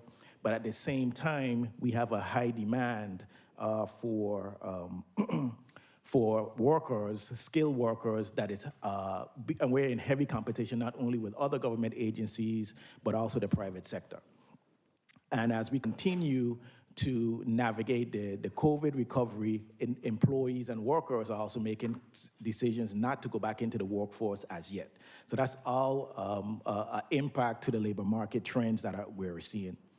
As relates to the Great Resignation, you've heard about it in the news, but one tidbit that may never been hit home to you based on some research that I saw in some recent articles, Georgia is the #2 state that is impacted by the Great Resignation, which is equally making it more difficult for us to attract and bring individuals into the workforce. You heard Dr. Ferdinand this morning talk about his level of attrition that he is experiencing within his respective department in the tax commissioner's office. typically within the county, you have roughly about a 10% attrition rate. Right now, we're averaging 17%, which is a 70% increase. So that tells you, again, even there's high turnover within the county. And we're seeing having conversations with those individuals that are leaving. And some are talking about, well, it's leaving for new opportunities because there's so much opportunities available. But then there's also some other conversation about how we could modify our systems and service delivery that are also leading towards some of the rationales for the separating from the county. We have current challenges within our structure to attract individuals within the various legal entities, our IT department. We know historically that our sworn officers have been historically a historic group of employees that we had problem recruiting. We've heard about purchasing and how now purchasing itself is being impacted by those individuals going on to different opportunities within government sectors around the county. And then number 5, we've leveraged a number of, and could we go to page number 1, please? We've leveraged a number of solutions that the board have adopted through our HR policies and procedures. Notably, we recently approved a sign-on bonus, which is going to be well utilized, I'm sure, by the sheriff and those elected officials on the other side of the street. We've done retention bonuses to try to retain those key personnel in key positions within the county. We're getting ready to, from a historical perspective, we've done the living wage, moved the salary to 32%. That was 4 to 5 years ago. We've done the COVID premium payment, the hazardous pay, and we're getting ready to do ICS. But even as we do these small little solutions here and there, the fire is starting to spread it throughout the county in other different jurisdictions, other different departments and niche areas within the county that we're now seeing challenges in retaining individuals. Namely, the HR department is one where we're now seeing an uptick with department employees starting to leave more frequently than they did historically. Page 2, please. So what I want to spend some time on, commissioners, is what we've outlined and what Sharon kind of gave you a high-level overview as to what our plan of attack is for 2022 relative to compensation and how it will be impacting the workforce. In January 2022, we're slated and it's budgeted that we will do the cost of living adjustment. As Sharon indicated, this was the year that our performance bonus was supposed to be made part of the base pay. We've converted it to a cost of living. It's at 3% right now. We're estimating that it costs about $10 million. And Commissioner Hall, you made a great observation that while it does not completely negate the roughly 6% inflation rate, our approach was to try to offset that inflation rate by the 3%. So that was also part of the logic. We acknowledge it, but we didn't have enough funding within the budget as to its current structure to address the full 6% inflation, but at least we could offset it from the county, from the employee perspective. That was this commissioner that made that comment. Oh, sorry. No, I did ask for the 5.9%. Congratulations, Commissioner Hausman. In March, we then go into the second item, big item in 2022, which is the incremental compensation strategy. This will be phase 2, the last phase of the implementation. And we acknowledging longevity, which is something that the board decided on back in 2019, which was the right thing to do to try to separate those individuals who had newly been employed with the county with those individuals who have been here for a period of time. And we believe this also would further slow the attrition rate because, again, it takes the employees potentially off of the market because they acknowledge and we've built the trust with those employees that we're moving towards being the employer of choice and we're going to compensate you in that manner. The last item, the second item in March that we will be talking a little bit more today on is the elected official and the key classifications. We've talked about that on 2 separate board meetings and how we've approached it. And we'll go through that in the presentation. But the key classifications is where I would like to spend a lot of time and make sure that the board is fully aware of what our intent on those key classifications. We have that as estimated at $5.7 million. In July of 2022, that's where we plan to bring back the final recommendation for the entire compensation structure to address all other employees that are not part of the key classifications. As you may recall, you granted us approval to enter into an engagement with Siegel Group, and they're right now collecting all the data for the other classifications that are not part of the key classification approach. And we're hoping that once we make that presentation and we shift into a more modernized compensation philosophy, that too would also have an impact on not only the take-home pay of the workforce, but our ability to attract new talent into the organization. We have a rough estimate there of roughly about $20 million in that respect.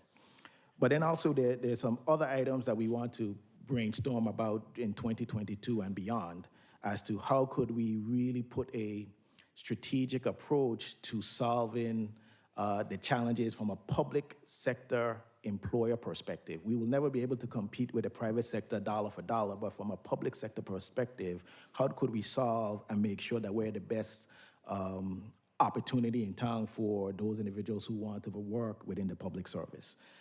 And I know Commissioner Ellis, you led the charge a few meetings ago about us having to redefine and redesign how we bring individuals into the organization, not only looking at middle-level individuals with a lot of experience, but how could we grow our own quote-unquote farm team of individuals. And what we're thinking about from the HR perspective is, leveraging the internships policy that we have and funding those into 2022 and into beyond to foster the growth and the hiring of new individuals into the organization.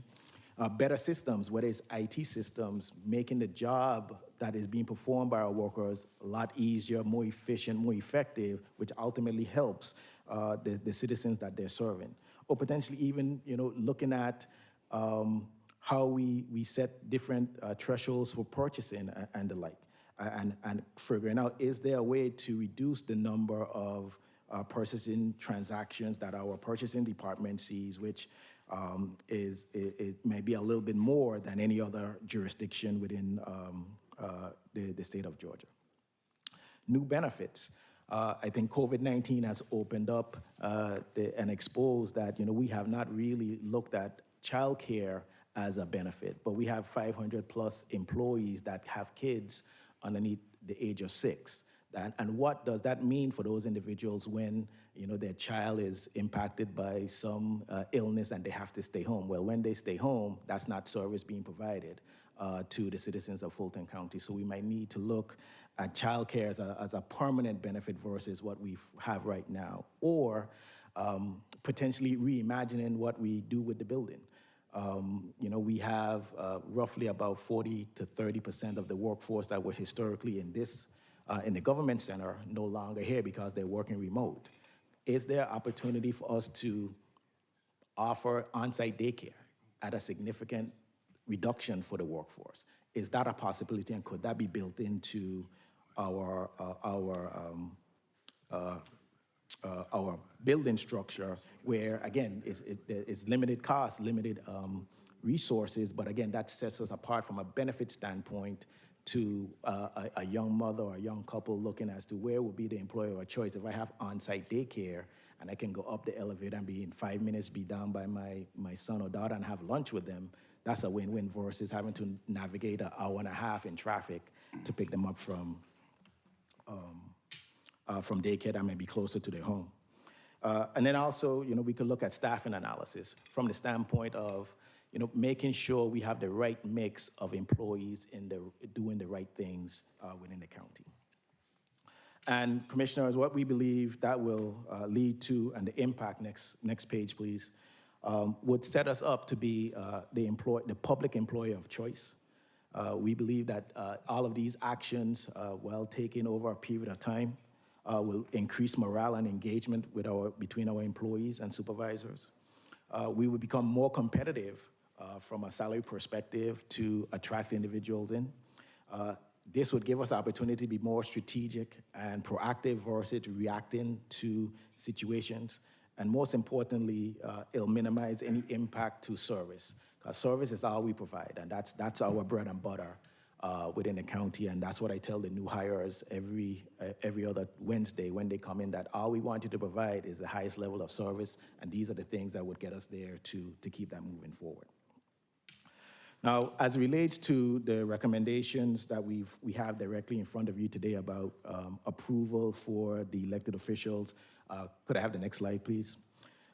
Just to give you a quick recap, we've talked about this on, next slide, on 2 occasions, but the HR guiding principles that got us to make our recommendation where we stand by, we're relying on data that has been collected both by ourselves and by Siegel. We're applying basic HR principles to make sure that it is a defensible approach to setting the compensation for the elected officials and the key classifications. We want to ensure parity, which I think it's something that you'll see in option number 1. We want to respect the time-tested hierarchy within the courts and the elected official structure that exists right now. We want to maintain compliance, because as you can imagine, compliance is king. When it comes to HR and compensation and working with legal, we believe what we've proposed is in compliance with our local ordinances. And again, we want to establish the county as the employer of choice. Next slide. So just to refresh your memory, commissioners, option 1 was a one shared salary range approach based on market data that we collected, where we linked like positions into one grouping, one percentile. And then we sent the percentile hierarchy structure.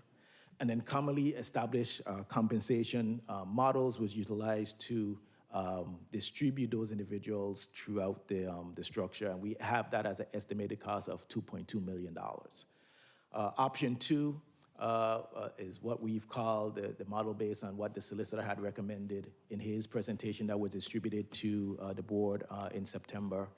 Where you look at the top market salary that was identified for that position, and then apply a $3,000 per city served on top of that, which is roughly about $45,000 on top of the top market salary. This, as we've indicated on several occasions, that this is not typically what you would find in a compensation model, but nonetheless, we've done that exercise and we know what the cost would be, and that's $4.4 million. Next slide. So just to show you again where option number 1 has the elected officials pegged. Again, this is a move away from the waterfall. This is a distribution model, not a waterfall model, where each salary is a standalone and no one salary is dependent on any one salary being adjusted. And we believe that by tying the Superior Court judges, the DA, the public defender, and the solicitor, it ties all the top legal folks at the 90th percentile. At the 80th percentile, you have your state court judges, probate court judges, and your chief magistrates. At the 60th percentile, you have your other elected officials, your sheriff, your clerk, and the tax commissioner. And then at the 50th percentile, or the midpoint of the range that we adopted, would be your marshals, your magistrate judges, your juvenile court judges, and the like. And at the 35th percentile, you'd have your associate judges. Now, we acknowledge that there are some unique instances here where, as we've told you before, the salaries for the Superior Court judges and the DAs cannot be adjusted. They are tied, the supplements for those individuals are tied to a resolution that was adopted by the General Assembly that caps their supplement at $50,000. But every other individual that does not have a red asterisk next to it is something that can proceed based on the action of the board. As relates to the commissioners, you have the authority to address your salary, but there's several steps that you also have to take in order to make that happen. One, of course, is the publication requirement, several board meetings before the actual vote on the commissioner's salary. And then also that the salaries for those, the salary adjustment for the commissioners, the new salary does not take effect until, if I remember correctly, until the new term that commissioner is elected into. So it wouldn't happen right now. And as you remember, you guys are on staggered terms. So when those terms take effect, that's when the new salaries would take effect. But again, these salaries were adopted and recommended based on salary market data that we captured from within the state of Georgia and other neighboring jurisdictions that are typically part of our salary survey process. Next slide. Option 2, just as a reminder, and again, option 1 is what we're recommending for approval today, not option 2. But again, just to remind you about what option 2 was. This is where we take the model of finding the highest level compensated individual in the data collected and applying a $45,000 premium on top of that to give them the new total compo-based salary. And you can see that how that impacts the respected elected officials there. Next slide. Now, as it relates to the key classifications, you've heard me talk, and we've talked about these before, about these 76 key classifications that scatter throughout the county in many different job categories, ranging from department heads, professional, technical, and skilled trades that the county and my team, we're doing our best to try and attract those individuals in. But as we write an offer, they have another offer that exceeds the offer that we have. And working within the confines of our current salary range table, which again, just as a reminder, it's almost 6 years old right now since we implemented it, it's becoming challenging to do so. So what we've done in working with the vendor is come up to a new methodology as to how we could address those key classifications that are hard to fill, challenging to retain, but still provide a significant level of service to the citizens. And next slide. And through that new methodology is what we're suggesting that those 76 individuals will be going to, classifications will be going to, where we would look at the top 3 salaries collected for those jobs, establish a new range or a new midpoint, and go 20% below and 20% above to establish a new range. And then once the new range is established, then distribute those individuals based on percentiles, where department heads and deputies would be at minimum at the 75th percentile, where managers, supervisors, and technical folks would be at minimum at the market, which is the 50th percentile. And everybody else, we aspire to move closer to the 25th percentile over some period of time. And if we follow this model and it's adopted over a 2-year phased approach, we could manage that within the budget. It would be a $5.2 million impact for the key classifications. And if that same model is applied to the entire workforce, and that's what we'll be bringing back to you in June of next year, once we get all the information back from Siegel, would be roughly about a $10 to $20 million ask for the entire workforce to be treated the same exact way. Next slide. On the next page is we wanted to provide you a sense of what those classifications are that we're talking about that give us challenges. As you can see, the fourth from the bottom is the tax tag clerk, which are the ones that the tax commissioner has articulated to you this morning. But again, this is just a sampling of the positions where it's extremely difficult to get individuals in and to keep them. And as soon as we get them, more than likely we're losing them to other organizations throughout the metro area. Next slide. So as a recap, commissioners, what we're requesting, what is the requested action is we want to get your approval to begin the communication to the workforce. We know that if we could start communicating with those employees that are dedicated to Fulton County and to provide the services now, before we get into 2020, we might be able to slow the rate of attrition that we're experiencing. So we want to begin to communicate that, in January, there's a COLA, and at minimum, it's going to be at 3%. We want to begin communicating that the incremental compensation strategy will happen in March for those 2,200 employees that would be impacted by that amount. Elected officials and key classifications, we want to communicate to them that would also happen in March. And then for everyone else, communicate that June 2022 is when the solutions would come for them as we get more data from our vendors.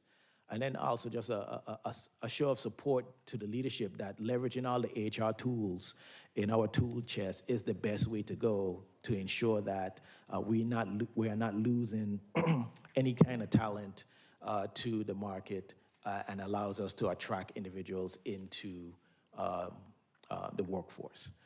I'll stop here and take any questions you may have, commissioners. Thank you very much. Thank you, Mr. Herman. Commissioner Abdul Rahman? Thank you, Vice Chair Hall. Couple of questions. I see here on option 2, you have a $4,407,463. And while I'm kind of confused because if it requires legislation, why is this the true amount? If it requires legislation, because if it requires legislation, I would think the amount would be the one before you require legislation. Well, whenever we sit down and work with the Department of Finance and budget, we have to budget for the anticipated impact. So while you're correct that the Superior Court judges and the DA, their impact may not be immediate, we needed to account for it in the event that they do go to the General Assembly and do get the General Assembly to adopt what we've identified as their salary. So we have to take that into consideration. But from an implementation standpoint, if we vote to implement that today, you're right.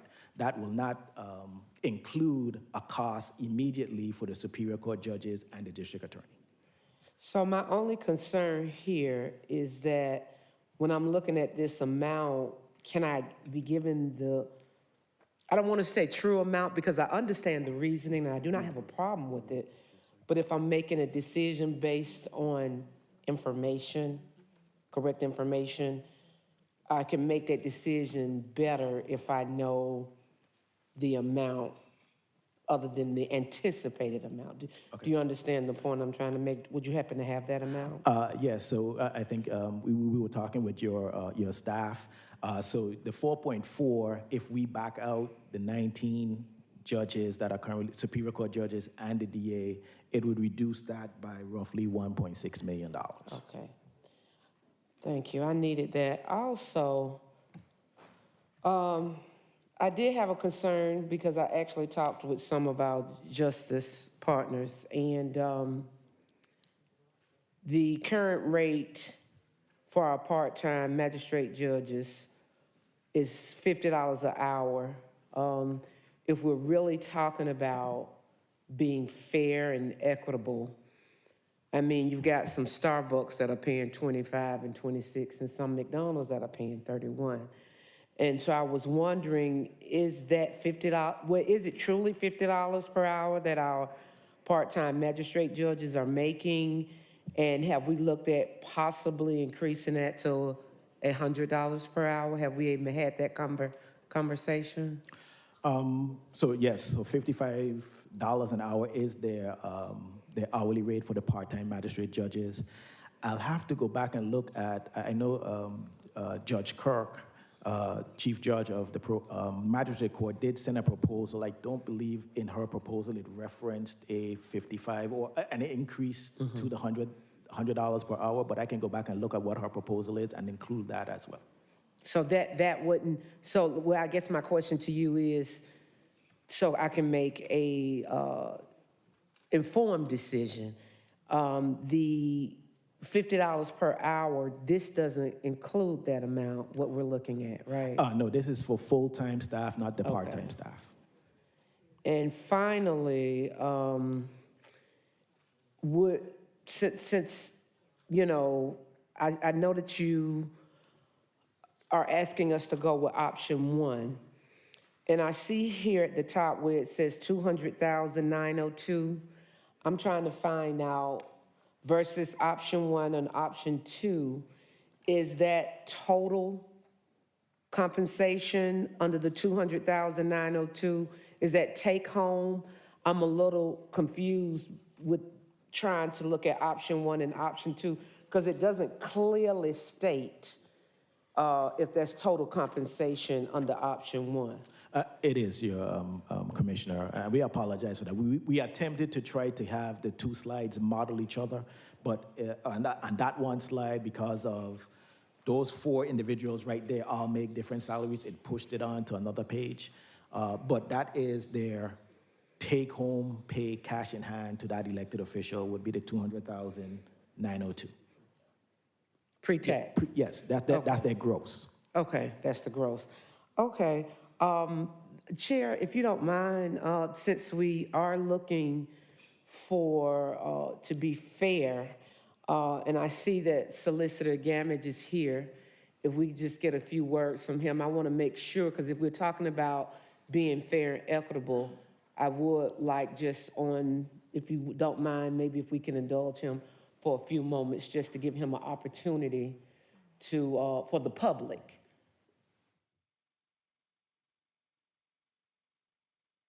Thank you, members of the board, Mr. Chair, and Madam Commissioner. I'd love to answer any questions. I'm thankful and appreciative of that, and I know all of the elected officials are, who've been working very diligently, especially over these last couple of most challenging years. So thank you for the opportunity to be heard. I'd like to answer any questions, and I will add that Chief Judge Brasher from the Superior Court is here as well, and he's seated just to my left. I know Chief Probate Court Judge Kenya Johnson was here earlier, had to leave for another event. I'd love to be helpful with any questions. Well, what I want to know, basically, and here again, I know that Mr. Herman is asking for us to go with option one. And when we're looking at your contemporaries, I just want to be personally for myself, I can't speak for any of the other commissioners, I want us to be equitable and fair. And so when you look at option one versus option two, which one do you think is fairer and why? Thank you for that question.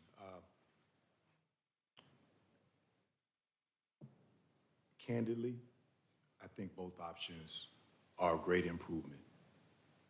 I presented before the commission back in September, and I presented that my colleague in the city of Atlanta, who has one municipality under his sphere of control or influence, makes about $50,000 more than what the county solicitor makes. I presented that colleagues in other less active, smaller counties neighboring us make $55,000 to $60,000 more than I do. That presentation was valid. It was based on information that I received by way of public record inquiry from those other entities. And I think if we're in the biggest, most active, most involved, quite frankly, most demanding leading county in our state, that we should not only be competitive, Madam Commissioner and Commissioners, but that we should lead. I say that also being a person who's fiscally conservative and understanding the competing interests. What I submitted on behalf of improved compensation for the Solicitor General, I didn't anticipate that it would, quite honestly, become an option that had some impact on my colleagues, because I'm not one to determine, nor is it appropriate for me to determine what my colleagues, other hard-working folks doing a different job, should earn. To go right to your point and be completely honest, the second approach for me is preferred for long-term advancement where you wouldn't hear from the solicitor again for a number of years. But I also must admit, when we look at the salaries of our employees, okay, within our offices, I must also admit that option one is a very positive move forward, and it would be foolish for me to say otherwise. But I'm also looking back at how long, quite honestly, many of us, our judges, the sheriff, others have been, based on other similarly situated individuals, we've been undercompensated. And so I hope that answers your question. Option two is best. Okay. Okay. But option one is also Well, reasonable. this is the reason I asked. If we're talking about attrition, if we're talking about keeping people here, and I know you are an elected official, I know you're one of my constituents, and I appreciate your hard work. However, I just want to make sure we're being fair. Because on one hand, and here again, Mr. Herman and I have had conversations about this, so I'm asking the questions because I want to know. I want to be in a position to make an informed decision that's best across the board. And that's why I'm asking you, and I don't know if Chief Judge Brasher, if you want to make some comments, I'm open to that as well, because I think if we're talking about making sure that we have the best, the brightest, and then we have elected officials that we have underfunded for quite a while. Personally, for me, when I make this decision, I want everyone, just like I'm going to listen to the county manager tell me what's best, the CFO, and Mr. Herman, I also want you all as well. So if you don't mind, coming forward, sir, I really would appreciate it. May I just stand back and remain? Yes, can you stand? Because I think Vice Chair has some questions. Thank you, Madam Commissioner. I appreciate it. Mr. Chairman, Vice Chair, members of the commission. I don't get to speak to you all very often, so I want to start with a sense of gratitude because our effectiveness that we've been able to demonstrate in the judicial system here in Fulton County is directly due to the leadership and investment that you all have been willing to make in us. So thank you very much for that. Not only with the Project Orca, the ARPA funds, but also helping us with the Chamber Staff Compensation Fund, the ICS as well. These, for the first time in the 16 years I've been on the bench, we're able to tell our employees that they've got a career path ahead of them, which is great because we rely very heavily on them. So I want to say thank you to that. I, like most lawyers, am sort of a student of history, and I'll contrast our present relationship with what things were like when I was at the Attorney General's office, and it required litigation so that Commissioner Arrington's father would get compensated the same as the other sitting Superior Court judges. And so 19 years later, here we are in this situation where you all are willing to entertain this and proactively leading the effort to do that. So I just want to express to you my sincere gratitude for that. This is a situation that we've longed for, and it's paying dividends. We've got good folks on both sides of the street who are trying to do the right thing for the right reasons. And I've got two things I want to say about that. The first is, if it were up to me, the salaries of the other elected officials in Fulton County would not be tethered to our salary, whether it's the district attorney or the state court judges or whoever, or indirectly the Solicitor General. And that's because they deserve to make a business case, to be able to make a business case for what their compensation should be. So I'll just say that unequivocally. I've said that to Mr. County Manager before. He knows my position on that because it's the right thing to do. It's the right thing for those folks to be able to make their own case on that. That being said, presently, those other elected officials are tethered to us. And so that brings me to a difference of opinion that I have with Mr. Herman, and he knows about this, we've talked about it. I disagree with his assertion that it requires legislation for us to have an increase in our supplement. The legislation he refers to is in OCGA 15629.1. And just for very brief history, this is legislation that was passed in 2016 when the state last increased the state pay of Superior Court judges. And in so doing, they added a supplement of $6,000 if you have a treatment court, drug treatment court, mental health court, which we do. But that $6,000 doesn't go toward raising the salaries of anybody else. It's standalone. But the other thing they did was to say as follows: no county or counties comprising the circuit shall increase an aggregate county supplement paid to a Superior Court judge if such supplement is $50,000 or more. So there is a cap, and that cap is for circuits that are paying their judges $50,000 or more. Fulton County is not. Fulton County is paying its Superior Court judges a supplement of $242 less than $50,000. So I'll tell you, there are 10 other judicial circuits in Georgia that pay their judges more than we do. Two of them, the Augusta and the Columbia Circuit, pay their judges' salary, their judges' supplements of over $80,000 a year. Now, all of the core metro counties that touch Fulton County, Cobb, DeKalb, Gwinnett, and Clayton, all pay their judges more than we do. Now, so you talked about fairness, and so I want to bring up those points. The other thing I want to say is that I'm not here to propose a third track. I'm not here to propose option 3. But I am going to give you some basis upon which to think about how to calculate a salary supplement if the other elected officials remain tethered to our salary. Because what I don't want is for that to be an impediment to those folks getting the raise they deserve, to be compensated the way they should be compensated. And so my suggestion is that the Augusta and Richmond County circuits, those are the highest paid. My suggestion is that we be paid 10% more than them.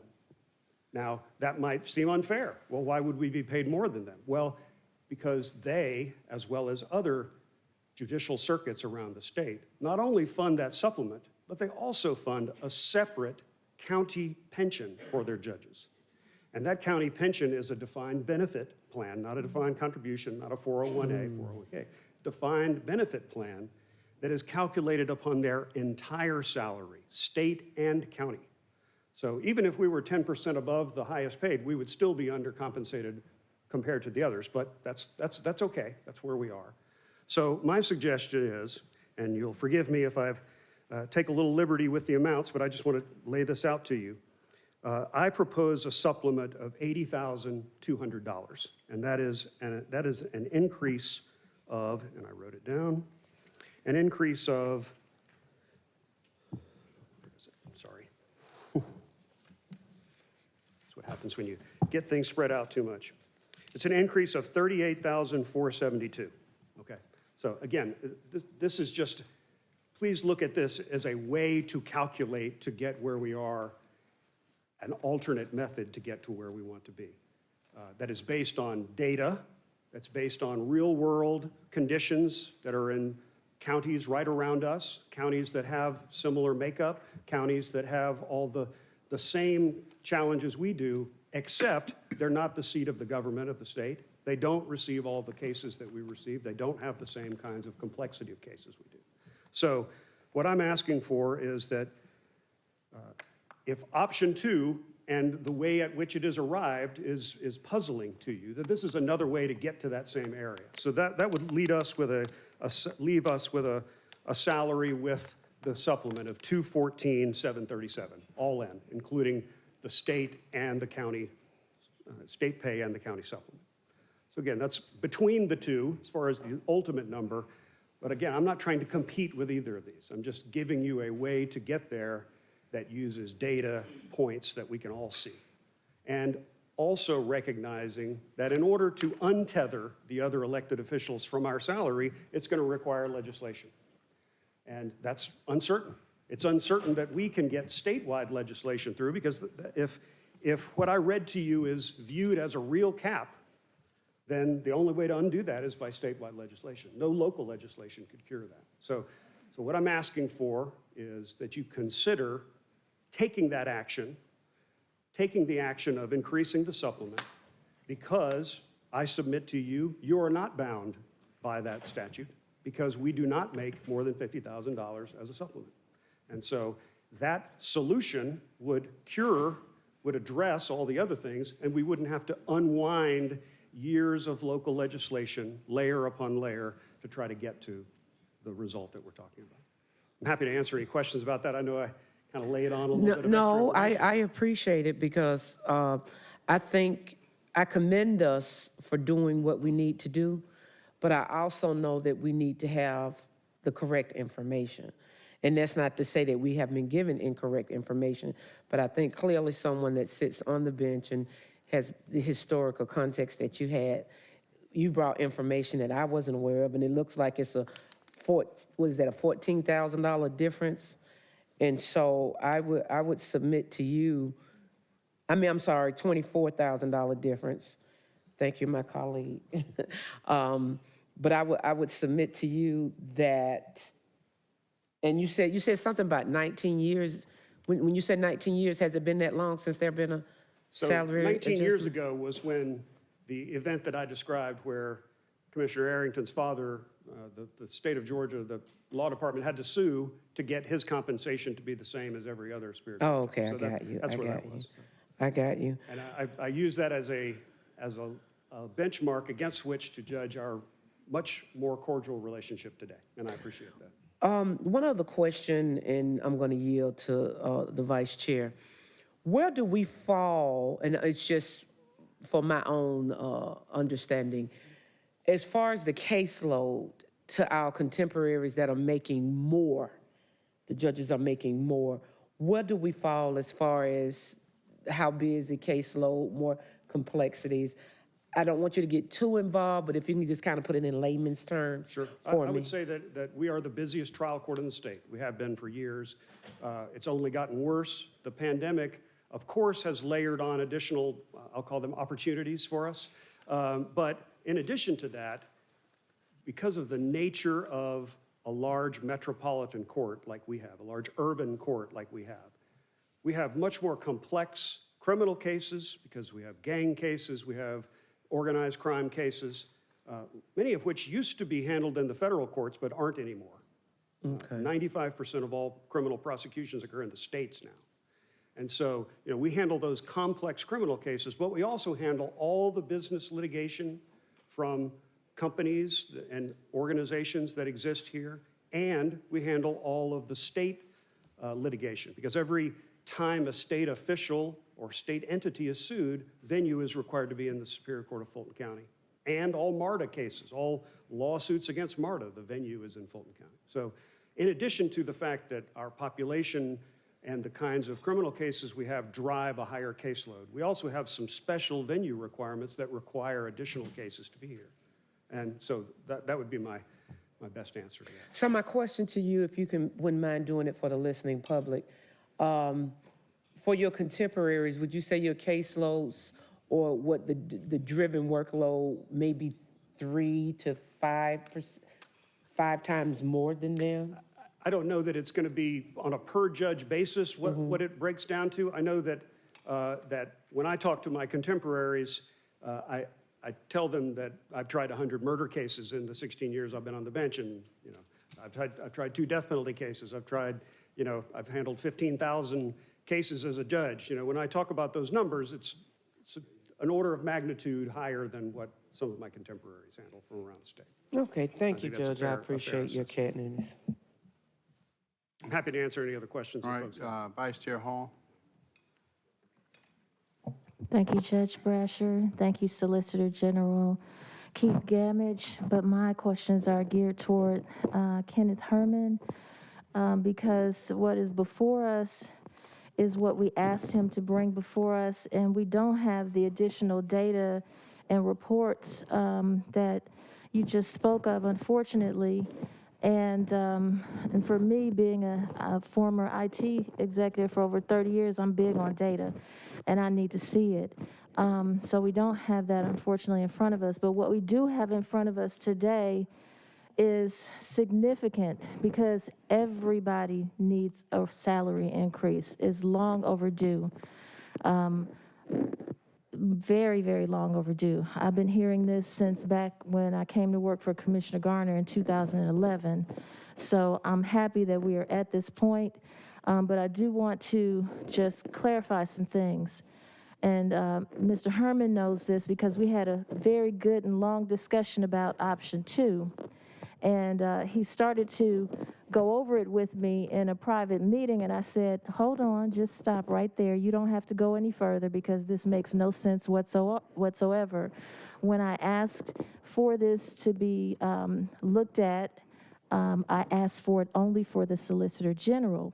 And the reason why was because Solicitor General Gamage was the only person that provided research and data and a report on his specific salary, his specific position. He did the work and he brought it forward.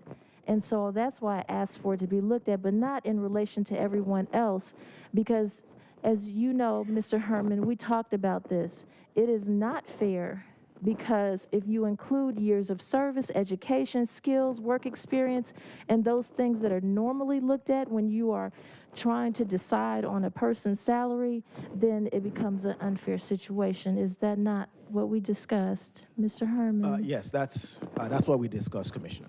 Okay, and so can you just give everyone a brief overview of that discussion so they can really clearly understand why, when you look at option 2 for everyone, it becomes unfair? It's only fair for Solicitor General Gamage because he related it based on comparable positions to his job and his skills, education, years of service. He did that data on him, but not on everybody else. Well, I just want to make sure we use the right terminology. So both approaches are fair, in my opinion. You have to say that. No, that's what it is. Now, when we had the conversation about how Solicitor Gamage made his presentation and where he selected, if I recall correctly, it was, he had identified, I think it was the city of Atlanta. The city of Atlanta solicitor as the highest paid solicitor with one city that he has responsibility for. And what I was trying to articulate to you about experience and education was, well, the city of Atlanta solicitor has been in that role for 35 plus years. So he had garnered that salary over a period of time. I think he was awarded the longest serving solicitor within the United States. And we have his salary history from the city of Atlanta that shows, it's coal after coal, and he got there over a period of time. So what we attempted to do, again, to have a model that's fair for all elected officials was to find the highest paid individual, whether it's a solicitor, a clerk, a sheriff, from our data pool that we typically select from. Mm-hmm. And whoever that is, we will benchmark our sheriff against, I think, the sheriff in Miami-Dade. And that's why the sheriff in Miami-Dade, when you look at option 2, is at 208. That's that's the Miami-Dade sheriff's salary. Mm-hmm. And then add on the $45,000 based on the city served on top of that to get us what our base pay is. So now that follows a fair and consistent model just utilizing the solicitor's approach and applying it to all elected officials. So I just want to make sure that was clearly communicated to the board members, that it was our desire to be fair and consistent versus having one individual salary set this way and another individual salary set that way. So that's what we were trying to attempt. Right, that makes sense. If you're going to apply it to one, you have to apply it to all, and that's what makes it fair. But what does not make it fair is when you start to look at, in relation to years of service, skills, work experience, education, and you start to equate those things across the board, and they don't match. And we did not take that into consideration. Right, exactly. So thank you for that. And I agree that, we have to start somewhere, and everybody needs an increase, most definitely. But we have to be absolute in how we do this, because setting a high salary based on nothing other than this is a comparable position, and we're going to start at the top salary, add another amount to that, and that's going to determine the salary, is just, that doesn't really equate to how it's done in reality. So, option 1 is completely on track with what we need to be doing, and thank you for the explanation on the commissioner's side, because there had been a lot of questions about how does that take place, when would it be applied, and those certain things. Let's see.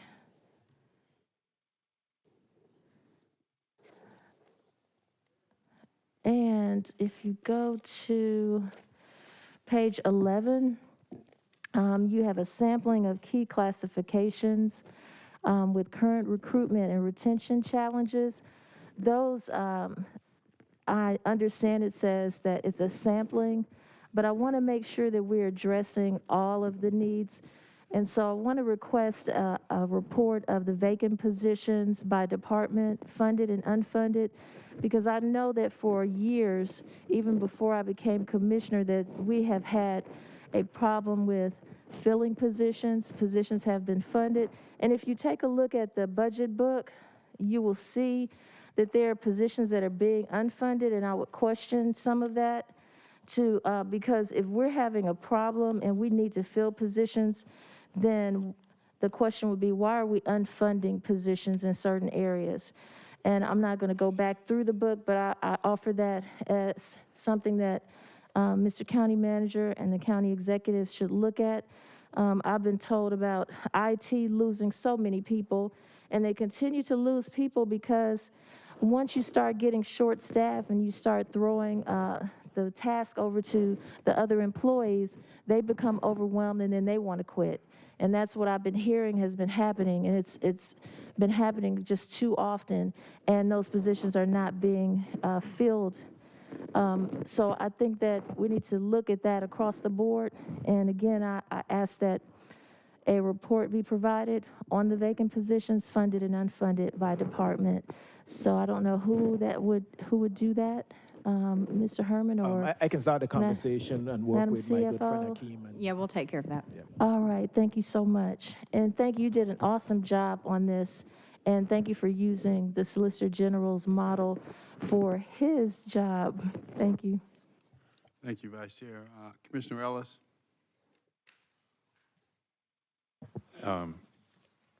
So as I understand it, the reason this is, we're having this discussion today, I just want to come back to what we're trying to do up here. You're looking for approval from us to communicate now the actions which you just described. Number one being the COLA, which would start January 22, implementation of the ICS, and then addressing elected officials and key classifications, and then the all other classifications. That's what you're looking for approval from us today on, correct? that's correct, Commissioner. Okay. Now, I'll just say this real briefly, and I got all kinds of respect for all our elected officials, but the elected officials' compensation is not my primary concern. If you looked at elected officials across the country and tried to give some equity study and say it made any sense, good luck with it, right? Because we all signed up for this stuff, probably with a lot different salaries that, we could have made elsewhere and all that sort of stuff. And, I mean, there are plenty of inequities when it comes to elected official compensation, right? The governor makes this, and the guy that runs the Ports Authority makes probably 12 times that, right? So there's all kinds of stuff with that, right? This is all messed up. So just acknowledge that. I'm not discounting that we need to do something, and I am for doing something, but my principal concern is for the people who didn't sign up for a set term to do a job, right? It's for those employees, right? So, I want to make sure we walk out of here with direction to you that we're looking to move ahead on those items with specificity. So I just want to say that. Thank you, Commissioner. Commissioner. What? Oh. I mean, if you want to say amen, that's fine. I'm going to keep on going. I agree with everything you said. It ain't about us. 'Cause now, every one of us, we knew exactly what the salary was when we went in. Right. And I'm not the only one who would do it for free. And I've said that before. That's how much I enjoy it. But that's, I was looking at the clock. all that's it. I mean, we do need to address it. I'm going to come back to that just briefly on the elected officials comp, which I do think it's a topic none of us, particularly enjoy addressing, but it needs to be addressed. I do think, that we've gotten some good feedback and we've gotten some good data, from both our elected officials and from you, Mr. Herman. So I appreciate that. I thought when we went through this before, I was a little bit confused why we had these back to us, two looks at us again, because I thought we had made the decision. We heard from you and, on the elected officials approach, it was to utilize option one as sort of a go-forward basis. Did we not give you that direction? Commissioner, you remember the two previous times they were just discussion items. And while the majority of the discussion did gravitate to option one, there was no clear indication from the board in a form of a vote that option one was the way to go. But based on the conversation, after having the conversation with the three commissioners that reached out to us, that's where we also cemented our option one approach. And that's what we're recommending. Okay, so option one is part of these recommendations. Okay, I was just confused why the other, I thought we'd already voted and decided on that, or given you that direction. But if you said we hadn't, then fair point. And then I appreciate Chief Judge Brasher's comments around interpretation of law. There sounds to be that we've got a difference of opinion upon that. Not looking to litigate that as we're having this conversation today. Probably be counterproductive. But I do think that we do need to get some clarity around it. And if this tethering, so to speak, it does seem to need to be unwound, right? So I do think that it's fair for us to have that as sort of a strong point within our package and get somebody to carry it, to untether it. I mean, so it sounds like we have some general consensus on that element. So, all right, with that, I'm prepared to support the recommendations and also certainly prepared of option one and the other items. I mean, if we couldn't agree on the elected officials at a minimum, I wanted to move forward with the direction here, but hopefully we can agree on that and also can agree on moving forward with legislation to sort of change this tethering that we do have, so. All right. I'm done now. Thank you, sir. Commissioner Arrington.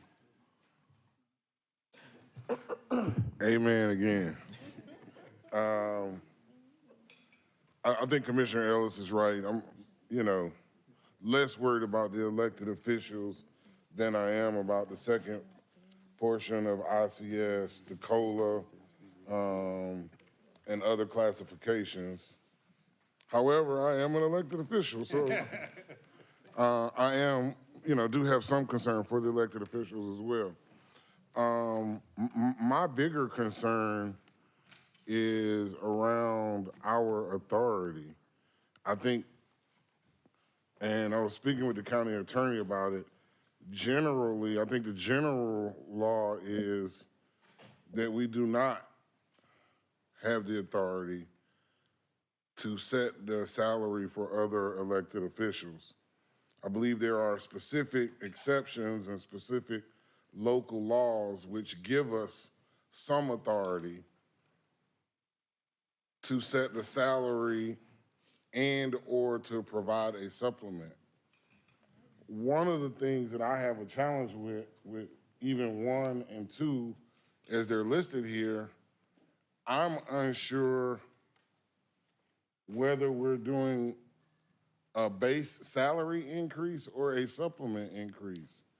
So what would be helpful to me is to have a couple more columns that talk about whether, what is the existing salary, what is the proposed increase in base salary?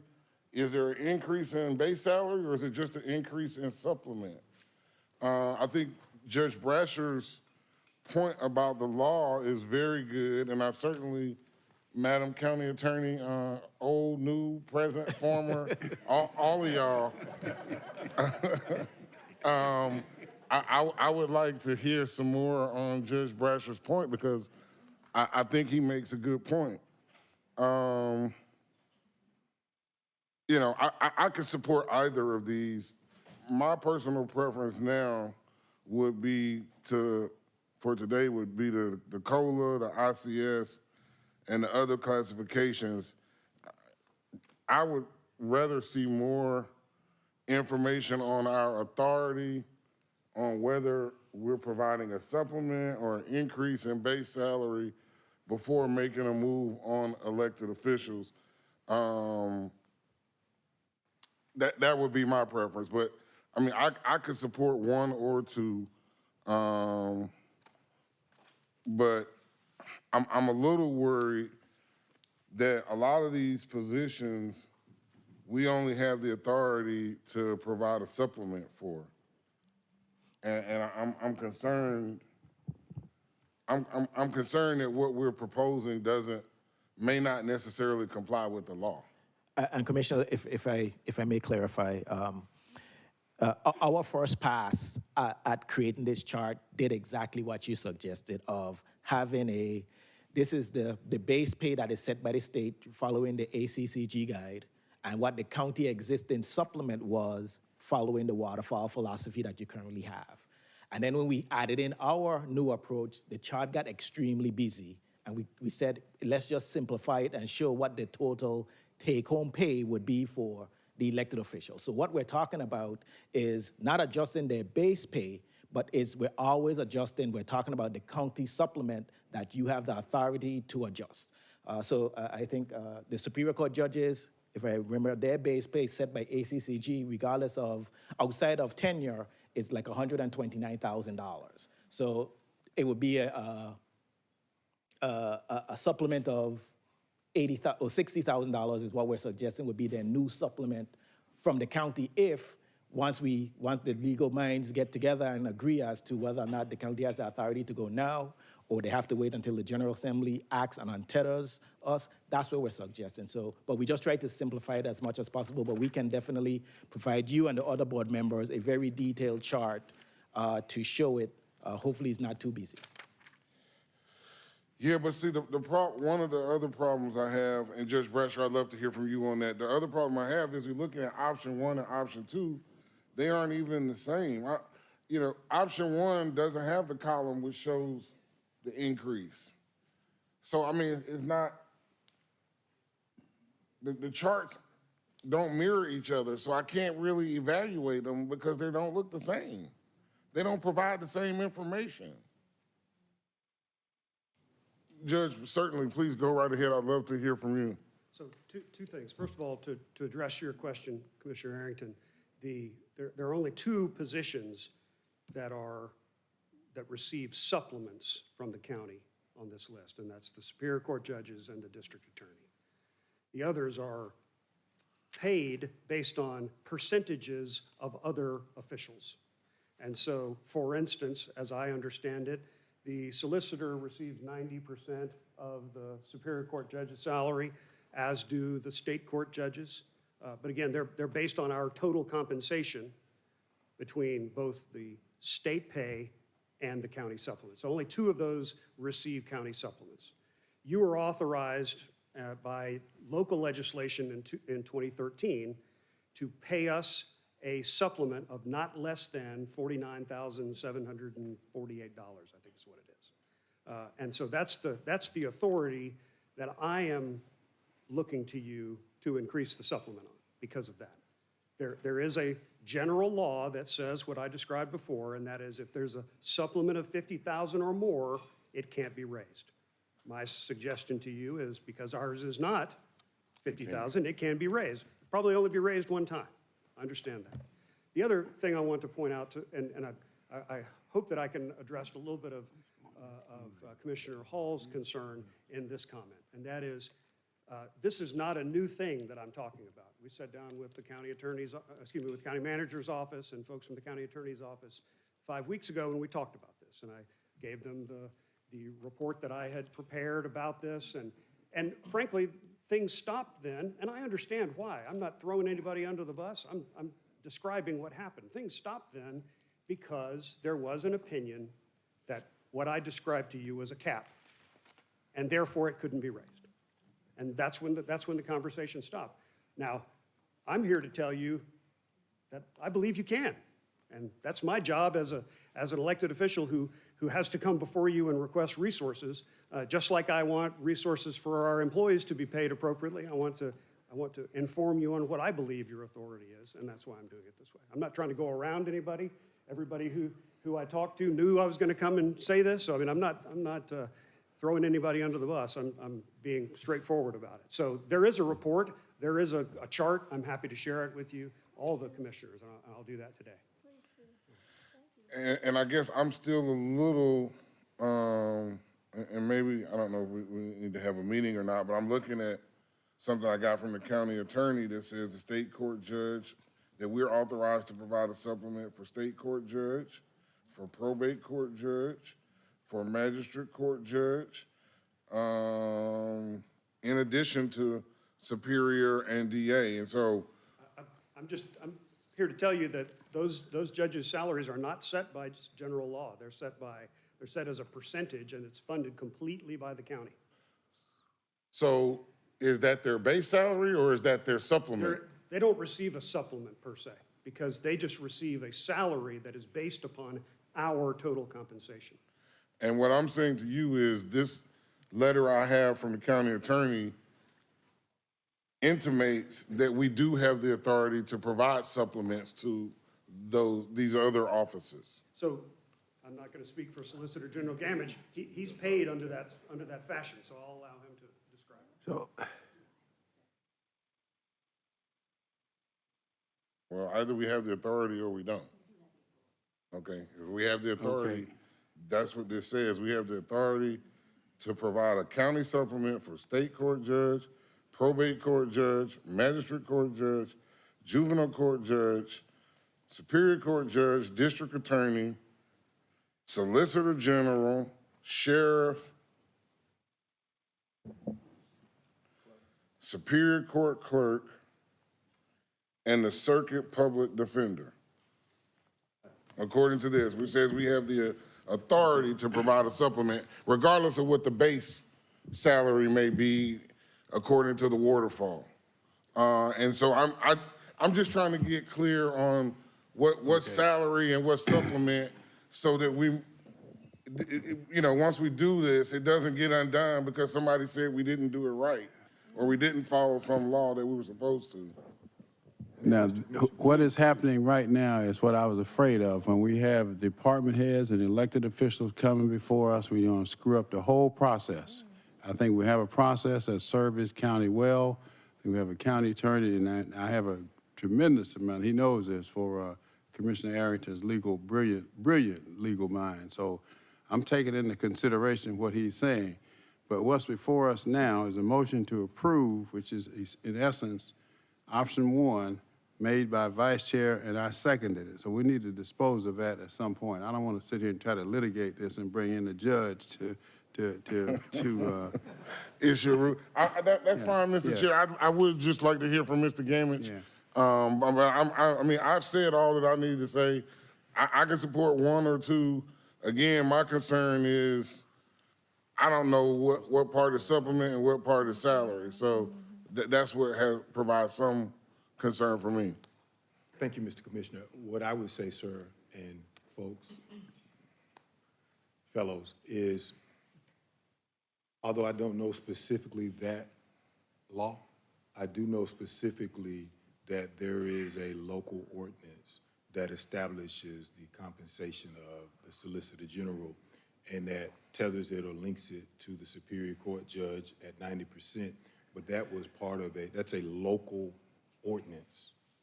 And so I say that to suggest that it can be changed, and in that ordinance, it also lays out what you just stated, that that the county can offer that supplement. I can only say to you all, that there is no supplement for the Solicitor General's role, and that if you act today, it will at least have the effect of improving the compensation for some hardworking folks.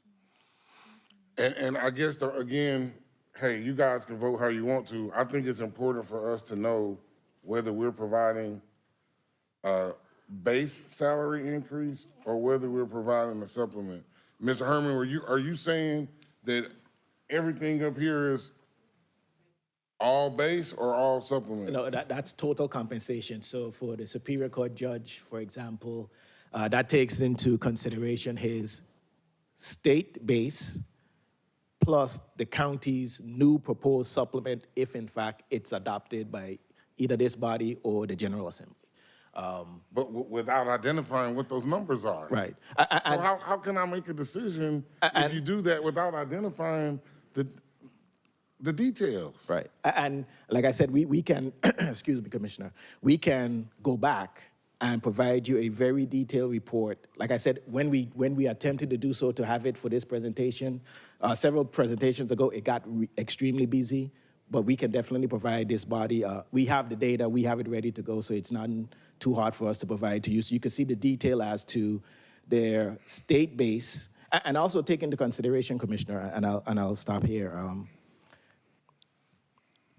When you also incorporate longevity, that's also, it's going to really require us to get down to the individual Superior Court judge to get there. I think ICS addresses longevity. No, I'm talking for the judges. Nobody's talking about longevity. No, well, part of the calculation for elected officials is you have to take longevity into consideration.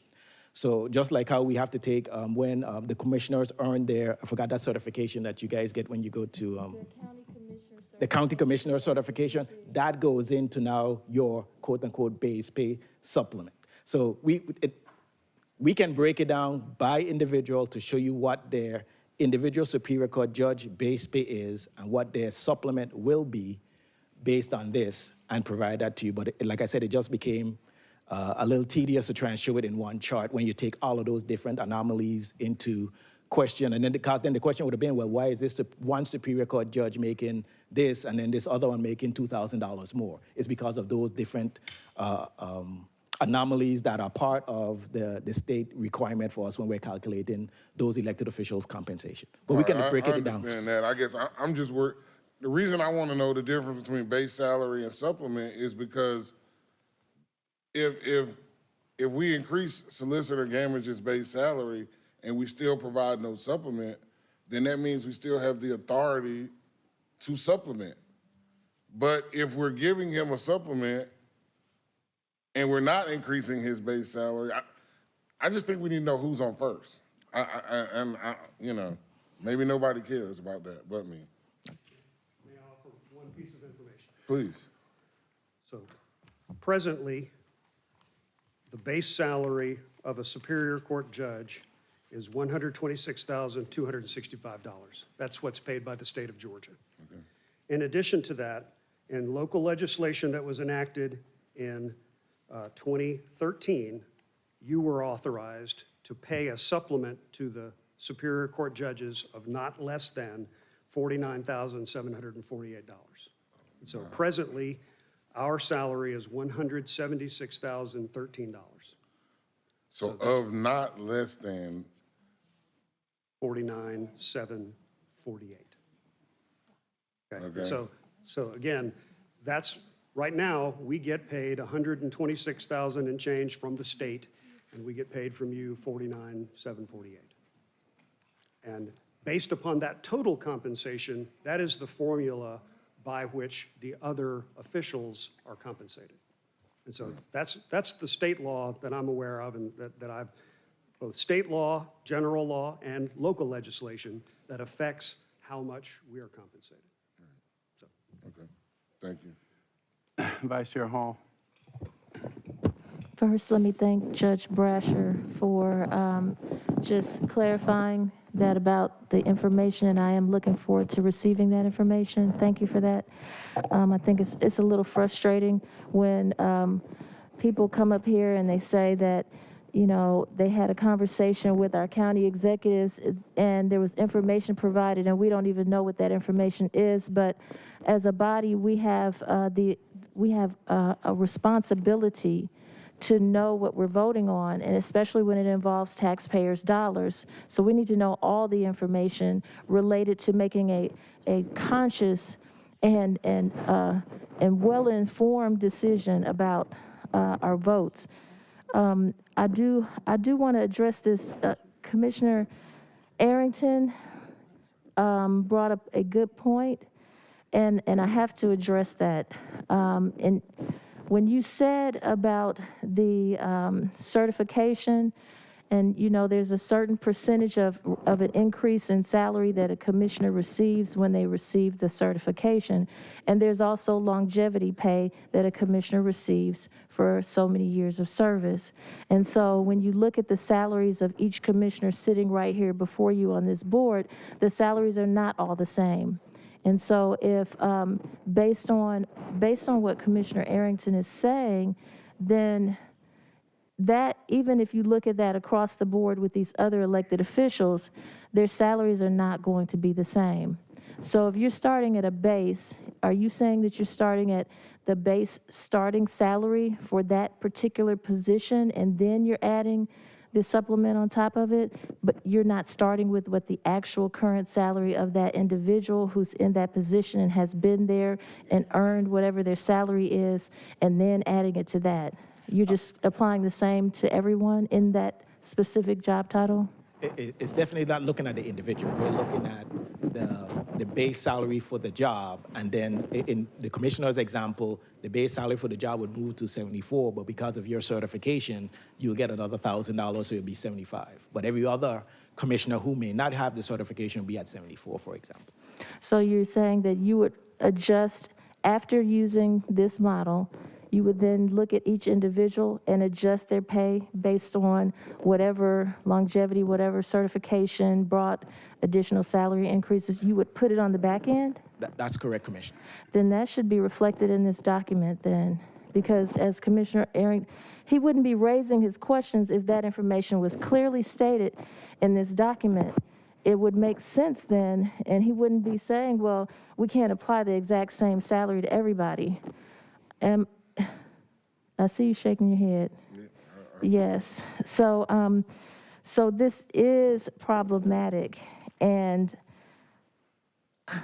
it doesn't.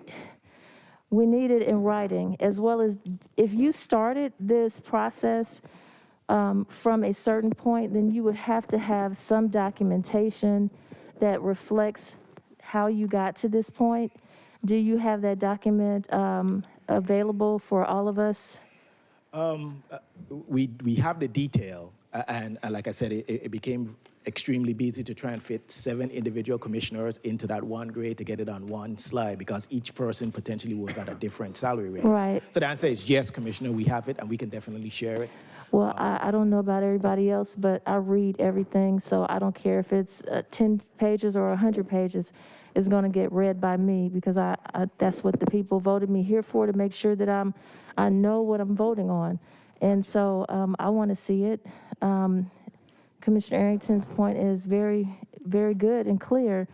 I think that we can't,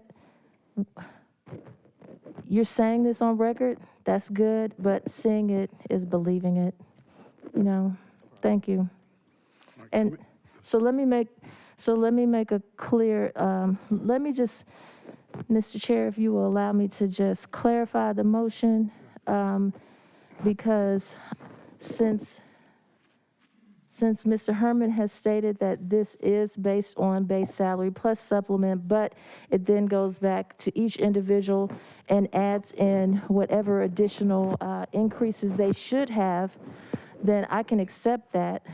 But I want to make sure that's in the motion of option 1, that is what is taking place, so that we know that we are addressing what Commissioner Arrington has raised before us, and also to ensure that we're also including those additional requested actions that have been discussed by Commissioner Ellis and others for the COLA, the incremental, we got to do the cost of living, the incremental compensation strategy, et cetera.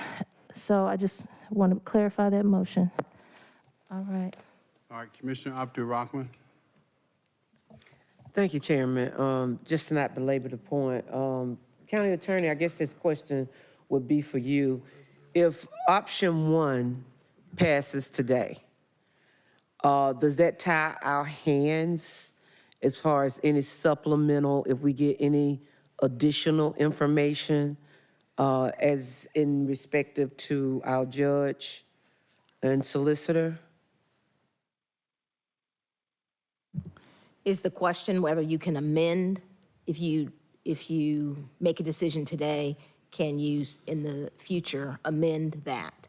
Yes, you all can always amend any action you take. Okay, that's what I needed to know. One other question I did have. I noticed under option 1, Mr. Herman, it says requires additional steps. What are the additional steps that it requires under option 1 at the bottom? Well, I have the document here. It's Georgia Code 36-5-24 that articulates what the extra steps for the Board of Commissioners. Let me not read it verbatim, but it says the county governing authority shall take no action to increase salaries, compensation, expenses, or expenditures of any nature of compensation until notice of intent is taken such action and fiscal impact of such action has been published in a newspaper designated as a legal organ of the county at least 1 week for 3 consecutive weeks immediately preceding the meeting in which the action is taken. So there's a publication requirement for the Board of Commissioners of 3 consecutive weeks that you have to publish this action to adjust your respective compensation before you can actually take the vote. That's why we were suggesting that this is a communication approval, and that as part of the budget, you'll have the authority, because we're going to bring back a resolution of some sort to also document it so it's clear for everyone. But that's the additional steps that we're talking about, Commissioner. And then the last, after that is taken effect, then you have to wait until you're reelected to actually benefit from the action that you've just taken whenever that occurs, whenever it's your turn to run for reelection. Thank you. Commissioner Ellis? At the expense of belaboring things, I'll belabor it. So just to understand, so if we vote to approve option 1 today, and I think we've got implementation, I think it is March, right? Correct. That would mean that with the exception of the commissioner salaries, the Superior Court judges, and the DA, those would be the new salaries subject to any sort of incremental, raises on top of that somebody would be entitled to. In March. In March. Correct. So, but Superior Court judges, DA, commissioners, those are recommendations. Those would not go into effect. Well, for the commissioners, if the commissioners want to move into... Commissioners got to vote on that. That may never happen at all. That's a recommendation. It will not go into effect unless you follow the procedures of the 3 Right, okay. publications. That's a recommendation. Right. And for Superior Court judges and the DA, our interpretation, and what your recommendation is here, is it would go to this, but it'd be subject to legislation and approval by somebody else. Correct. Okay. So, so theirs could change in that process, right? Could go up, and we could address some of these other issues that were raised. But the other ones would go to those amounts. And effectively, we'd be putting those in place regardless of prior waterfalls. Correct. All right, so we're doing away with that problem. All right, I'm good on that. I raised this the last time. Thought about not raising it now, but my conscience says I have to raise it because got to be equitable, at least on some level. What is the current tax commissioner's salary?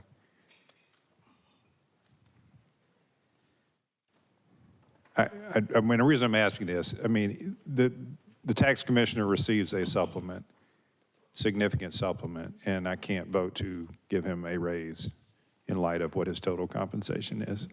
That's not comparable.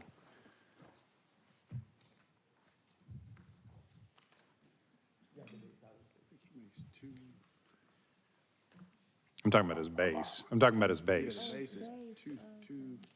No, his base is lower than 183, or it's the same.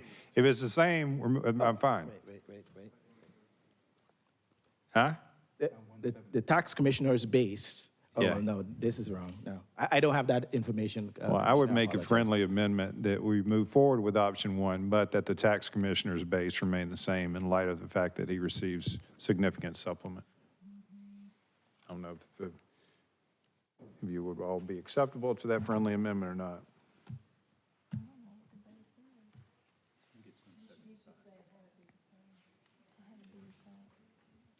In other words, his base wouldn't change given that he receives other supplements, bringing the salary up to over $300,000, I believe.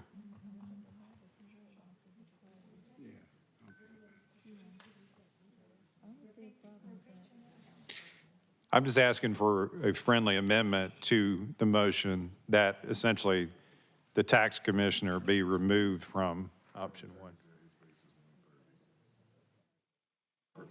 Yeah, his base is 130,000 per this document that you just showed me, but his total compensation is 300,000. Nobody else is receiving a structure like that. No other elected official on this page is receiving a extra contractual compensation. I can't approve something that's going to give him a $50,000 raise on top of his current total compensation, if that's what this is. So I'll that's my second friendly that. amendment, that the tax commissioners be removed from this and his base would remain the same in light of his other supplements. Yeah, that's not going to change his salary at all. It's going to stay the same.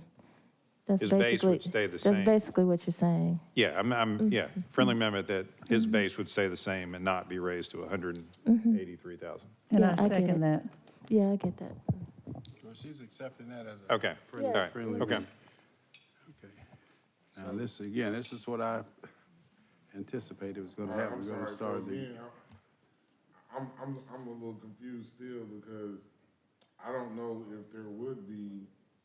if we would be required to do anything for Superior Court judges and/or the DA if all we're doing is increasing their supplement. I don't think there's any other action that has to be taken. So, hey, I'm done. all right, anybody else? All right, the motion before us is to approve. That motion was made by Vice Chair Hall, and I seconded the motion. Let's vote, please. And the vote is open.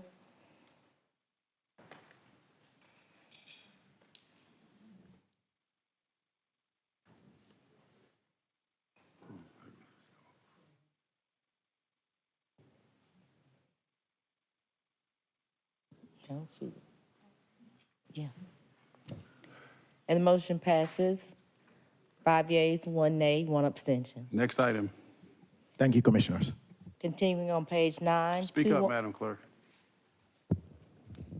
21-0914, Information Technology, request approval to utilize cooperative purchasing for the purchase of attorney advanced evidence management software. All right, entertain a motion to approve. Motion to approve by Commissioner Hausman, seconded by Vice Chair Hall. Let's vote, please. And the vote is open. Mr. Chair. Yes, I'm sorry. And it's not going to change my vote on this, but I did have a question on if we consider whether the funding source for this would it come through Orca? Yeah, we did speak about it, Commissioner. The ARPA dollars have been allocated, but as the project goes along, if there are savings along the way, we certainly can consider ARPA dollars to fund this project. Okay, thank you. Just a minute, come on, Madam Clerk, come on, it's. And the motion 349. passes, 6 yeas, 0 nays.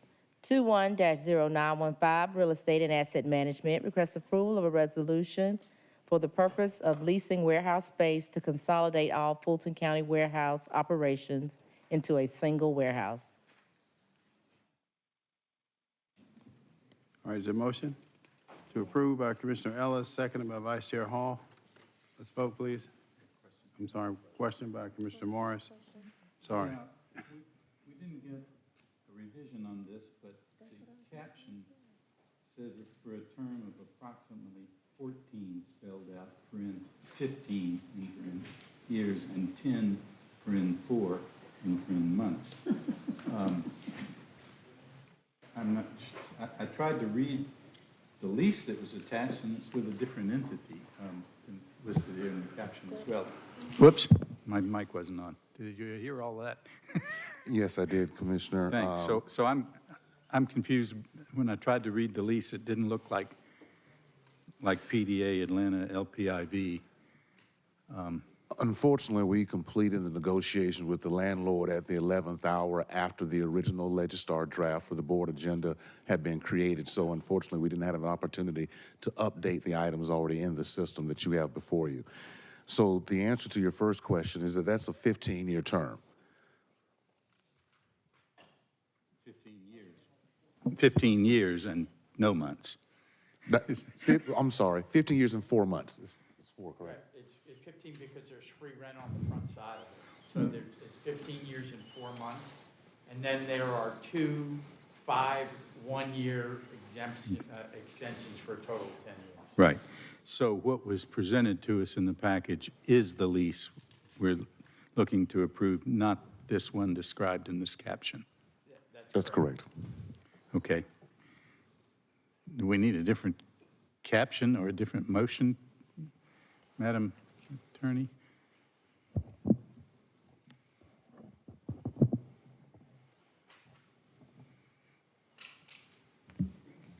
Yes, the caption would, if this caption is incorrect, then it does need to be corrected.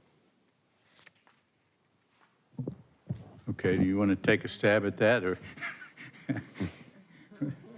Ms. Roach, or who, somebody?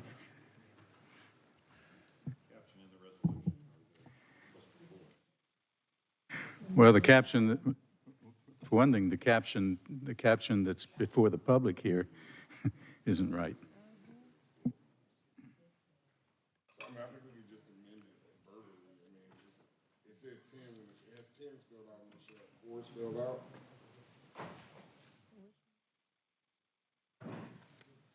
So subject to that change, I think we could. Is it PDA Atlanta, is that correct? No, Yes, ma'am. It is correct? that's not what the lease attached to it says.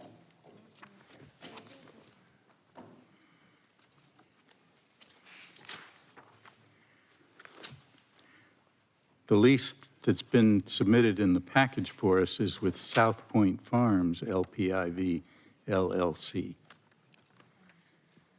All right, in the interest of time, can y'all work this out? And when we move on, we'll come back to this. Y'all just work out the caption, okay? Yes, sir, we can make the appropriate edits.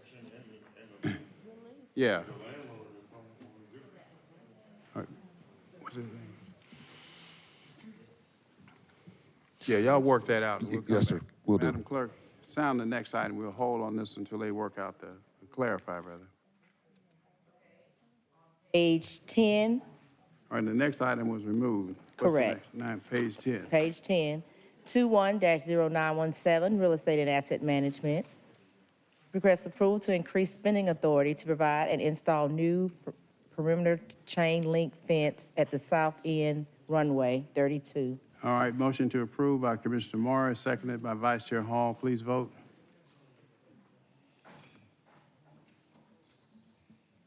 And the vote is open.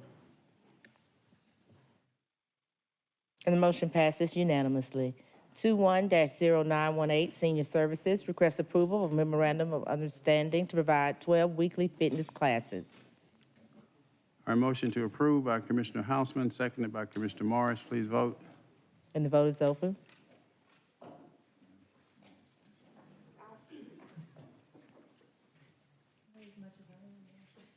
And the motion passes unanimously. 21-0919, Public Works, request approval to increase spending authority to provide standby miscellaneous construction wastewater system services. All right, motion to approve by Commissioner Ellis, seconded by Vice Chair Hall. Please vote. The vote is open.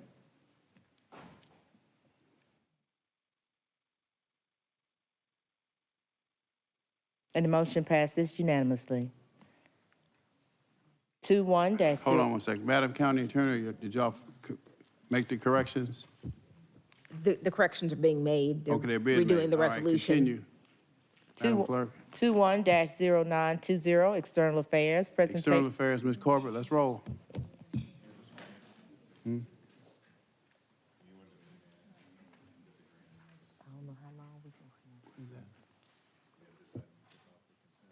yeah, okay. Rico, please pull up our presentation. Ms. Corbett? Yes, sir. I was just asking for our slides to be pulled up. Good afternoon. We are delighted to be back with you today to go over the 2022 proposed legislative priorities. We presented these to you at the last meeting, and we'll be going over them with you today and requesting your approval for these to be formally provided as part of our legislative package. I'd like to ask before we begin, Mr. Chairman, if the board would like to vote on these as a whole, or some years you've preferred to vote on them individually. What's the most efficient way? Let me ask it that way. Well, one vote works for me, but Can you summarize, and if there are that's- any questions, the questions can be raised as we move quickly through these? yes. Why don't yes, we Mr. just ask if anybody has an objection to anything and pull it out? That would be great.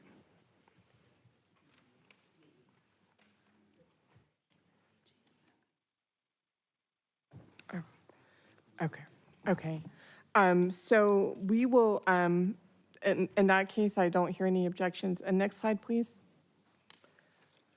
So I'm just going to go over kind of the thumbnail sketch here. The first of those is a redistricting, and I know we're continuing to work on that, but the idea is that this board will ultimately adopt a map and send that to the delegation as a legislative recommendation, and we're requesting that to be one of our priorities. One of those is about pursuing the possibility of county-level nonpartisan elections. There are many nonpartisan elections in local government. The Atlanta mayor's race is, one example that's happening right now. Behavioral health model, strengthening that, pursuing funding, and there are a few other items within that. There are a number of items in the justice system. I wanted to mention, and I know that the last thing I'd like to do is talk more about elected official compensation, but the ACCG had a recommendation about a kind of a salary study. They have withdrawn that from their recommendations. I know many of you were at their conference. So that is no longer their recommendation, but I believe we still have it as a recommendation. Is that correct, Fran? Or I'm going to ask Fran to just explain that one.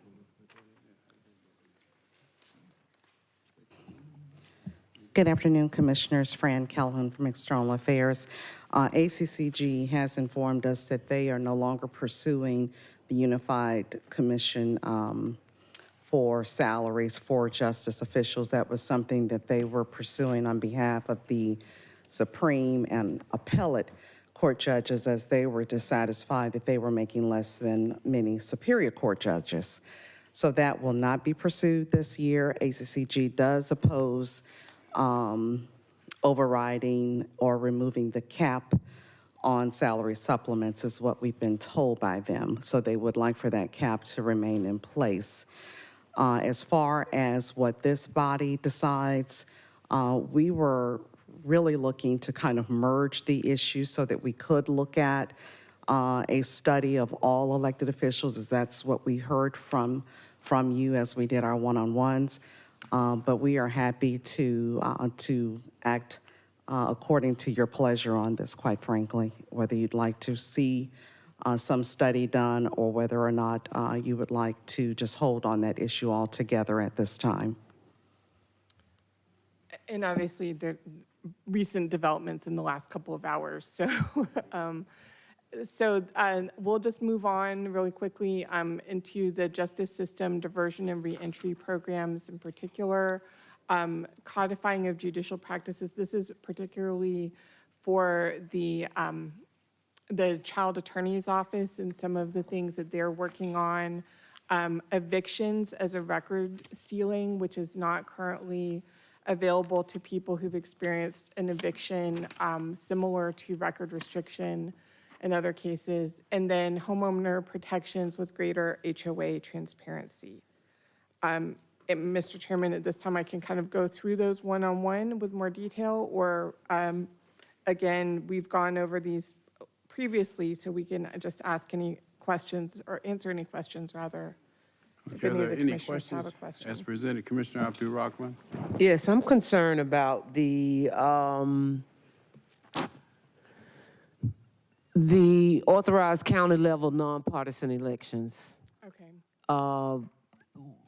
one, why are we doing it? And two, as somebody who lives in a heavily Democratic area, if in fact we do this, other individuals who have a tendency to run as Democrat and vote 96% of the time Republican, I think they should be identified as Republican. So I'm really concerned as to what's the purpose of this, and even if it should even be in this legislative agenda. Well, ultimately, Commissioner, I think this is the board's legislative agenda. That was something that was discussed in some of our one-on-one sessions. Many other local governments, as you know, all city and in Fulton County at least, our school boards are also, both APS and Fulton schools are nonpartisan elections. And so I think that was kind of the spirit with which this was approached, was looking at that as a local government issue. So, you know, I can see both perspectives, and I think ultimately that's a decision for the board as to whether someone earlier today mentioned that the board goes through a partisan primary process. And if this were to be implemented, first of all, it would have to be approved by Fulton County voters first. So it's not something that would affect next year's primaries. This is something that has to go before a referendum. And then secondly, that would also change the election model. When you have nonpartisan elections, you don't have a partisan primary, you have a runoff on the back end. Exactly. So it would just change that format. Again, ultimately, we don't have a preference. This is something that came out of our discussions, and we would just defer to the board as to whether you'd like to vote that up or down as part of this package. And the reason I'm concerned about it even more with the previous municipal elections that are finishing up, it is affecting, and I can only speak for the South Fulton, but when you have parents reaching out and saying that they feel as though there's an inequity because individuals are making decisions on the board that only affect their area and their perspective, as opposed to making decisions that affect all of Fulton County. I mean, I get so many Fulton County School Board calls. And so it would be a great concern, and I just want to openly let the constituents that are listening, I consider myself to be more independent than anything, because I try to vote on what I consider to be right. And sometimes what's right may be totally opposite of what your party's position is. Right. So if anybody should be maybe supporting this, people would think I would, but because I have seen the problems that it has caused in my district, then I am against it. So thank you for explaining that to me. Yes, ma'am. And I would just add that in the conversations we had about, I guess, the consideration for a nonpartisan is that at the local level, many of the decisions made in local government are not necessarily, you know, a part of the national party platform. And I think that was kind of the spirit with which this was brought forward. But ultimately, like I said, this is the board's decision. And it's your package. We developed this based on our conversations with you and with departments, and we just brought this forward for your consideration. Thank you. Yes, ma'am. Commissioner Ellis? One comment on the stuff, and that is really just on the nonpartisans election plank within there. I don't necessarily have a strong objection to it or really a strong feeling about one way or the other, but I do probably lean towards it probably makes more sense for it to be nonpartisan versus partisan. But I think if we're going to put it in there, probably we should be consistent and have it applied to all Fulton County elected roles, not just the Board of Commissioners, that they be nonpartisan. We can certainly make that note, Mr. Commissioner Ellis. Commissioner Hausman? As a follow-up to that, constitutional officers, I think, are different than local law races. So that's the difference. The DA and the sheriff, they're all considered constitutional officers. So I think that's a statewide issue versus a local issue. So that's governed by state law, Yeah, yeah. tax commissioner, sheriff. It's been et cetera. discussed at ACCG Policy Council for years, Okay. and it's just, it's a bigger issue than, Well, I would draw my context until you have a chance to confirm that there aren't any other roles that we should consider. We can, we could, if the board chooses to vote as that as part of this package today, we could then work with the county attorney's office, review that again, work with the CCG, and then bring that forward as an amendment. That's fine. Commissioner Houseman, you're done. All right. Oh, Commissioner Arrington. Yeah, I think I would just rather see that part taken out, so I would request it, if we have a vote on this, just take that one out. Okay. Second. All right, let's remove that one, and then we'll vote on what's remaining. Okay. Repeat the ones that are remaining, so everybody will be clear. So the remaining items are, and I'm just going to read these kind of Sure. thumbnails from the slide in front of you: redistricting, behavioral health model and funding for substance abuse treatment and prevention, justice system compensation, diversion and reentry programs, judicial practices, again, that's mostly in the child attorney's office, evictions, record sealing, and HOA transparency. All right, you still want to be heard, Commissioner Arrington? No? All right, Commissioner Morris? Yeah, did I understand that we were going to vote on whether to remove this nonpartisan provision I or just made a not? recommendation that we not include it. and Mr. vote on- Chairman, given the discussion today about elected official compensation, should we consider that one separately as well? All right. Well, I wouldn't mind to vote on the I've been a long proponent of this. I testified before the 2007 Study Commission on Fulton County. Sam Massell went down there. I didn't know he was going down there to urge that these races be nonpartisan, but I went down there to urge that they be nonpartisan as well. So it seems to me I don't know of virtually anything we do down here that's based on party. Can be based on a lot of other things, but anyway, I think it would be a grand idea, and we would possibly eliminate one source of division and conflict here. All right, so there are 8 items. Am I reading this correctly? Yes, sir. Yes? Can we hold it or take it out, Chairman? Pardon me? Okay. I mean, there So were 8. I'm gonna- so All right, let me preside, please. yes, sir. There are 8 items. We're going to remove the one dealing with partisan, the second one, right, dealing with nonpartisan elections. Yes, sir. That means 7. That's correct. All right, then the motion before us is to approve the 7. Yes, sir. Any further comment or discussion on those 7? All right, let's vote. Madam Clerk, let's go.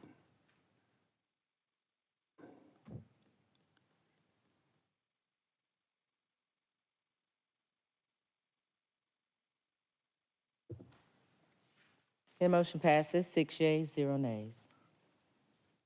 Anything else, Ms. Corbett? Uh, I thought we were going to hold that for separate discussion, not vote. Discussion. We talked about the front end, if there was, we would have pulled something out and have an exception. Okay, what's your pleasure what's your pleasure with respect to level, authorized county level nonpartisan elections? Is there a motion to approve or to deny? With all due respect, Chairman, I think that's such a very, very serious subject, and it is 4:10 p.m. No, I'm agreeing with you. I think we need. I'm agreeing with you, too. That's what I'm saying. We need to hold this. I would strongly say we need to hold Motion this. to hold? Yes. All right, I'll second the motion to hold. Commissioner Ellis? Well, I don't think the purview is a motion to hold, but when we set out the discussion, the remark was, if we want to pull one of these out and vote on it separately because somebody may disagree with it, that was how we entered into the discussion. and now we're asking to hold the specific one? Well, it would be a I mean, proper motion. Your comment is correct, but still, a motion to hold is still in order. Well, I'll defer to Commissioner Morris, since he had more of a passionate appeal about it. Certainly, if he wanted to offer a substitute motion to put it in, I would second it, but if we want to hold it for further discussion, I'm okay with that too. Well, I'm not sure it matters. I think if maybe we'll take it back up again. If people want to talk about it further, that may be helpful.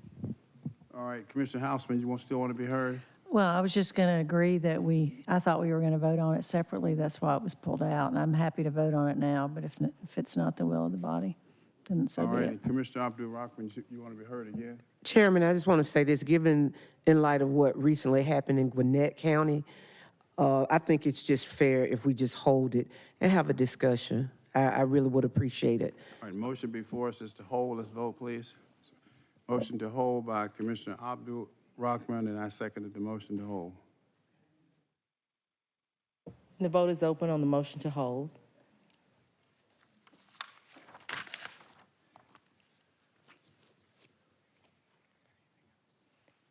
And the motion passes, 4 yeas, 1 nay. Next item.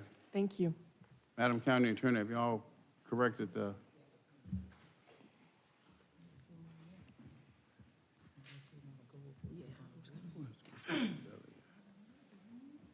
Do you have it? Who's going to make the presentation? Are you okay doing it?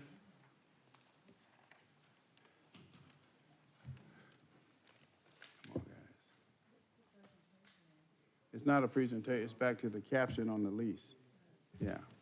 Come on the lease, back to the lease. Now. Chairman, I have the information on Okay. the correction. Okay. So there needs to be a correction to agenda item number 21-0915, and that would be to substitute the incorrect name of the landlord, which currently reads PDA Atlanta LPIV, LLC, a Delaware limited liability company, and instead it should be substituted for the correct landlord, which is South Point Farms LPIV, LLC, a Georgia limited liability company, as prime lessee, South Point Farms Vertical PIV1 LLC, a Delaware limited liability company, also known as PIV sublessee, and South Point Farms Vertical DP LLC, a Delaware limited liability company, also known as DP sublessee. So the caption of the resolution would make the same change, which would be to delete the incorrect name of the landlord, which was PDC Atlanta LPIV LLC, a Delaware limited liability company, and substitute that with South Point Farms LPIV LLC, a Georgia limited liability company, South Point Farms Vertical PIV1 LLC, a Delaware limited liability company, and South Point Farms Vertical DP LLC, a Delaware limited liability company. And there was also some confusion in the caption about the term. That it's 15 years and 4 months, gentlemen? That is correct, and Madam, she does have that information. Okay. That'd also be a correction in the caption, right? Yes, so the correct term is 15 years and 4 months, inclusive of annual permitted renewal options.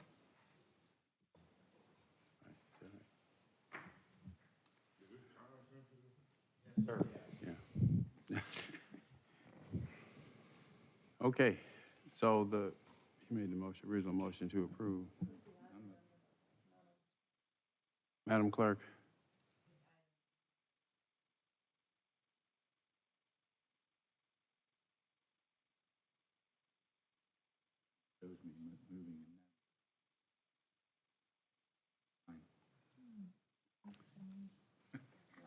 As amended.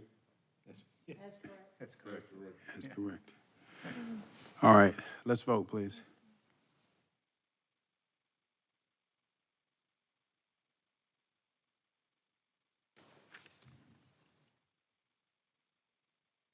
Unanimously. All right, continue, Madam Clerk. Bottom of page 10, 21-0921, discussion, Invest Atlanta Board of Directors, October 21st, 2021, meeting summary, sponsored by Commissioner Morris.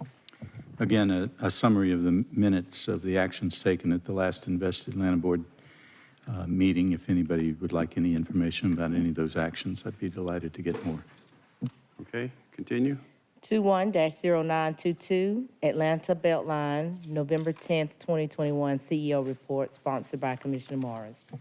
And again, as usual, the CEO's report to the board or the executive committee.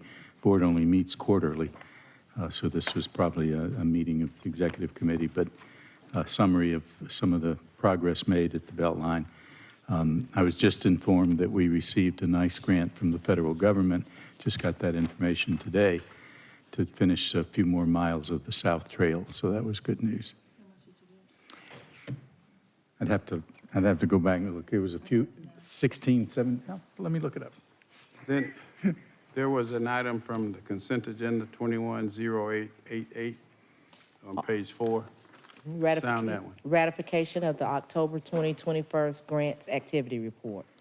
Commissioner Hall, Vice Chair Hall. My question was answered during the budget presentation, so I'll make a motion to approve. All right, now second. Let's vote, please. The vote is open.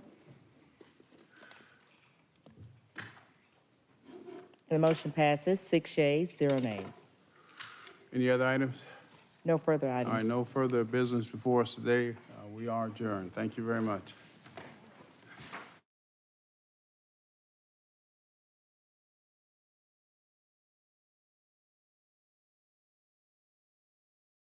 For a written transcript of this meeting, or if you need reasonable accommodations, including this communication in an alternative format due to disability, please contact the Clerk to the Commission's office at 404-612-8232.